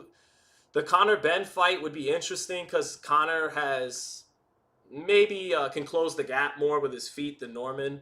But Conor, he doesn't manage distance well either. He's kind of like Norman. He jumps into his power shots. He relies on his explosiveness, his power to do something for him in the fight. And Haney takes that away from you. So, and we don't even know if Ben can get down to 47. So we got Lewis Crocker, who I'm really not that familiar with. Barrios, who Haney beats. And who are we missing here? Rolly. The biggest fight in the division as of today is actually Devin and Rolly in a unification. That's pretty funny. And Haney, as long as he keeps it smart, probably beats Rolly. You know, but then again, Rolly told me, you know what? Rolly won't care. I called Rolly last night. I asked him who's going to win. And Rolly told me that Haney would win. Rolly usually predicts fights right. He told me Norman's feet are too slow. And, yeah. And yeah, that's what Rolly told me. He said Haney, Norman's feet are too slow. So Rolly is usually a pretty good handicapper. Fleet TV says True School Sports somewhere crying. Nah, True School's a real one, man. This ain't the first time he's followed his convictions and been emphatic. He said Norman in 7 or less, and this is nothing new for Brendan. He'll look everyone in the eye and eat his crow. So.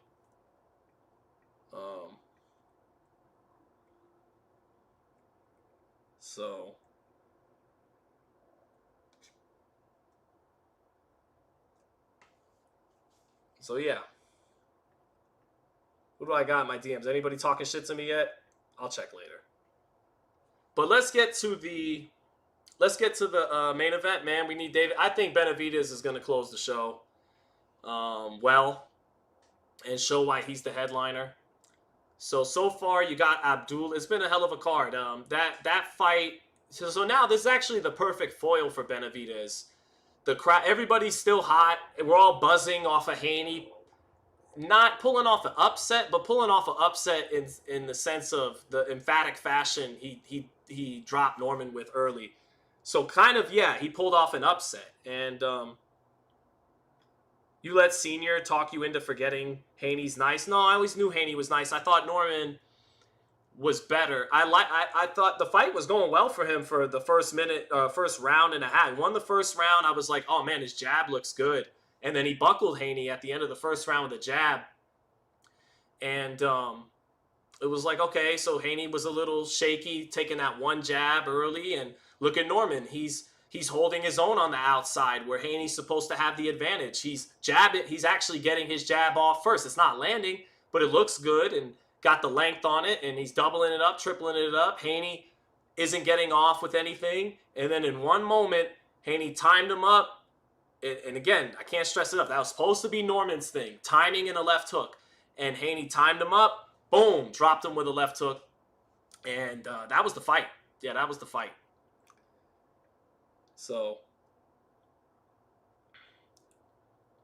let me see. I got a super chat from Kenny Powers. Thank you, brother. I got 2 4-leg parlays going. Mason on points, you got that. Bam over 7.5 rounds, he got that because 10th round knockout. Haney decision. Then I got one with David fight starting round 9. The other David KO 9 through 12. I think David's gonna look really good. I think David's about to get his first stoppage inside of 10 rounds at light heavyweight. I do have a slight pause again for David because living down in Florida, the weight cut potentially, and all that stuff. But as long as David's himself at 28 years old and ready to go, this is gonna be a really fun performance to watch from one of the most prolific offensive fighters in boxing. So we'll see what we get. But Greg Hackett TV, hey, shout out to Greg Hackett. Greg Hackett called it great. Prez asks, hey Sean, quick question. Do you still think Norman Jr. has a better IQ than Boots? No, I don't. No, I don't. You know, that's that falling in love, that bias of covering guys up close. You know, as fewer and fewer fights came to America and fighters become less and less engaging with media, yeah, Norman's personality and definitely swayed me a little bit, but it wasn't just that. It was what I saw ringside against Santillan, what he did to Sasaki, even though Sasaki has no defense and comes forward, but he got better as a champion, and he did get better. He's still better than the guy that didn't look good against Quentin Randall. It's just this time, instead of being in front of Quentin, he's in front of Devin Haney. But yeah, no, I was totally wrong, completely. So, and also what it was Boots was beginning to like meander in his career. Like Boots, when he was Norman's age, 23, 24, you're like, oh, he is the shit. Like, this might be the guy who beats Terrence Crawford. He reminds you of Roy Jones, all that. The talent is just so amazing. But then nothing began to come of it. And I know a lot of that wasn't Boots' fault, but Boots also apparently turned down a couple of fights. And so that made me start to go, maybe he's not what we thought because of turning down a couple fights, and he's almost 30. And for all that amazing talent, he hasn't made anything happen yet. And to my point, Norman at 24 is a more meaningful high stakes fight right here than Boots has ever been in his career. So I'm like, I know Boots is better than Norman. I never picked Norman to beat Boots. I just thought Norman had a chance because of his timing and his power in his left hand. And the fact that Boots, unlike Devin, gets overzealous and takes some crazy chances in there. But, you know, in retrospect, hindsight 2020, Norman is just way too chinny and just can't fuck with Boots. You know, Boots is a different animal. But, you know, that was the logic, at least, to go back in time was, okay, you know, Boots is starting to meander through his career. I'm going to wake up one day, he's going to be 30 and still hasn't had a fight like this, like Haney and Norman. Maybe this young guy who doesn't have the skills he has, but he wants it and he has power and his skills might be a little underrated to where someone like Boots doesn't think he can catch him, and he would, and then something crazy could happen. But all just off the point, not on point. And yeah, Boots definitely would have stopped Norman. I know Haney beat him handily tonight, but Boots would have stopped him. There is a small chance that because Boots gets crazy, styles make fights, that Norman might have caught him with something, but Boots has a better chin than him. He's faster than him, better skills than him. You know, in all likelihood, he would have knocked Brian Norman out. But, man, shout out to my guy Brian Norman, man. You know, we're not going to kick him. We're not going to throw him under the bus. We're just going to give Haney credit. So, yep. Now people are saying Santillan is trash. No, Santillan is not trash. He's a top 10 at the time welterweight grinder. He's a tough out. He's a good top 10 welterweight, and then he got knocked out by a good, you know, top 5 welterweight, and then the top 5 welterweight tonight got dominated by now the number 1 welterweight. You know, so yes, you know, there's levels like Devin was saying and all that, but yeah, he did. It is what it is. So let's get to the main event.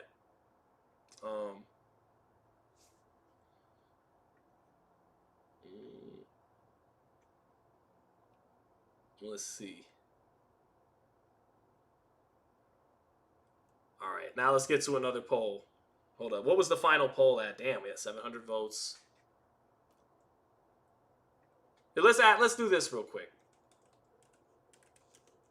You lost money, Sean. You bet every time against Devin. You eat your words. It's the first time I've picked against Devin Haney ever. Same thing with Crawford. First time I picked against both of them, and I don't bet money on fights. So, all right.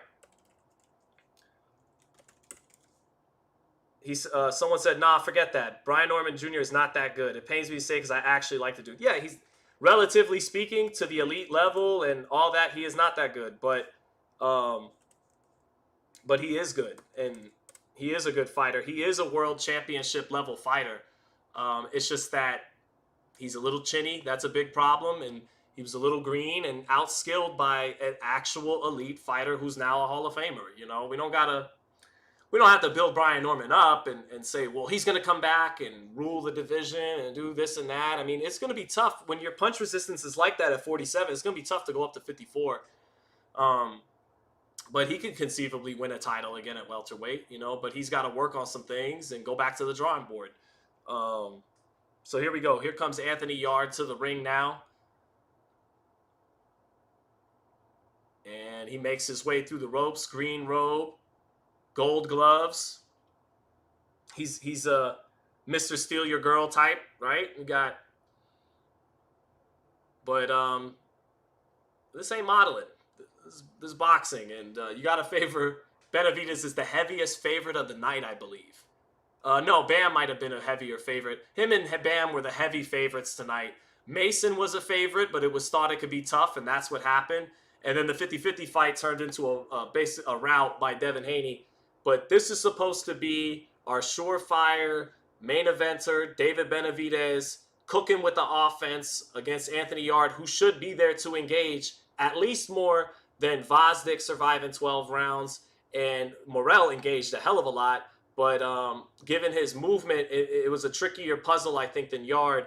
This should be a guy where David could really show off his full offensive arsenal. And here comes Benavidez to the ring with his son, looking very locked in and ready to go. So,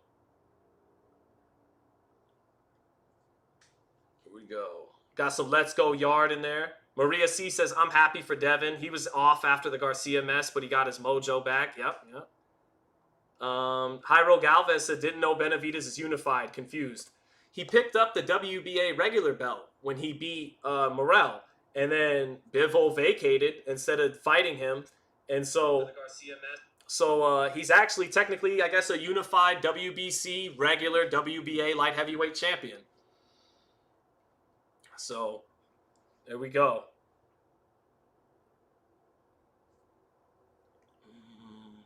All right. The Mexican monster in the ring now. His little boy beside him. Little boy got the Saudi garb on. Looking fresh. And now Benavidez looks ready to go, chat. He just looks ready to deliver. Like, he looks ready to close the show like a clinical, violent, professional prize fighter. It's like all the big drama is out of the room, and now all that's left to do is watch David Benavidez beat the shit out of somebody. We saw the great fight between the young guns. Mason pulled it out, lived up to his hype to become world champion. We saw the beautiful pound-for-pound artistry of Bam Rodriguez. We saw Devin Haney kind of shock the world, not in winning, but how he won, and solidify himself as elite now and Hall of Fame at 27. Now all that's left to do with a lot of the drama out there. I mean, we never know. This is boxing. Maybe Yarde pulls off a shocking upset here. But I feel like what we're in store for is a cold, clinical, violent, entertaining performance by David Benavidez at the peak of his powers, getting this first stoppage at light heavyweight. That's what I think we're about to see. And I feel very confident about that. I don't feel as wavering 50-50 like I did Haney Norman. I felt very confident Mason would win. Felt very confident Bam would put on a show. And I feel very confident that Benavidez is going to close the show. So we'll see that. The question is, Can El Monstro convince people that he beats Bivol tonight? Can he turn doubters, any doubters into believers? Or are they unwinnable? Will they just say Yarde isn't all that and all that? But can Benavidez, he needs to get a stoppage tonight. If he doesn't get a stoppage, then everyone will continue to talk about he can't punch at 175. And he was only getting knockouts at 68 because of his size. And if he wants to put an end to some of that tonight, then he has to stop Yarde within the distance, and I think he will. So,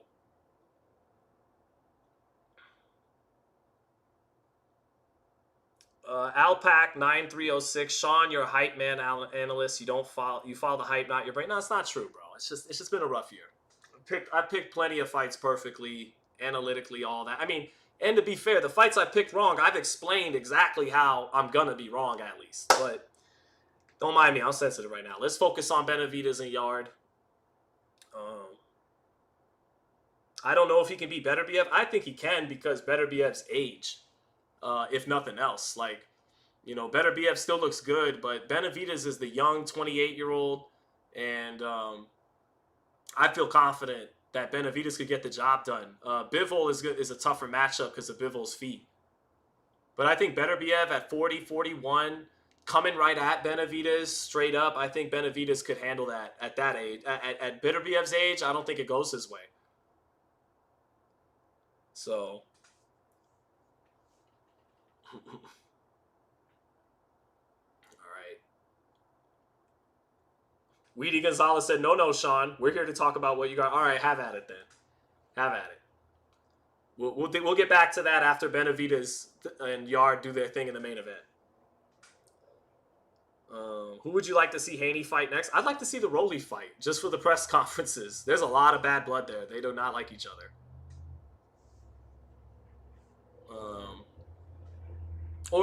But realistically, like, what's the best option for Haney out there? I think it'd be fighting the winner of Tio and Shakur. And the winner of that fight moving up to 47. So, all right, Benavidez looks locked in, ready to go. Benavidez got that look he's always got, locked in, focus. What I love about Benavidez, you'll seldom see a man this size at this weight with that kind of hand speed.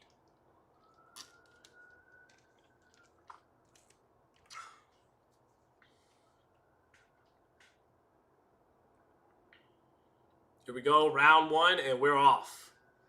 Let's see. Let's see if Benavidez fights behind his jab early. You know, I think, Yarde is in front of him. Benavidez has seldom had guys in front of him over his last several fights. So Yarde starts right in front of Benavidez, holds his ground in the center of the ring. Benavidez out of the high guard. Body looks pretty decent tonight by his standards. Yarde, of course, is always muscled up. Now Yarde starts to take half steps back. Benavidez moves his head, shoots a jab to the midsection to get going. Benavidez, tight defense early on and lots of upper body movement. Good high guard by Benavidez, blocks Yarde's first two punches.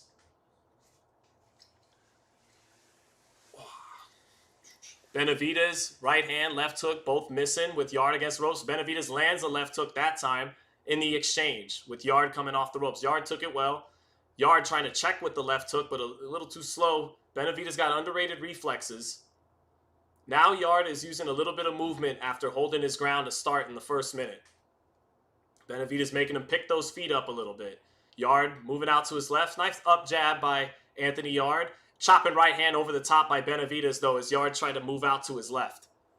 Good accuracy there by Benavidez, following and leading with the shot. Following Yarde out. Nice jab to the body by Benavidez with Yarde's back along the ropes. Benavidez short with a hook. Yarde gets off the ropes, feints in the center of the ring. But Benavidez is quick and reactive on defense right now, shifting his upper body weight. Again, look at the 6'2", 6'1" Mexican monster just shift that weight, that upper body movement a little bit. Little out of range, though, is Benavidez, as Yarde makes him pick his feet up. Benavidez shoots a straight right hand to the body. Yarde, nice straight right hand to the body, right back. A second later. Oh, nice counter right hand by Yarde off the ropes as Benavidez reaches down to the body. Yarde countering with a right hand over the top. 45 seconds left. Benavidez stalking Yarde into the corner, jabs his body, but Yarde comes back with a pull right hand in return up top. Yarde measuring with the lead hand. Benavidez jabs to his stomach, but Yarde not being sped up in there. Calm and composed and using efficient movement, not burning up too much energy in round one. Benavidez not speeding him up. Yarde shoots a right hand to the body. Back comes Benavidez with a jab. Jab back up top. Yarde misses with a counter left hook in between. Yarde freezing Benavidez for a second in the center of the ring off his lead hand. Benavidez stepping forward though. Yarde back touches the ropes. And, straight right hand lands for Benavidez near the end of the bell with Yarde against the ropes. Yarde pulls away from a right hand by Benavidez. That's it. 10-9 Benavidez. But Yarde, good composure in round one in terms of just being patient, giving good angles, not being sped up, not throwing get-off-me punches, not being jittery. And but a round for Benavidez, who impressive with his shifting of his upper body weight on the front foot. Once Yarde made him pick his feet up a little bit, he had to do what he does when guys make him do that, reach a little bit, but good defense so that even when he does reach, his reflexes, which have always been a little underrated, they get out of the way of those little sharp counters Yarde's trying to land, like the left hook. So 10-9 David Benavidez. Here we go. So Benavidez looks fine, looks sharp in round one. Body not out of shape. So round two, here we go. Yarde starts with a feint, drops the lead hand, jabs up top. Not putting a lot on the jab to start, just measuring with it. Benavidez catches it on the left glove.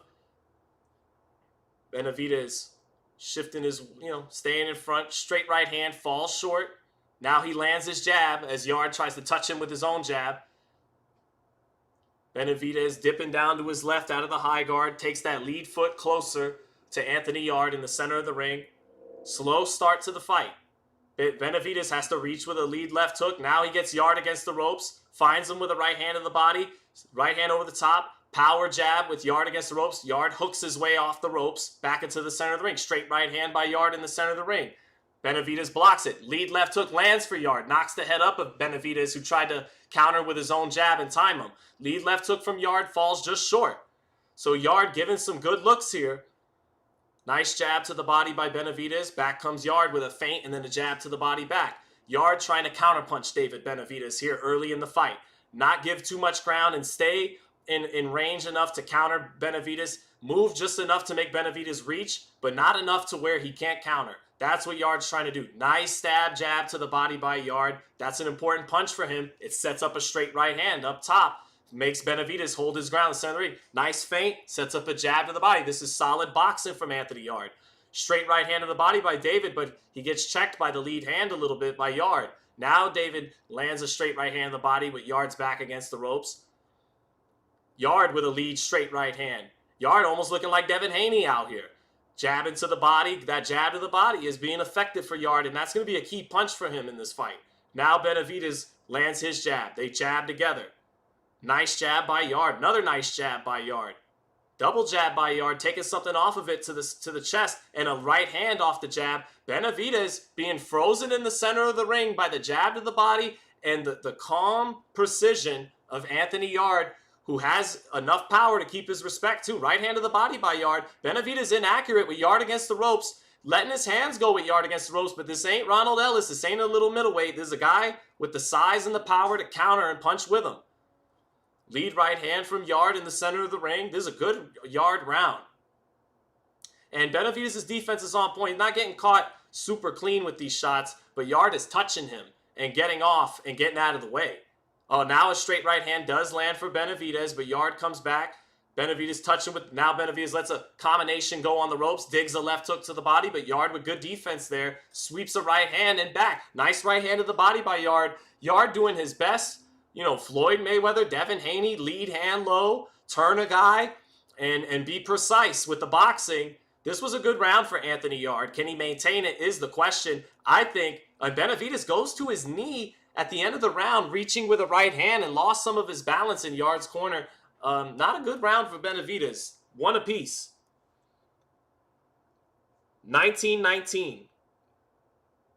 Now, this is exactly how the Beterbiev fight started for Yarde. And then Yarde fumbled. He he was winning. He was kind of controlling better. This was looking just like the first 2 rounds of the Beterbiev fight. And then Yarde got cute. He started to get away from just being sharp and smart. The best way I could describe it is he got cute, and then immediately Beterbiev swung the momentum with a combination. I think it was at the end of the second round. And immediately it was like, okay, Yarde, you coughed that up. Maybe Yarde has learned from those experiences and is going to keep it sharp and tight now, as opposed to when he fucked up his rhythm a little bit after starting off good against Beterbiev. And so here we go. Round 3. Yarde still feinting. Yarde double, tripling up the lead hand. Not a lot on it, but freezing Benavidez and turning him with it. Straight right hand to the body from Yarde in the center of the ring. They trade jabs. Benavidez gets the better of it. He keeps his hands up to block all those pelting jabs from Yarde, but then Yarde touches the body with it again. They trade hooks. Benavidez gets in there a little bit better. Now a right hand over the top for Benavidez. Makes Yarde have to retreat a little bit. Yarde pulls his right hand over Benavidez' jab. Benavidez almost countered with a right hand by Yarde on the ropes, but he gets underneath it and lands 2 good body shots there. Good defense by Benavidez. Benavidez squares up with Yarde on the ropes. Yarde ties him up. Benavidez is southpaw now, squaring his body up. That could be a sign of frustration. He leaves his back foot to throw a lead left hand, but it's short, and Yarde touches him.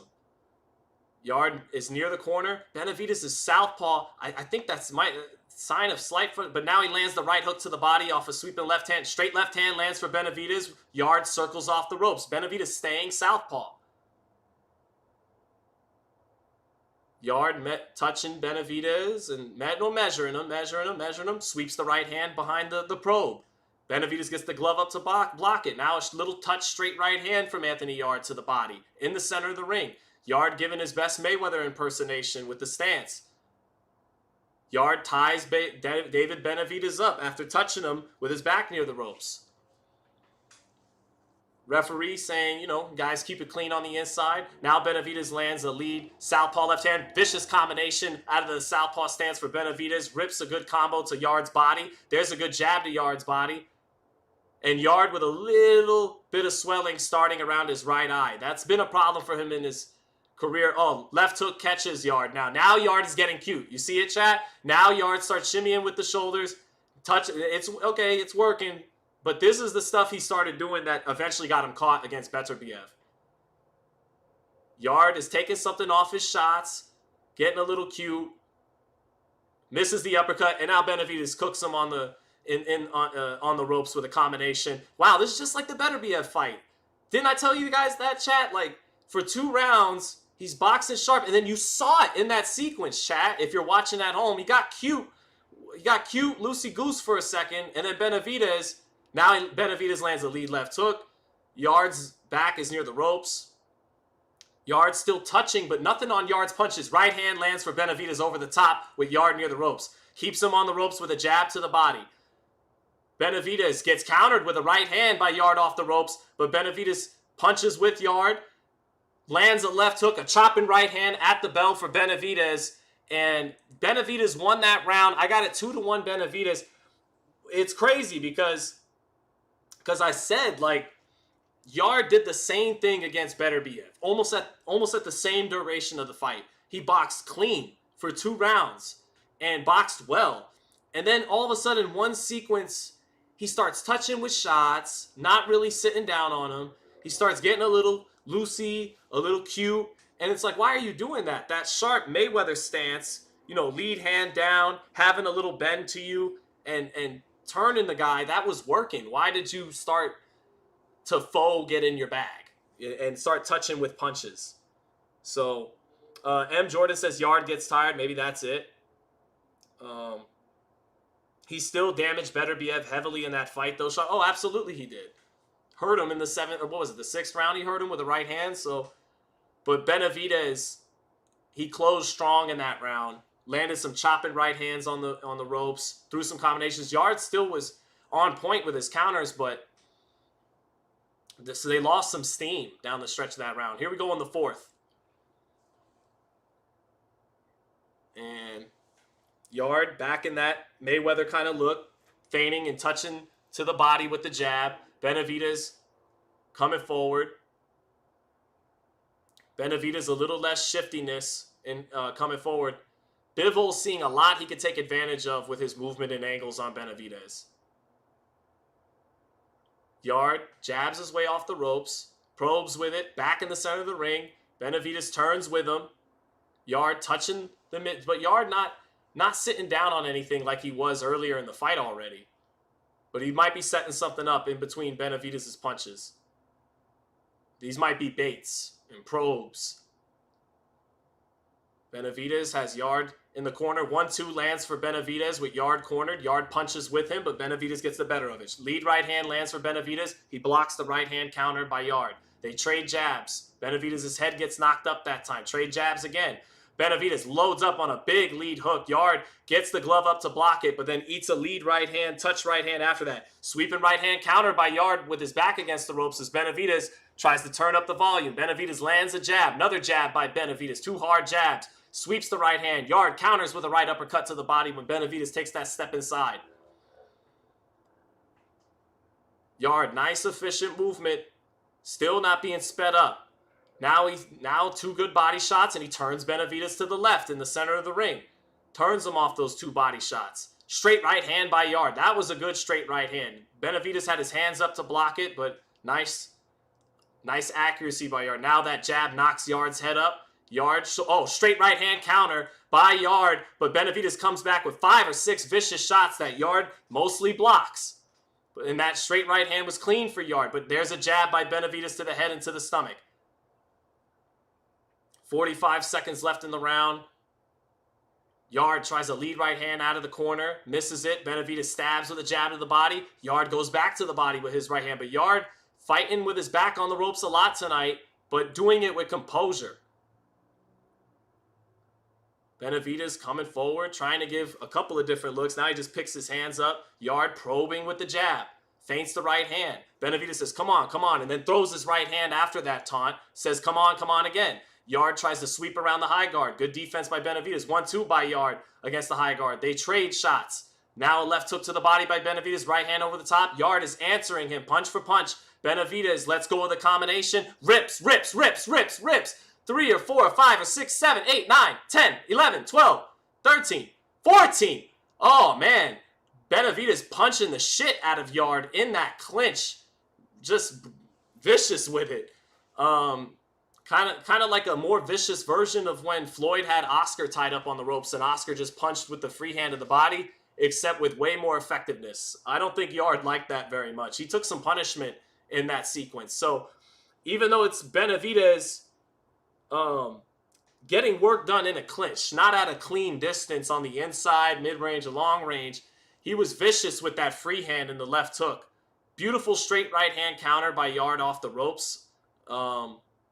Again, his best impersonation of Mayweather off the ropes, but Benavidez' volume offsetting that clean straight right hand. And you can see some of the swelling happening for Yarde now.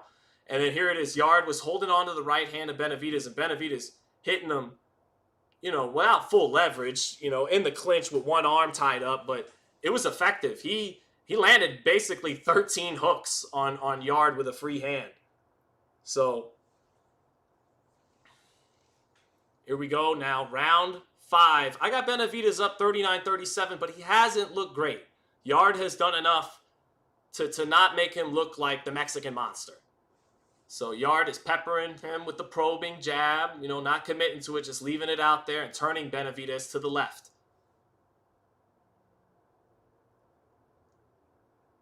Yarde, lead left hook. Benavidez blocks it. Benavidez now getting back to his head movement on the front foot. Yarde touches him with a counter straight right hand. Stabs the body with a jab.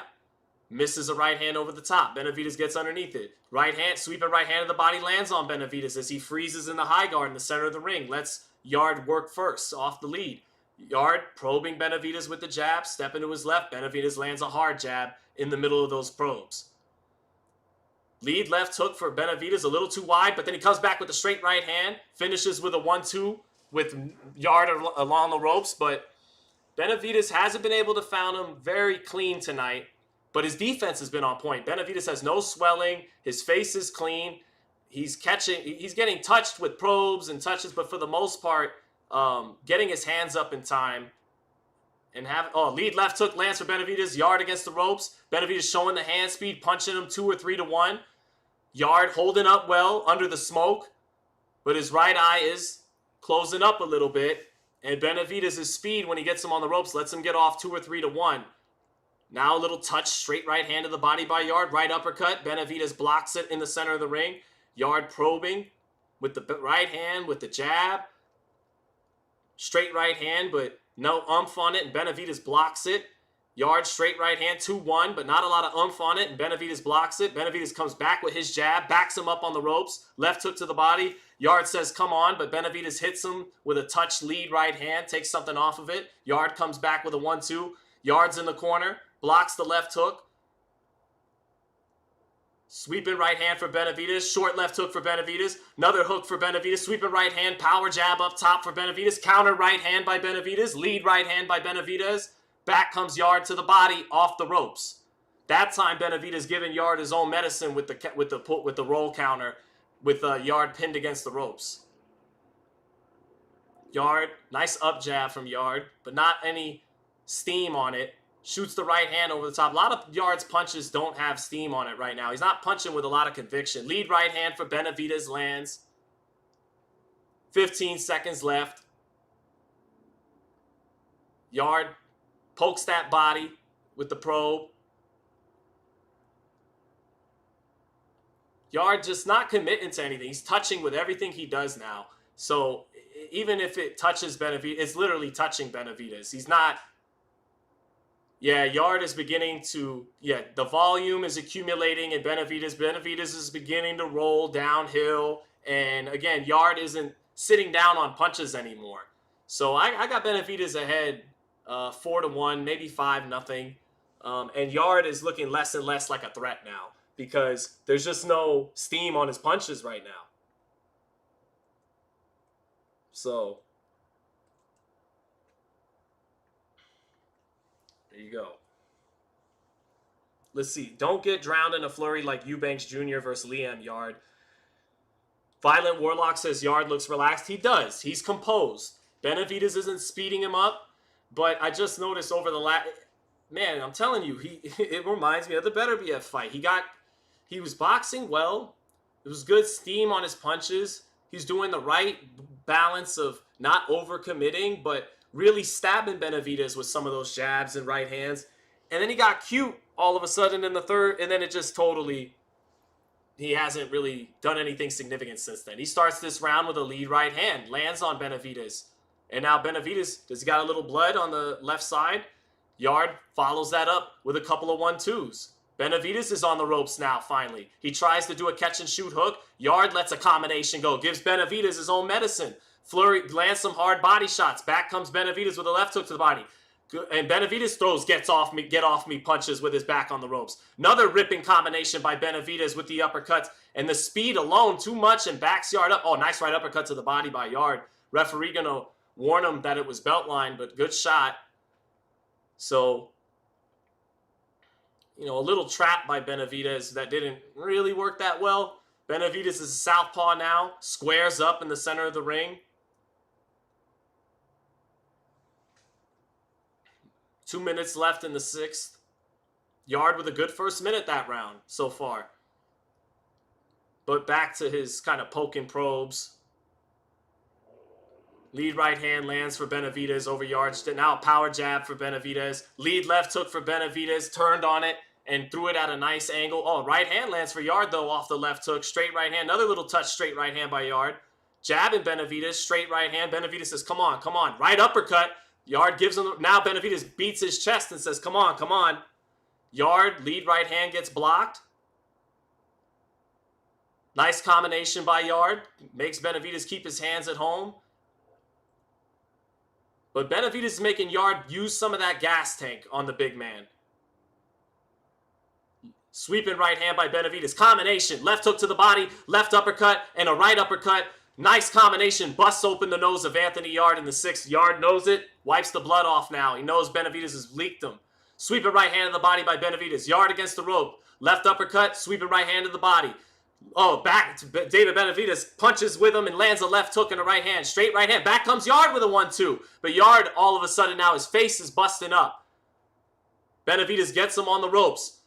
Throwing short left hook. Hurts Yarde. Yarde felt that one. Power jab by Benavidez. Sweeping right hand. Right uppercut. Combination up top. Yarde's now bloodied.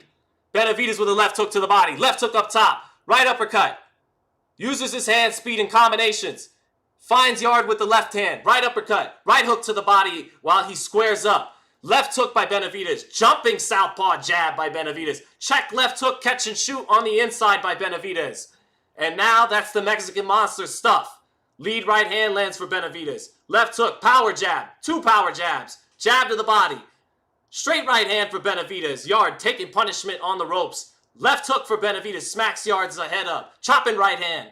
Lead right hand. Left hook off the lead right hand. Power jab. Man. Yarde, that's the fight, chat. That's it. Yarde, I don't even know if Yarde really wants to come out for the 7th round. Benavidez just beat the hell out of him in the last minute plus. Blood is leaking everywhere from Yarde now. Leaking badly from the nose. He looks very tired. You know where we're headed now. Maria C says, here we go. Yes, here we go. Yeah, they might want to just pull Yarde right here. Because you know what's about to happen. You know what's about to happen. An avalanche. You know what's about to happen.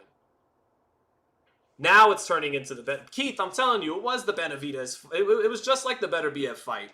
Actually, Benavidez has been more dominant because Yarde has yet to have that moment in the fight like he did against Beterbiev. He's had no moments, really. I mean, he boxed well, but didn't win rounds. Stoppage is coming. And the doctor is going to take a look at Yarde. I think Yarde's had enough and would be fine with them saving him. Yeah, they're going to let him keep going, I'm sure. Let's see. Yeah, they're going to let him keep going. But it got bad real quick. Now round 7. And it feels like now we're, this could be the round. Benavidez lands his jab. Yarde taking half steps back. Straight right hand by Yarde. Benavidez blocks it. Benavidez reaches with the right hand. Comes with the right hand again. Finishes with a 2-1. Yarde trying to punch with his right hand in between. Chops his right hand. Sweeps it on Benavidez. Benavidez eats it. And then comes right back with a straight right hand. Quick hand speed. Blocks Yarde. Finishes with left hook to the body. Chopping right hand on the inside. Left uppercut on the inside. Leads straight right hand. Blocks what Yarde has coming back. Hard wicked right hand to the body. Left uppercut. Chopping right hand. Yarde goes to a knee. He's had enough. Yarde is down in the corner. Down in the corner. Blood going everywhere. 6, 7, he's up, but he's done. And this is going to be a TKO 7 any moment now for David Benavidez, who's definitely about to have his first stoppage at light heavyweight. Benavidez gets the point deducted. He hit Yarde on his way down. I don't think that was Benavidez being dirty. This referee sucks and doesn't know that there was some gray area there. And Benavidez did his job. But it's okay. It's about to not matter in 30 seconds probably. 2 minutes left in the round. Yarde's got a long ways to get out of this. Looks tired. Looks broken down. Yarde punching on the inside to the body, but no threatening steam or snap. He hits Benavidez with the right hand over Benavidez' jab. Benavidez is walking through whatever he's dishing out now. He's beating a lot of the steam out of the Brit. Back comes Yarde, though. Valiant. Punching off the ropes. Throwing right hands and left hooks. Not a lot on him. Benavidez snaps him with the jab. Now he's near the ropes, and here we go. Left hook to the body by Benavidez. Right uppercut, left hook, right uppercut, left hook. So great hand speed by Benavidez. Benavidez switches southpaw. Right hook to the body, left hook to the body. 1, 2, 3 up top. Combination, accumulation.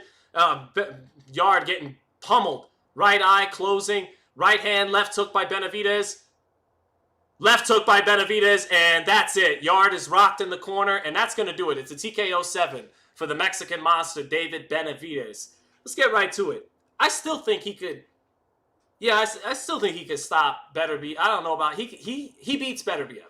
I think... Because Beterbiev's 41, chat. He's 40, 41. Benavidez beats Beterbiev.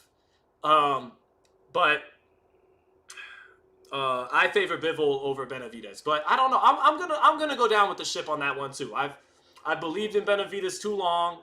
And in his chances, objectively speaking, Bivol's the favorite. The Yarde doesn't have a third or maybe has a fourth of the feet that Bivol has.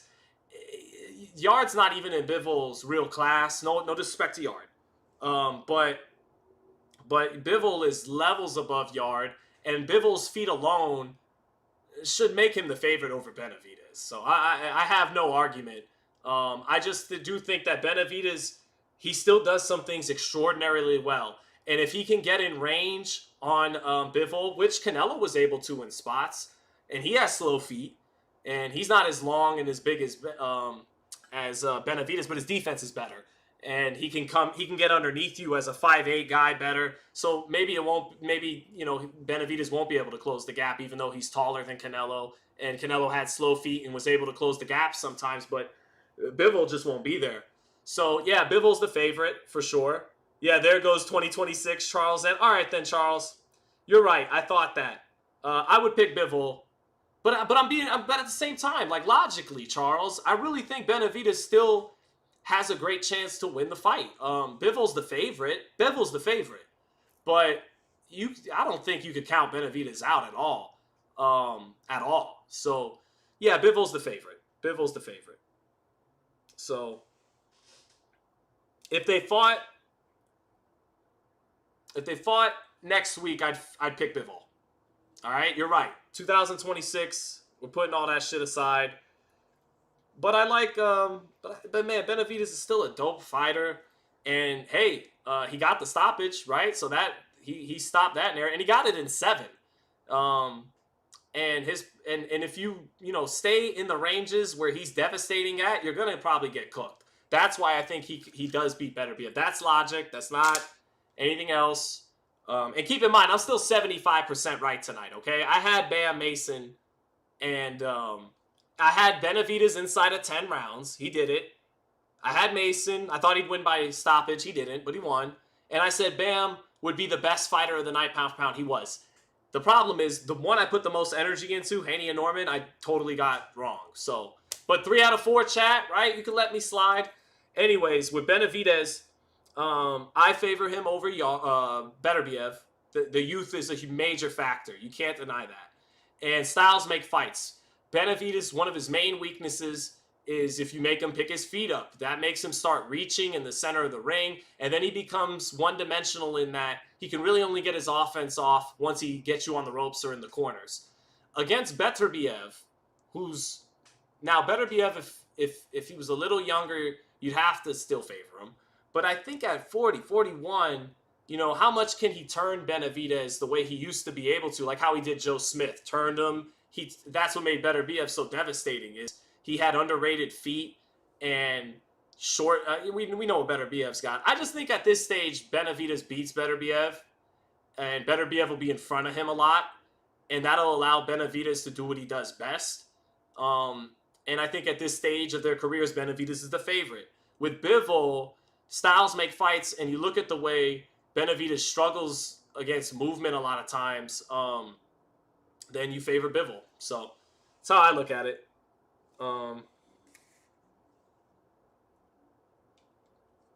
So Linda Wood says Benavidez beats Beterbiev, Bivol, Opataya, Canelo. He beats them all. Thanks, Sean.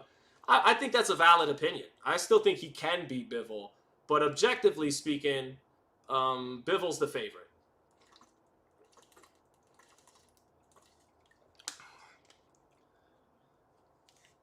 Tay says he beats both, man. Again, I'm fine with that. Maybe I'm a little shook after getting Norman-Haney. Or maybe I should just stick. Charles N, he right away, he was on me. He was like, oh, there goes 2026. I was like, all right, fine. But Bivol outboxes Mon. All right, let's pull the chat. Let's pull the chat. Let's pull the chat. Who wins? Benavidez, Bivol. Boom. So, yeah. He'd have to throw mucho flurries to beat Bivol. Well, it's more about the range. Like with Bivol, it's like Haney and Norman today. Like, can this guy who's got the offense if you let him, but if you move on him all night, never let him get set. And this ain't Caleb Plant. This isn't Andre. This isn't Vosdick when he's old. And this isn't Morrell, who's good and talented, but not on Bivol's level. This is Bivol, who is super sharp and has great positioning. If you reach, he teaches, and he has good power, and he's big. He can absorb Benavidez' power when he needs to, because Benavidez, even if he loses to Bivol, isn't just going to get washed. He's going to have some moments, but Bivol will probably say to himself, like, I survived Beterbiev's moments, and Beterbiev punches harder than this guy.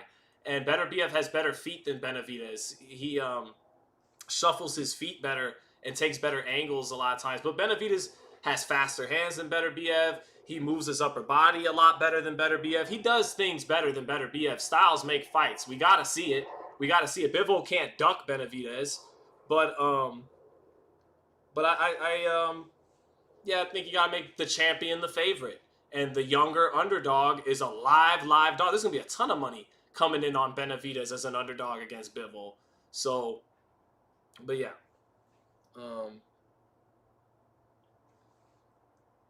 So he just announced he's moving to cruiserweight. Did he? Let me see that.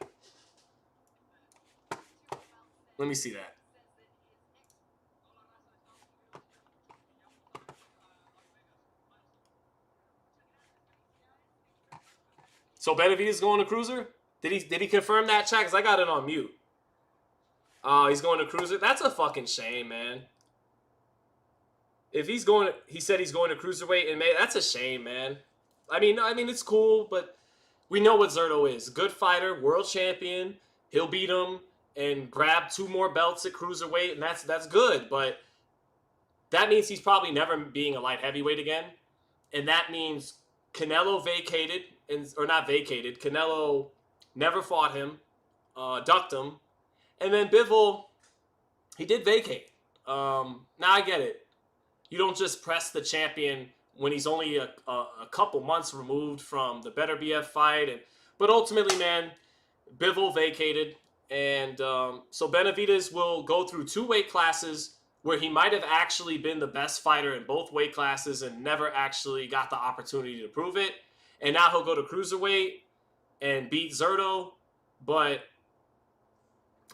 beating Zittel isn't beating Canelo or Bivol. It doesn't stamp Benavidez like being the light heavyweight or super middleweight champion. So I had a bad feeling this could happen, that Benavidez would never get Canelo, and then once he got to 75, never get Bivol or Beterbiev, and then just go to cruiserweight, maybe say I can make it back down to light heavyweight, but in all likelihood he won't. And that's it. And now, you know, the Opataya fight now becomes but it's the cruiserweight division. The cruiserweight division is never sold. It didn't sell with Usyk. It didn't sell. The only time the cruiserweight division sold was with Jake Paul. now this sucks. Now that's the biggest fight out there for David going up to cruiserweight in those divisions is Jake Paul. And Opataya is a quality champion. I think he's definitely the best cruiserweight. I think he's definitely better than Zittel at cruiserweight. But not definitely better. I think he's better. But that's not a sexy... Nobody is knocking down the doors for Benavidez and Jai Opataya. They wanted to see him fight Canelo, and then since he couldn't get Canelo, they wanted to see him fight the guy Canelo couldn't beat. So that's a little bit of a bummer. I expect Benavidez to beat Zittel Ramirez. The Jai Opataya fight is a very winnable fight for Opataya. We got to see how Benavidez looks at cruiserweight. But I suspect he'll definitely beat Zittel Ramirez. And then in terms of substance, you know, in terms of proving himself at the highest level of the sport, it's the Opataya fight. But it's not a sexy fight. It's not a guaranteed war. And Opataya has no name recognition in the United States. And people know Bivol in the United States because he beat Canelo. So it just sucks, man. That's part of why I think you see me a little less enthused about Benavidez these days. Is I could feel it coming. Like, too many great opportunities just didn't go his way. And it's just, to me, it's taking the air out of the balloon. Like, take me back to 2023 when he beats Plant and he's at super middleweight, and it's like, here we go. Like, and then even getting the Andrade fight in late 23 was a nice touch. It was like, all right, you know, Andrade still has his O. He's not going to win. He's moving up from middleweight where he already started to taper off a bit. So we knew he wasn't going to beat David, but still, it's a dude who's a high level respected champion who never lost, never came close to losing, and Benavidez just cooked him. And after Plant and Andrade in 23, it felt like, all right, here we go. And then the next time you see him, he's on Gervonta's undercard against the washed Vazdik. But then we get the Morrell fight. Okay, great. The Morrell was literally the best fight they could have made. David did the thing. He didn't just take another fight. He was like, all right, I can't get Canelo. Benavidez-Yarde are tied up. Who's the guy people really think can beat me? David Morrell has a lot of hype. Let's do it. He does it. And that was cool. But what I'm getting at is it gradually just started to feel like when your parents would tell you you're going to get this thing and then the time is running out of the day and you start realizing like, oh, we're not going to Toys R Us, are we? We're not going to the park. Like, you're not doing the thing that I've been waiting for all day. All right? It's just not going to happen, is it? And they're like, no. And that's what it feels like with Benavidez a little bit. It's really not going to happen, huh? He's not going to get to fight Bivol. The Canelo fight, that ship sailed, and that sucks, man. That's some bullshit. You know, that's some bullshit. He's throwing his potential away. Yeah, part of it's on him not being able to stay at light heavyweight. Another part of me wants to give him some grace and go, it's a big dude, man. And genetics are genetics. Like, he ain't built like Devin Haney or Anthony Yarde or Abdullah Mason. Like he's a big boy. He's a fat boy. I respect, you know, I love it. He's a fat boy. That's the term, right? So maybe that cut is a motherfucker, man. And maybe he will look better at cruiserweight because he's actually going to be fighting at a weight he's comfortable at. But at the same time, yeah, it's disappointing that you had 3 fights at light heavyweight, and it looks like everything's still in front of you. It looks like Beterbiev and Bivol are possible, but you're going, nah, I'm going to cruiserweight. And what that'll make his detractors point out was, this isn't me, I don't think this, but what his detractors will point out, and I'll acknowledge their point, is this guy for real? Did he really want Canelo, or did he enjoy being ducked by Canelo? Did he really want Beterbiev and Bivol, or was his plan always to fight Morrell, fight at light heavyweight, and then he had his eyes set on cruiserweight the whole time? Because he always left that door open for, I mean, of course I want to fight, Beterbiev and Bivol, but you know, if I can't get the fight, I'll go to cruiserweight. I mean, cruiserweight's been coming out his mouth for over a year. Zittel, cruiserweight. The only person pushing for it is him. Nobody else is asking for him to go up to cruiserweight and to fight Zittel. This has been Benavidez's point for over a year now. So I'll acknowledge that perspective. But I'm more sympathetic to it. I feel like it's some bullshit. Canelo is some bullshit. Bivol, different story. You know, Bivol, different story. I think he shouldn't have vacated. I think he should have fought Benavidez. But I can't call it a duck. He did vacate the title when pressed to defend it against David Benavidez. But I'm going to give the champion a little bit of grace. And again, I believe Benavidez that he got the better of Bivol in sparring. But that's it then. You know, you get the belt, and you can't spend another year or so in there, and then inevitably you would think with Turkey and everything, get the light heavyweight championship fight in the ring.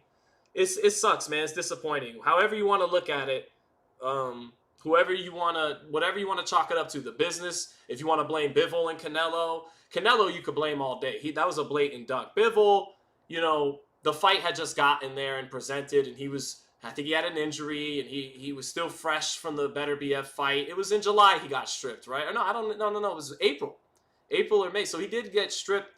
You know, the WBC with their inconsistencies. They let Jamal Charlo hold on to the belt for 2.5 years. They have no standard. They're totally, they make it up as they go along, and they decide we're gonna strip Bivol. So yeah, that's not really a duck. Again, I would have preferred he defended the title against Benavidez, but the champ was fresh off a fight with Beterbiev, and the WBC again just no consistency. 2-3 months out, hey, fight Benavidez or you're stripped, and he went fuck it then, take it. Everybody knows I'm the light heavyweight champion. So, man, we still got 900 people in here. Who wants to throw some crow my way that I have to eat tonight? Or did I eat it? I think I ate it all already for the most part, but whatever. I got a super chat from WoFT8567. Thank you, brother, for the super chat. He says, no money or opposition at 200 and hard to move back down to 175. Bad move. I've been saying that forever. I've been trying to push against the cruiserweight move from day one. And when I would interview him, I try to like steer him into, but Bivol Beterbiev. And he had his mind set on cruiserweight the whole time. So that's where he's headed.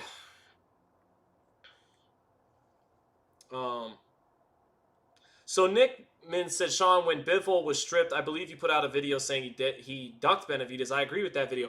I said I was tempted to call. And then I provided a lot of context. I said, look, I get it. He's got the trilogy, da-da-da-da-da. But my point was, if other fighters had done it, they would have got called a duck. And I said, hey, when Lennox Lewis or when Riddick Bowe dropped the WBC belt in the trash for Lennox Lewis, everybody called it a duck. So I was saying I won't call it a duck.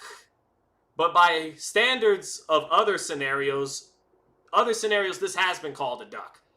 I'm fine if you think it was a duck, but what I'm doing is holding Benavidez kind of accountable at the same time. Like, oh, that's it, huh? That one opportunity to try to make a fight, and the champ vacated and said he had an injury, and that's it. That's it. That was that. You know, if you really try to make something happen, you won't be denied. You'll try and try again. If you're just on a mission, and Benavidez kind of went, oh no, you're not going to give me the shot. All right, I'm out. I'm going up. And I think Benavidez will go, well, bro, what the fuck? Like, you want me to play this Canelo game again? You know, suck down to a weight that's potentially hard for me, and then one of these nights show up weak and lose a fight I wouldn't have lost because I'm making this wait too long, chasing a fight I'm just not going to get that I should have already got. You know, fair enough. But, so there you go. Andrew Castellanos said, do you feel like Haney clinched a lot?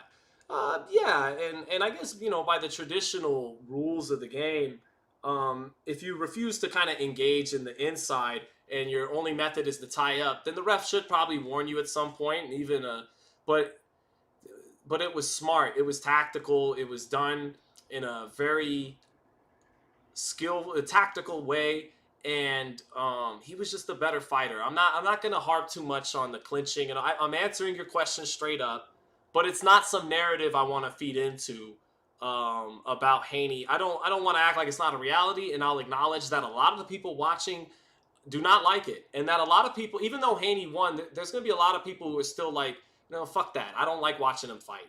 But me personally, I just got to give him a ton of credit, bro. Like he almost knocked Norman out in the second round. The up jab from the hip and the feint and the positioning was beautiful. His punching power looked really good. Well, not, you know, it looked better. And Norman is chinny early in fights. He got dropped by Pocachica and all that. But I thought Norman was going to beat Haney, and Haney dominated him. So the narrative I'm pushing on Haney is this is his best moment of his career, and he is a Hall of Famer at 27. You know, and that's that. So, but yeah, do I feel like he clinched a lot? He did.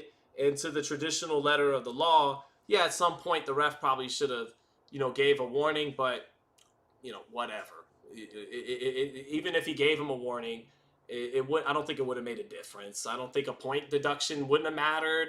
If Haney wasn't allowed to clinch like that every time he was driven to the ropes, he would have won no matter what, bro. It was his night. He was a better man across the board. And Norman, you know, fought determined, but I think he knew he was a beaten man pretty much after the knockdown, you know. So the puncher has to take chances to get to the boxer. And if the puncher, this is good, and again, that's going to be a big problem for Norman. If Norman had a good chin, I'd say he's going to be just fine after this fight, because he still has a good jab. It didn't find Haney tonight, but it was a good jab, and I still liked his speed, his power. But you know, he struggles with distance. He struggles with true boxing skill at the top level. But I think some of that could be mitigated. But the real problem is he doesn't have a good chin, and that's going to be that makes him a glass cannon a little bit. And even though he's a good puncher, he's not the one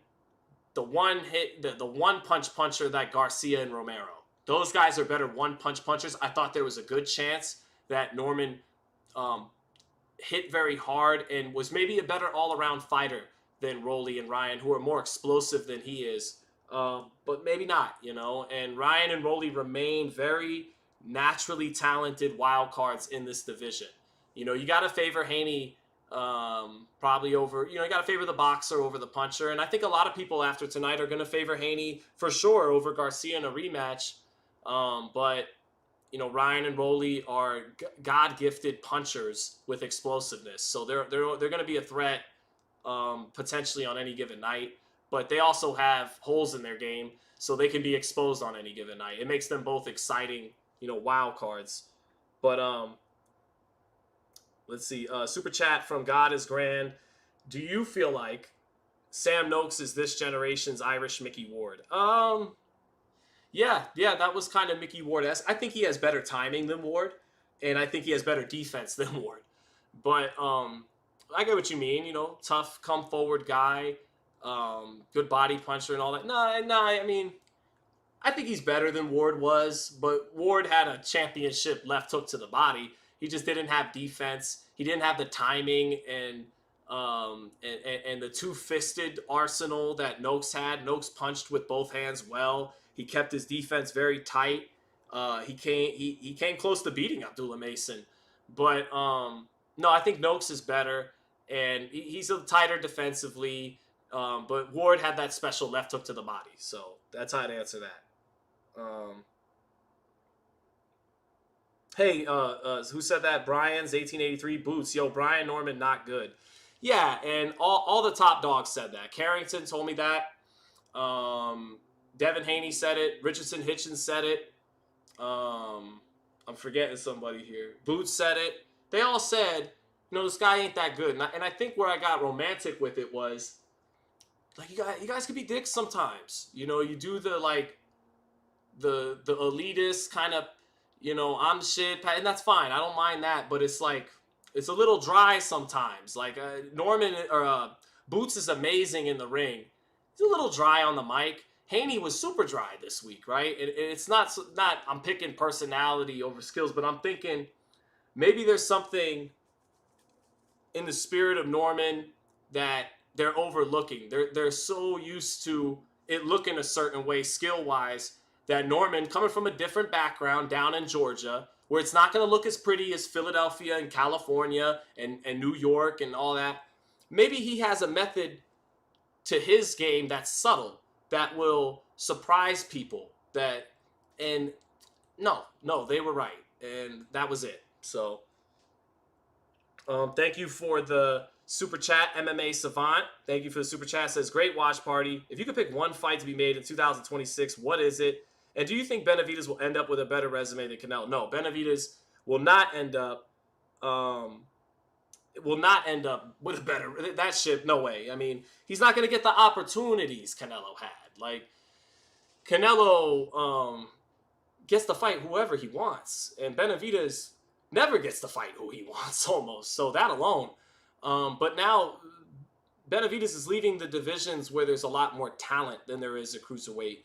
And he won't probably be able to get back down. So, no, that ship has sailed. He will never have the resume Canelo had. But Canelo ducked him. But to the other part, what fight could I make in 2026? It's a good question. I haven't given that a whole lot of thought.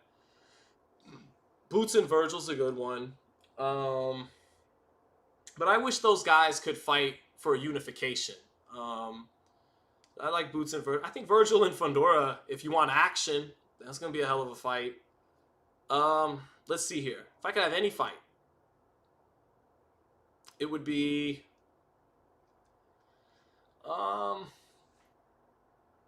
I'd like to see Keyshawn Davis against Devin Haney, but that makes no sense. Keyshawn's never fought above 35. Shakur, Keyshawn, and Tio and those guys mix it up. If I could have any fight, I wanted Benavidez and Bivol. That was the fight that meant a lot. I wanted to see it happen. Italma Usyk, but I can't want something for Italma that he doesn't truly want yet. I don't think Italma's itching to fight Usyk. Now, if the contract comes along, he's going to sign it. He's a proud young man who's definitely the next heavyweight, unless there's some glaring flaw that hasn't been exposed, unless he can't take a punch or other glaring. But from what he's shown so far, he looks like the next heavyweight champ. So I'd love Italma Usyk, but it's not ready yet. This is a good question. I want to see clarity in the 154-pound division. I want to see Bakram, Ortiz, Boots, and Fundora mix it up. I want to see, I think that's the most important thing. And 2026 will be a year in the building up to the welterweight division a little bit, because welterweight still needs some star power coming up from 40 from guys like Shakur, Keyshawn, and Tiafimo, and they're not there yet. So I would say 154 is the division that needs the most clarity in 2026. And then 47 in 2027 will be ready to go when the 40s move up. Devin will still be at 47 and all that. So that sounds good. Bam. Oh, yeah. In a way. And also the fights I'd want to see the most going forward, Inoue Nakatani. Inoue Nakatani is the best fight we know is going to happen in 2026. It's the best fight being floated out there. Inoue Nakatani is the best fight we got in 26 coming. And then I'd love Inoue if he's amazing enough to beat Nakatani, which I think he might be. Then I'd love to see him get the smoke at 26 with the 26 is a really good weight class. I'm looking forward to Angelo Leo and Rafael Espinoza maybe unifying. I hear words in the business about that. That's a hell of a fight. So we'll see. Who do I got? Shakur, Tio? I got Shakur. But Tio is so talented. It might be more athletic than Shakur Stevenson that he could pull it off. And I think there will be a lot of people who get caught up in their imagination of Lopez is talent and athleticism, and they'll say, you know what?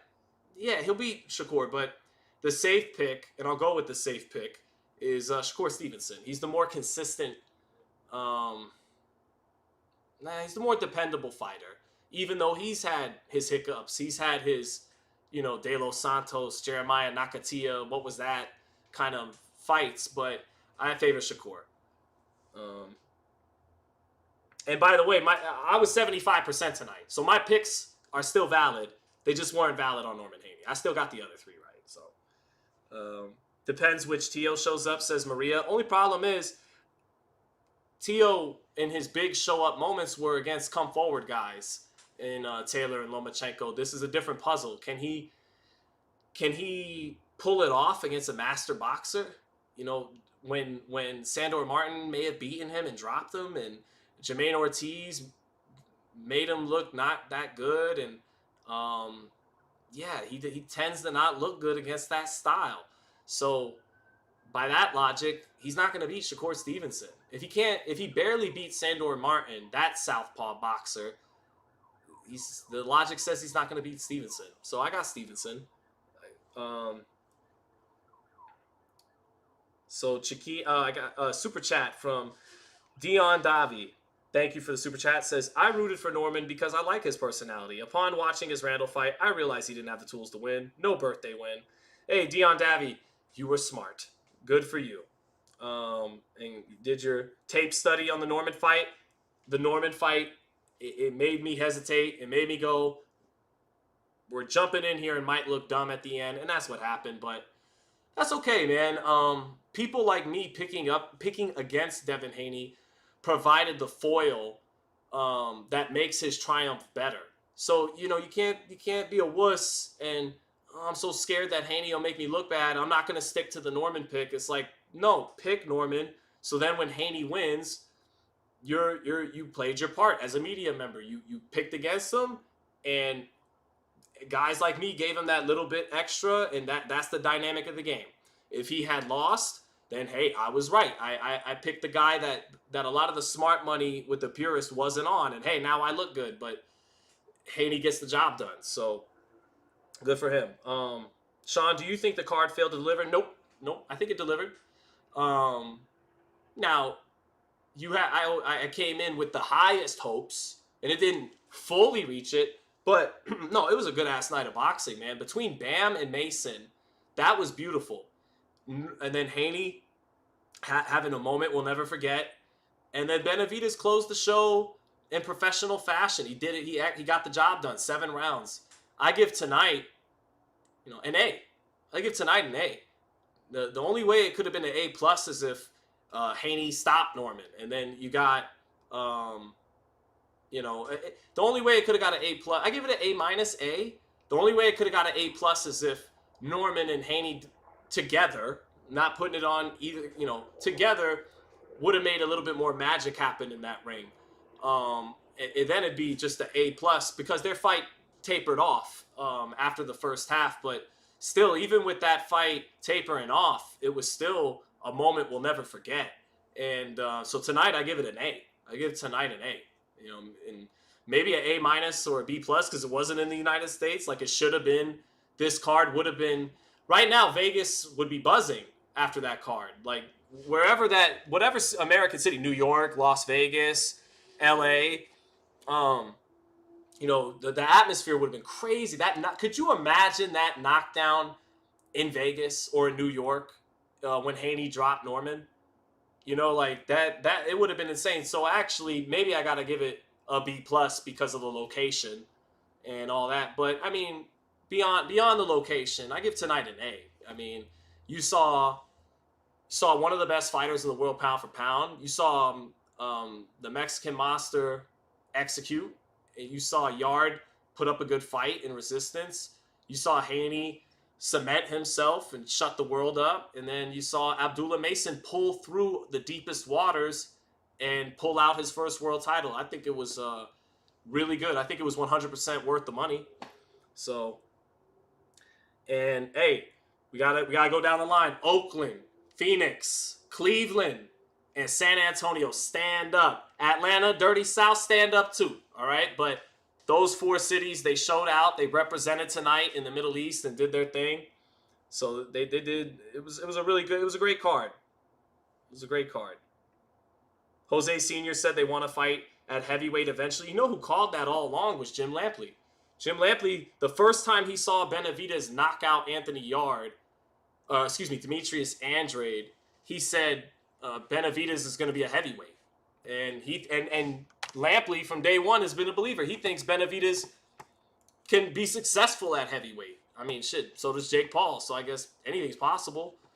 Man, 63% of people think Benavidez beats Bivol. So I want to, but I'm beat. I got to go back to the drawing board with some things. But Matt Borgeson, thank you for the super chat. Said Boots versus Haney would have been super interesting. I'd have favored Boots. For sure. I'd have favored Boots. I still think Boots beats him. Boots can match Haney. Speed for speed, jab for jab, ranginess for ranginess, but has so much that Haney does not. And it's not like Boots' defensive lapses and getting overzealous at times. I think Boots takes a better punch than Norman. And Haney, even after hurting Norman, like the Prograis fight, didn't have enough to press his advantage. Now, someone like Boots, Norman would have been out of there. It would have been a KO2 tonight if Boots is in the same scenario. He would have overwhelmed him with his punch selection and combinations.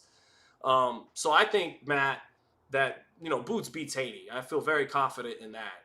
And but fortunately for Haney, Boots is long gone. He's not a welterweight anymore. So now Haney is the best welterweight in the division.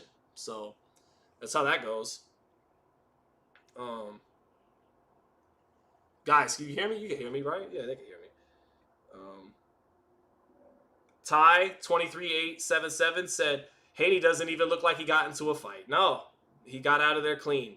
Michael Spinks once said his favorite. Michael Spinks. They asked him like, what was his favorite thing, and he said. And Michael Spinks has some nasty knockouts at light heavyweight, but he said my favorite thing I ever did in boxing was getting out of the ring clean with my face clean.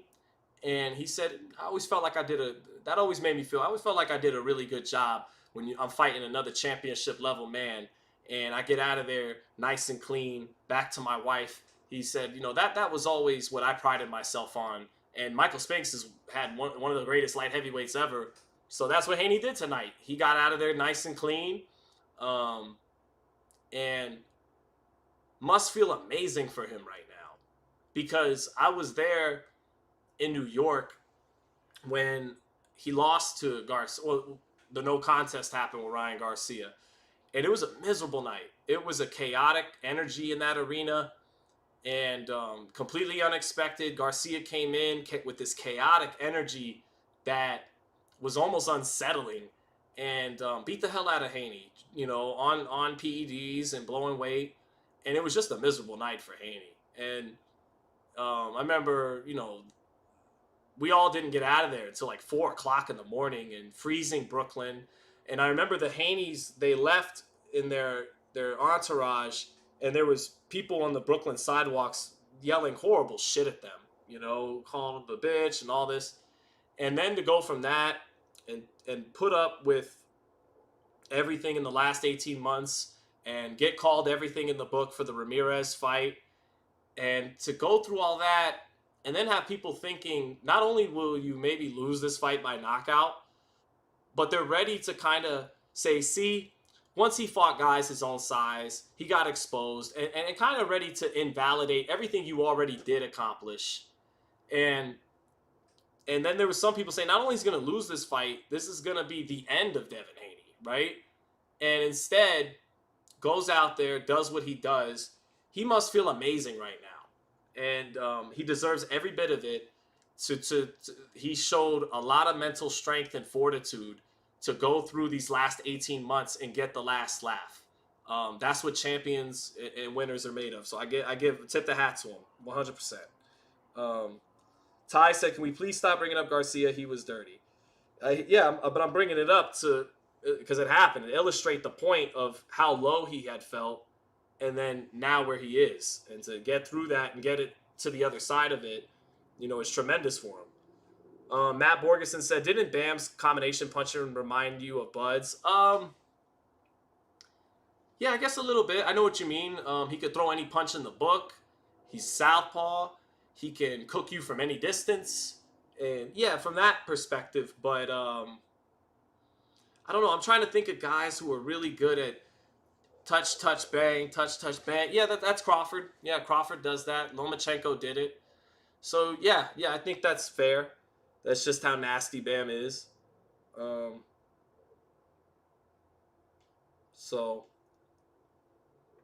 Man, Loma gave Haney a harder fight than Bryan. That's because Loma's a better fighter than Bryan. And I knew that. But I thought, youth and physical advantages matter too. That's why they make weight classes, right? We all know Lomachenko is superior to Brian Norman. But Norman was an ascending force with momentum and had a 72-inch reach, while Loma has like a 65-inch reach. And he was 24 with power at welterweight. Lomachenko has pop and is a lightweight. Who's like 5'6" and 65-inch reach. So we knew Lomachenko was definitely better than Norman, but we thought Norman might be a little slept on. And with a 72-inch reach and power at welterweight, didn't need to be the technical wizard that Lomachenko was to win this fight. But Haney, look, I've talked a lot about the negative aspects of Floyd's influence. But what you saw tonight shine through is why Shakur, Devin, Keyshawn, Gervonta, why they damn near take the Floyd influence as gospel. Because look what it produced, tonight. And that was Floyd Mayweather in there. That was Haney going back to what he does best, which was modeling his style after Floyd Mayweather. And he has, you know, every fighter, even as they model themselves, is going to, their punches are going to come out a little differently. There's going to be something different about them. But I got to acknowledge and commend, because the negative aspects of the Mayweather influence is valid to bring them up. And what it's done to the sport, you could say. But the positive aspects, if you're a fighter, not a fan necessarily or all that, if you're a fighter, tremendously outweigh the negatives. Okay? And so you're gonna follow that logic, because look what it produced. And Haney did that.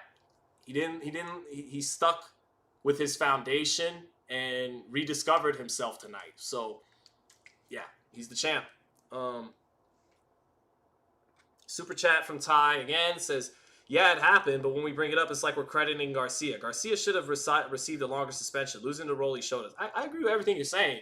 I never carried water for Garcia. I pressed him in the aftermath of the Haney fight.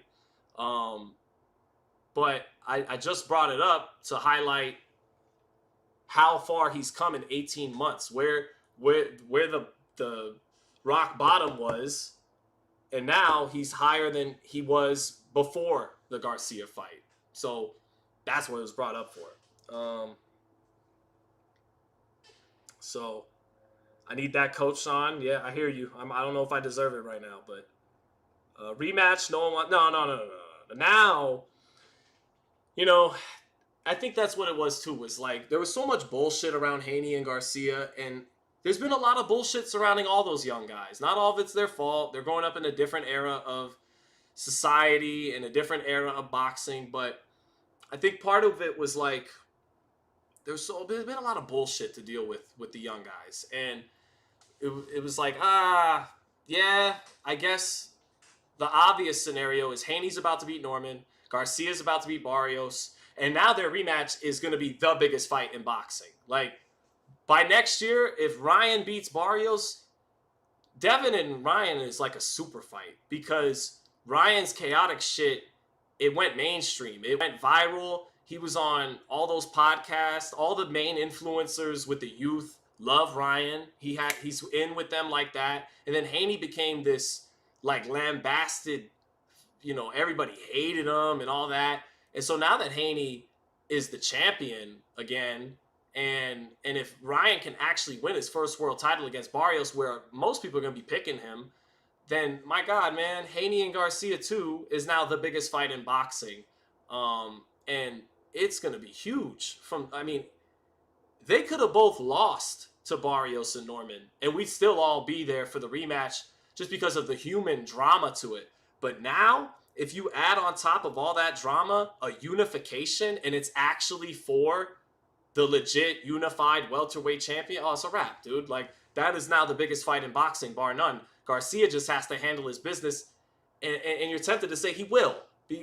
Not only because he's more talented than Barrios, but because this seems to be fate. We gotta see part 2 with Garcia clean and on weight for the unification. Forget about it. Now that fight is, forget about it. It's the biggest thing in boxing now. So if Garcia can win in February. So, Maria C. said, Norman Sr. called it. The lead-up was all too perfect, and Devin pulled the rug out. Why would he say that, Maria? You're not supposed to put you're not supposed to put that in the air, Norman Sr., I like him. Actually, he's one of the few dads I haven't actually got to meet Brian Norman Sr. and talk to him. But yeah, he was definitely entertaining throughout the lead-up to the fight. But he did talk too much. It got to a point where it was like, oh wow, like after the weigh-in, you're still doing it. You're just, at some point, how much more can you say? And but you know, shout out to the Normans. But yeah, it would be factual to say he talked too much. He did. So yeah, I don't see Ryan hurting Devin. Says C Money, not at 147. Devin can take a punch better now that he doesn't have to cut weight. If that hook lands, it's still gonna be an issue. But yeah, I thought even before it became revealed that Garcia was hot on PEDs and I always thought Haney had a chance to turn the tables on the rematch. Now, even more so after how he looks at 47. But there is a chance that despite, I don't know if we'll ever see that Ryan Garcia that fought Devin Haney again for many reasons. But there is a chance that Garcia kind of has his number because Haney's an outside fighter. And unlike Brian Norman, Garcia's faster than Haney. And his hook, even though he has shorter arms, it covers a ridiculous distance. It covers a distance most left hooks don't cover. And so there is a chance that Garcia just has his number. But if right now, I would favor Haney to win the rematch. But we got to see what we got from Garcia clean and on weight against Barrios. And then, we can match up how they both look at 47 and take it from there. Sean, what do you think of Devin versus Crocker and a unification? I'm not familiar with Crocker enough. I got to get on some tapes about him. I haven't watched him enough. So, yeah. Main reason is he was juiced. Let's not do that, bro. I know. I said I don't think we'll ever see that version of Ryan again for many reasons, including the PED use and all that. I mean, Jesus. Calm down, Haney fans, okay? I'm just saying there's still a chance. I just said I'll favor Haney, but there's still a chance. That's it. You got to see how he looks in February and then compare how they look at 47 and take it from there. Right now, I favor Haney, but let's see how Garcia looks in February. How do I see the Crawford rematch going? Crawford. What's up, L-Dub? What's up, Bug? Good to see you in the chat, brother. Dev versus Rolly. I mean, you got to favor the boxer over the puncher. But Rolly's Rolly. He got an eraser. He's a wild card. Rolly thinks he could beat Devin, I think. But he's supposed to think that. But then he never has wanted to fight Devin, so maybe he doesn't really think that. I don't know. Only Rolly knows. If you believe you could beat him and you don't like him, then how come you never want to fight him? It's a good question, right? But so still trolling Sports Network says Garcia's mid. Who cares about that fight for real, man? Barrios just lost to 47 Pac-Man respectfully. Why does a win over him mean anything? Because belts matter, and if he gets the green belt and Devin has the WBO belt, it's a unification and makes it. Yeah, the rematch is going to happen as long as, even if Ryan loses to Barrios, I just think that's a fight Devin wants again at some point. He wants to close the that rivalry between them on his terms. So I think it's going to happen regardless of what Ryan does. But if he wins, forget about it. It's the biggest fight in boxing. Super chat, thank you, brother. From Trix FTW says, thoughts on David taking that Cinco de Mayo date? Yeah. I mean, what else? What else are you gonna do? In my perfect world, Benavidez, Bam, and Virgil would headline a stacked May card in Vegas. I mean, what are we doing here? You gotta look at what Turkey's doing and be like, we gotta compete. You gotta put together stacked cards somehow. I know it's easy because he gets to burn through government money and not have to worry about profit margins. It sucks, but it is what it is. You got to find a way at least to have Benavidez and Virgil. And I think that's doable because Virgil and the Virgil team and PBC team keep flirting about an Errol Spence matchup or Fundora or so. Benavidez-Yarde with Virgil versus Fundora. Can we do that? Can we get that? I think is that not realistic enough? Virgil versus Fundora, Benavidez versus Yarde.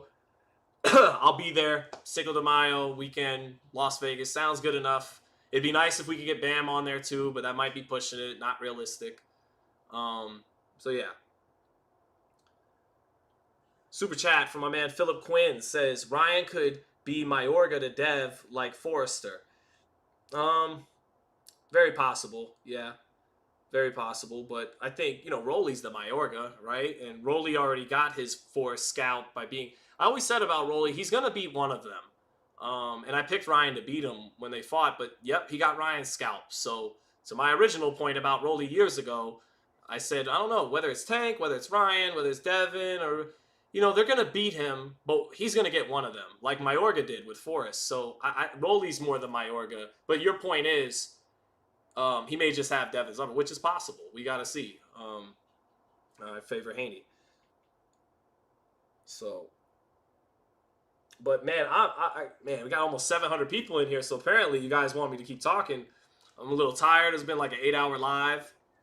I still got to make my little quick reaction video to everything around the block. But True Georgie eating crows, says Matt. Yeah, see, that wasn't it. Like, I may have picked Norman, but I feel very confident in saying I paid Haney his respects in the entire lead up to picking Norman. So what he did, I didn't even watch the video, but like why I hate Devin Haney, it's like, dude, grow up. You're not even really supposed to hate people unless they, you know, beat your dad up or beat your kid up or try to take your girl, or like, you know, what do you not like him for? Because you don't like how he fights, you don't like his person, you don't even fucking know him. Like, that's not it. But hey, freedom of speech. He can say what he wants. People watch it, have fun. So let's see. Who should Lester Martinez fight next? Well, Billy was smart not to take the rematch because he came on strong in the second half of the fight and potentially could have carried that momentum into the next fight. I mean, Lester's a legit guy. He's just he wants to fight for a title at 68. Crawford's probably going to vacate those belts at some point. And, you know, he's going to be in line to fight for one of them. I think, what's Lester? He's got to be really a close to the top of the WBC. So, Billy ducked that rematch. He even called Haney a coward. I will never, and I mean never, and have never, called a fighter a coward or scared. I know boxing too well to use verbs like that. You notice I've never called anyone a runner. I'll say excessive, inefficient movement. You know, I'll break it down technically, but you've never heard me say a guy's a coward, a guy's a bum or a runner. I don't. It's not about being politically correct. It's just I know the game too well. I know like my man Greg Hackett, right? Shout out to Greg. Never spoke to him, but definitely respect him. He picked this fight right, so shout out to Greg. Now Greg has an upside down record, right? But when I saw Greg in a street fight, and again, I had a couple amateur fights. I can, you know, do a little something. But when I saw Greg, I was like, wow, that's the equivalent of the guy on the minimum roster at the bottom of the bench in football, or on the practice squad in football, or the 15th man in basketball, and he will bust your ass. You know what I mean? So even a guy with an upside down record is a pro, can fight. And so I'll never get down like that. But you know, to people who watch the video, that's their right, and it is what it is. But Dino Wells says Haney is the potential fighter of the year. No, I don't think he's a candidate. He deserves his honorable mention, that's for sure. This makes me think, like in football, should we have a comeback player of the year? Because if Norman won, I think he was not going to win the award, but a strong candidate, knockout of the year, and then you beat Devin Haney. I was ready to create. I almost thinking of Norman winning made me think of, should we have breakout fighter of the year apart from fighter of the year? Should there be a breakout fighter of the year? You know, a young fighter that takes his career to a new level. Should there be some kind of award for that? But with Haney winning, I'm like, is there a comeback fighter of the year award? Because that would easily be Devin Haney. I mean, he's like the best comeback in sports this year. Football, basketball. Who had a better comeback now to finish out 2025 than Devin Haney in any sport? So, yeah. Do you think Benavidez is going up to cruiserweight because he can't beat Bivol or Beterbiev? No, I don't think it's. I don't really want to fight them, and I'm just going to move up. But you know, I do wish there was even a more longer sustained effort at light heavyweight to get them in the ring. But and then thank you for the super chat by Ayo Canilis.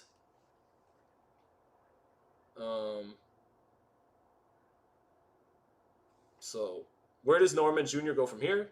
Back to the drawing board. Work on the technical stuff.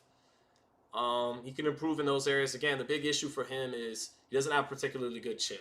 And that's going to be an issue for him moving forward. I think the other stuff, to a degree, he can smooth out some of that stuff.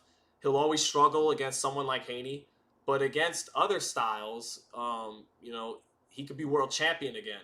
But back to the drawing board. He made a shit ton of money. All in all, he still had a great 2025. He's still gonna go home rich and with the knockout of the year.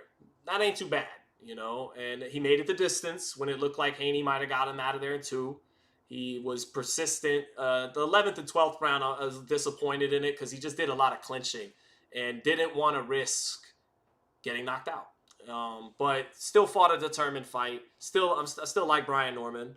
But it's gonna be tough for him because he can't go up to 54. He doesn't have that level of length and height and all, and doesn't have the skill and the defense and all that to make up for being smaller than those 54s. And if he's not taking punches well by a welterweight like Haney, who's not known for his power, there's nothing but power at the 54 division. So, he's got some tough questions in front of him. But at 24, still with power and still a good fighter, all is not lost. He still had a tremendous year, but Haney got it. It's Haney's night. So, and Ayo Canelli 7107 said, "Who does Rolly fight next, and does Ryan beat Barrios by KO?" Ideally for Rolly, he gets a Pacquiao fight, but if not Pacquiao, I don't know. I mean, he doesn't seem to want to fight Haney. I don't think Haney's dying to fight him either. I don't know, man. I don't know. For Rolly, it's after Pacquiao, it gets a lot. The risk reward gets a lot not as sexy. Like, Pacquiao, even though he'd probably be a favorite, he's still going to be 47, and maybe Rolly could time him in between him jumping in and out, but that we always say that about Pacquiao, and only one guy really made it happen like that, and it was Marquez. But after Manny, it's for a lot less money for potentially tougher fights. So, I'm not sure, but Rolly is Rolly. He's a star in his own right, and no matter who he's fighting, it's now coming off a Ryan win with some momentum again, people are going to tune in. So, and then Ryan, does he beat Barrios by KO? I don't know, man. I don't know. I think Barrios is going to have more contempt for Ryan than he did Pacquiao, who he respected way too much. I think Garcia brings a different dynamic out of Barrios. I think Barrios will be up for that fight. Now, Garcia is more just talented than him and has that natural God gift talent that Barrios lacks compared to him. But Barrios is a disciplined, technically sound fighter, and Ryan always isn't. And there are chances that if Barrios, like Rolly, can just take away the hook and make him literally beat you with anything else, paired with what I think is going to be a little bit different demeanor from Barrios in this fight. He doesn't like Ryan. He's not respecting some guy he watched as a little kid. And then I think you can't count Barrios out, actually. And I really want to see the lead up to the fight and everything, but most people are going to be picking Ryan because he's just more talented than Barrios and has faster hands and punches harder. So even how much of those two big advantages can Barrios offset with his discipline and being fundamentally, not fundamentally, but technically sound? I don't know. He doesn't have that X factor of talent that Garcia has. So people are going to be picking Garcia, but we'll see. Light him up 3081 said, "Do you think Tank makes up for that?" Thank you for the super chat. Says, "Do you think Tank makes up for that lost money on the Paul fight by just making the Shakur fight and he saves face that way?" No, I think. And again, there was the rumor of that tape, man. So if this tape, people like Jake Paul mentioned and other people, if it ever hits the public, he may have a lot bigger problems outside of the ring. But if that doesn't happen, I think what's a lot more likely is he's gonna have the Roach rematch. And I do hear from people around Tank, and these are people that are honest with me. These are people telling me he was having a horrible camp coming into the first Roach fight. There's people telling me that what happened in the Paul fallout has done whatever it's done to Tank. He's in the gym. That's what I hear. I hear he's been in the gym a lot more ever since the Paul fight broke through. And I heard he was having a horrible camp for Jake Paul. And I heard heading into the Roach camp first fight that he was not having a good camp either. Those same people are telling me now that he's in the gym training very hard. So maybe what you do get, if Roach can beat Pitbull, is a rematch with Lamont Roach at 140. So, you know, I think that's more likely. No, he ain't fighting Shakur. So, he's going to fight Kid Austin. Watch? I don't think so. But, man, I'm beat. It has been a almost 9-hour live. I got to call my wife. I got Raiders, Browns tomorrow. So, hey, for everyone, keep it locked in. Going to do a little walk around the block. Give Haney some props. Talk about the whole card. I'll be on the Porterway Monday live. I know people want Sean and me to eat a lot of crow. We will. And, yeah, I'll be on with Raheem tomorrow morning. And then, the Niners play Sunday Night Football. I'm looking forward to that. Keep it locked in on the channel. I want to thank the chat for being real cool tonight. Over 1,500 people were rocking with us. You guys were sending super chats. Me and my family definitely appreciate that. And I hope everybody enjoyed the fight call tonight. And, yeah, it was a hell of a night of boxing.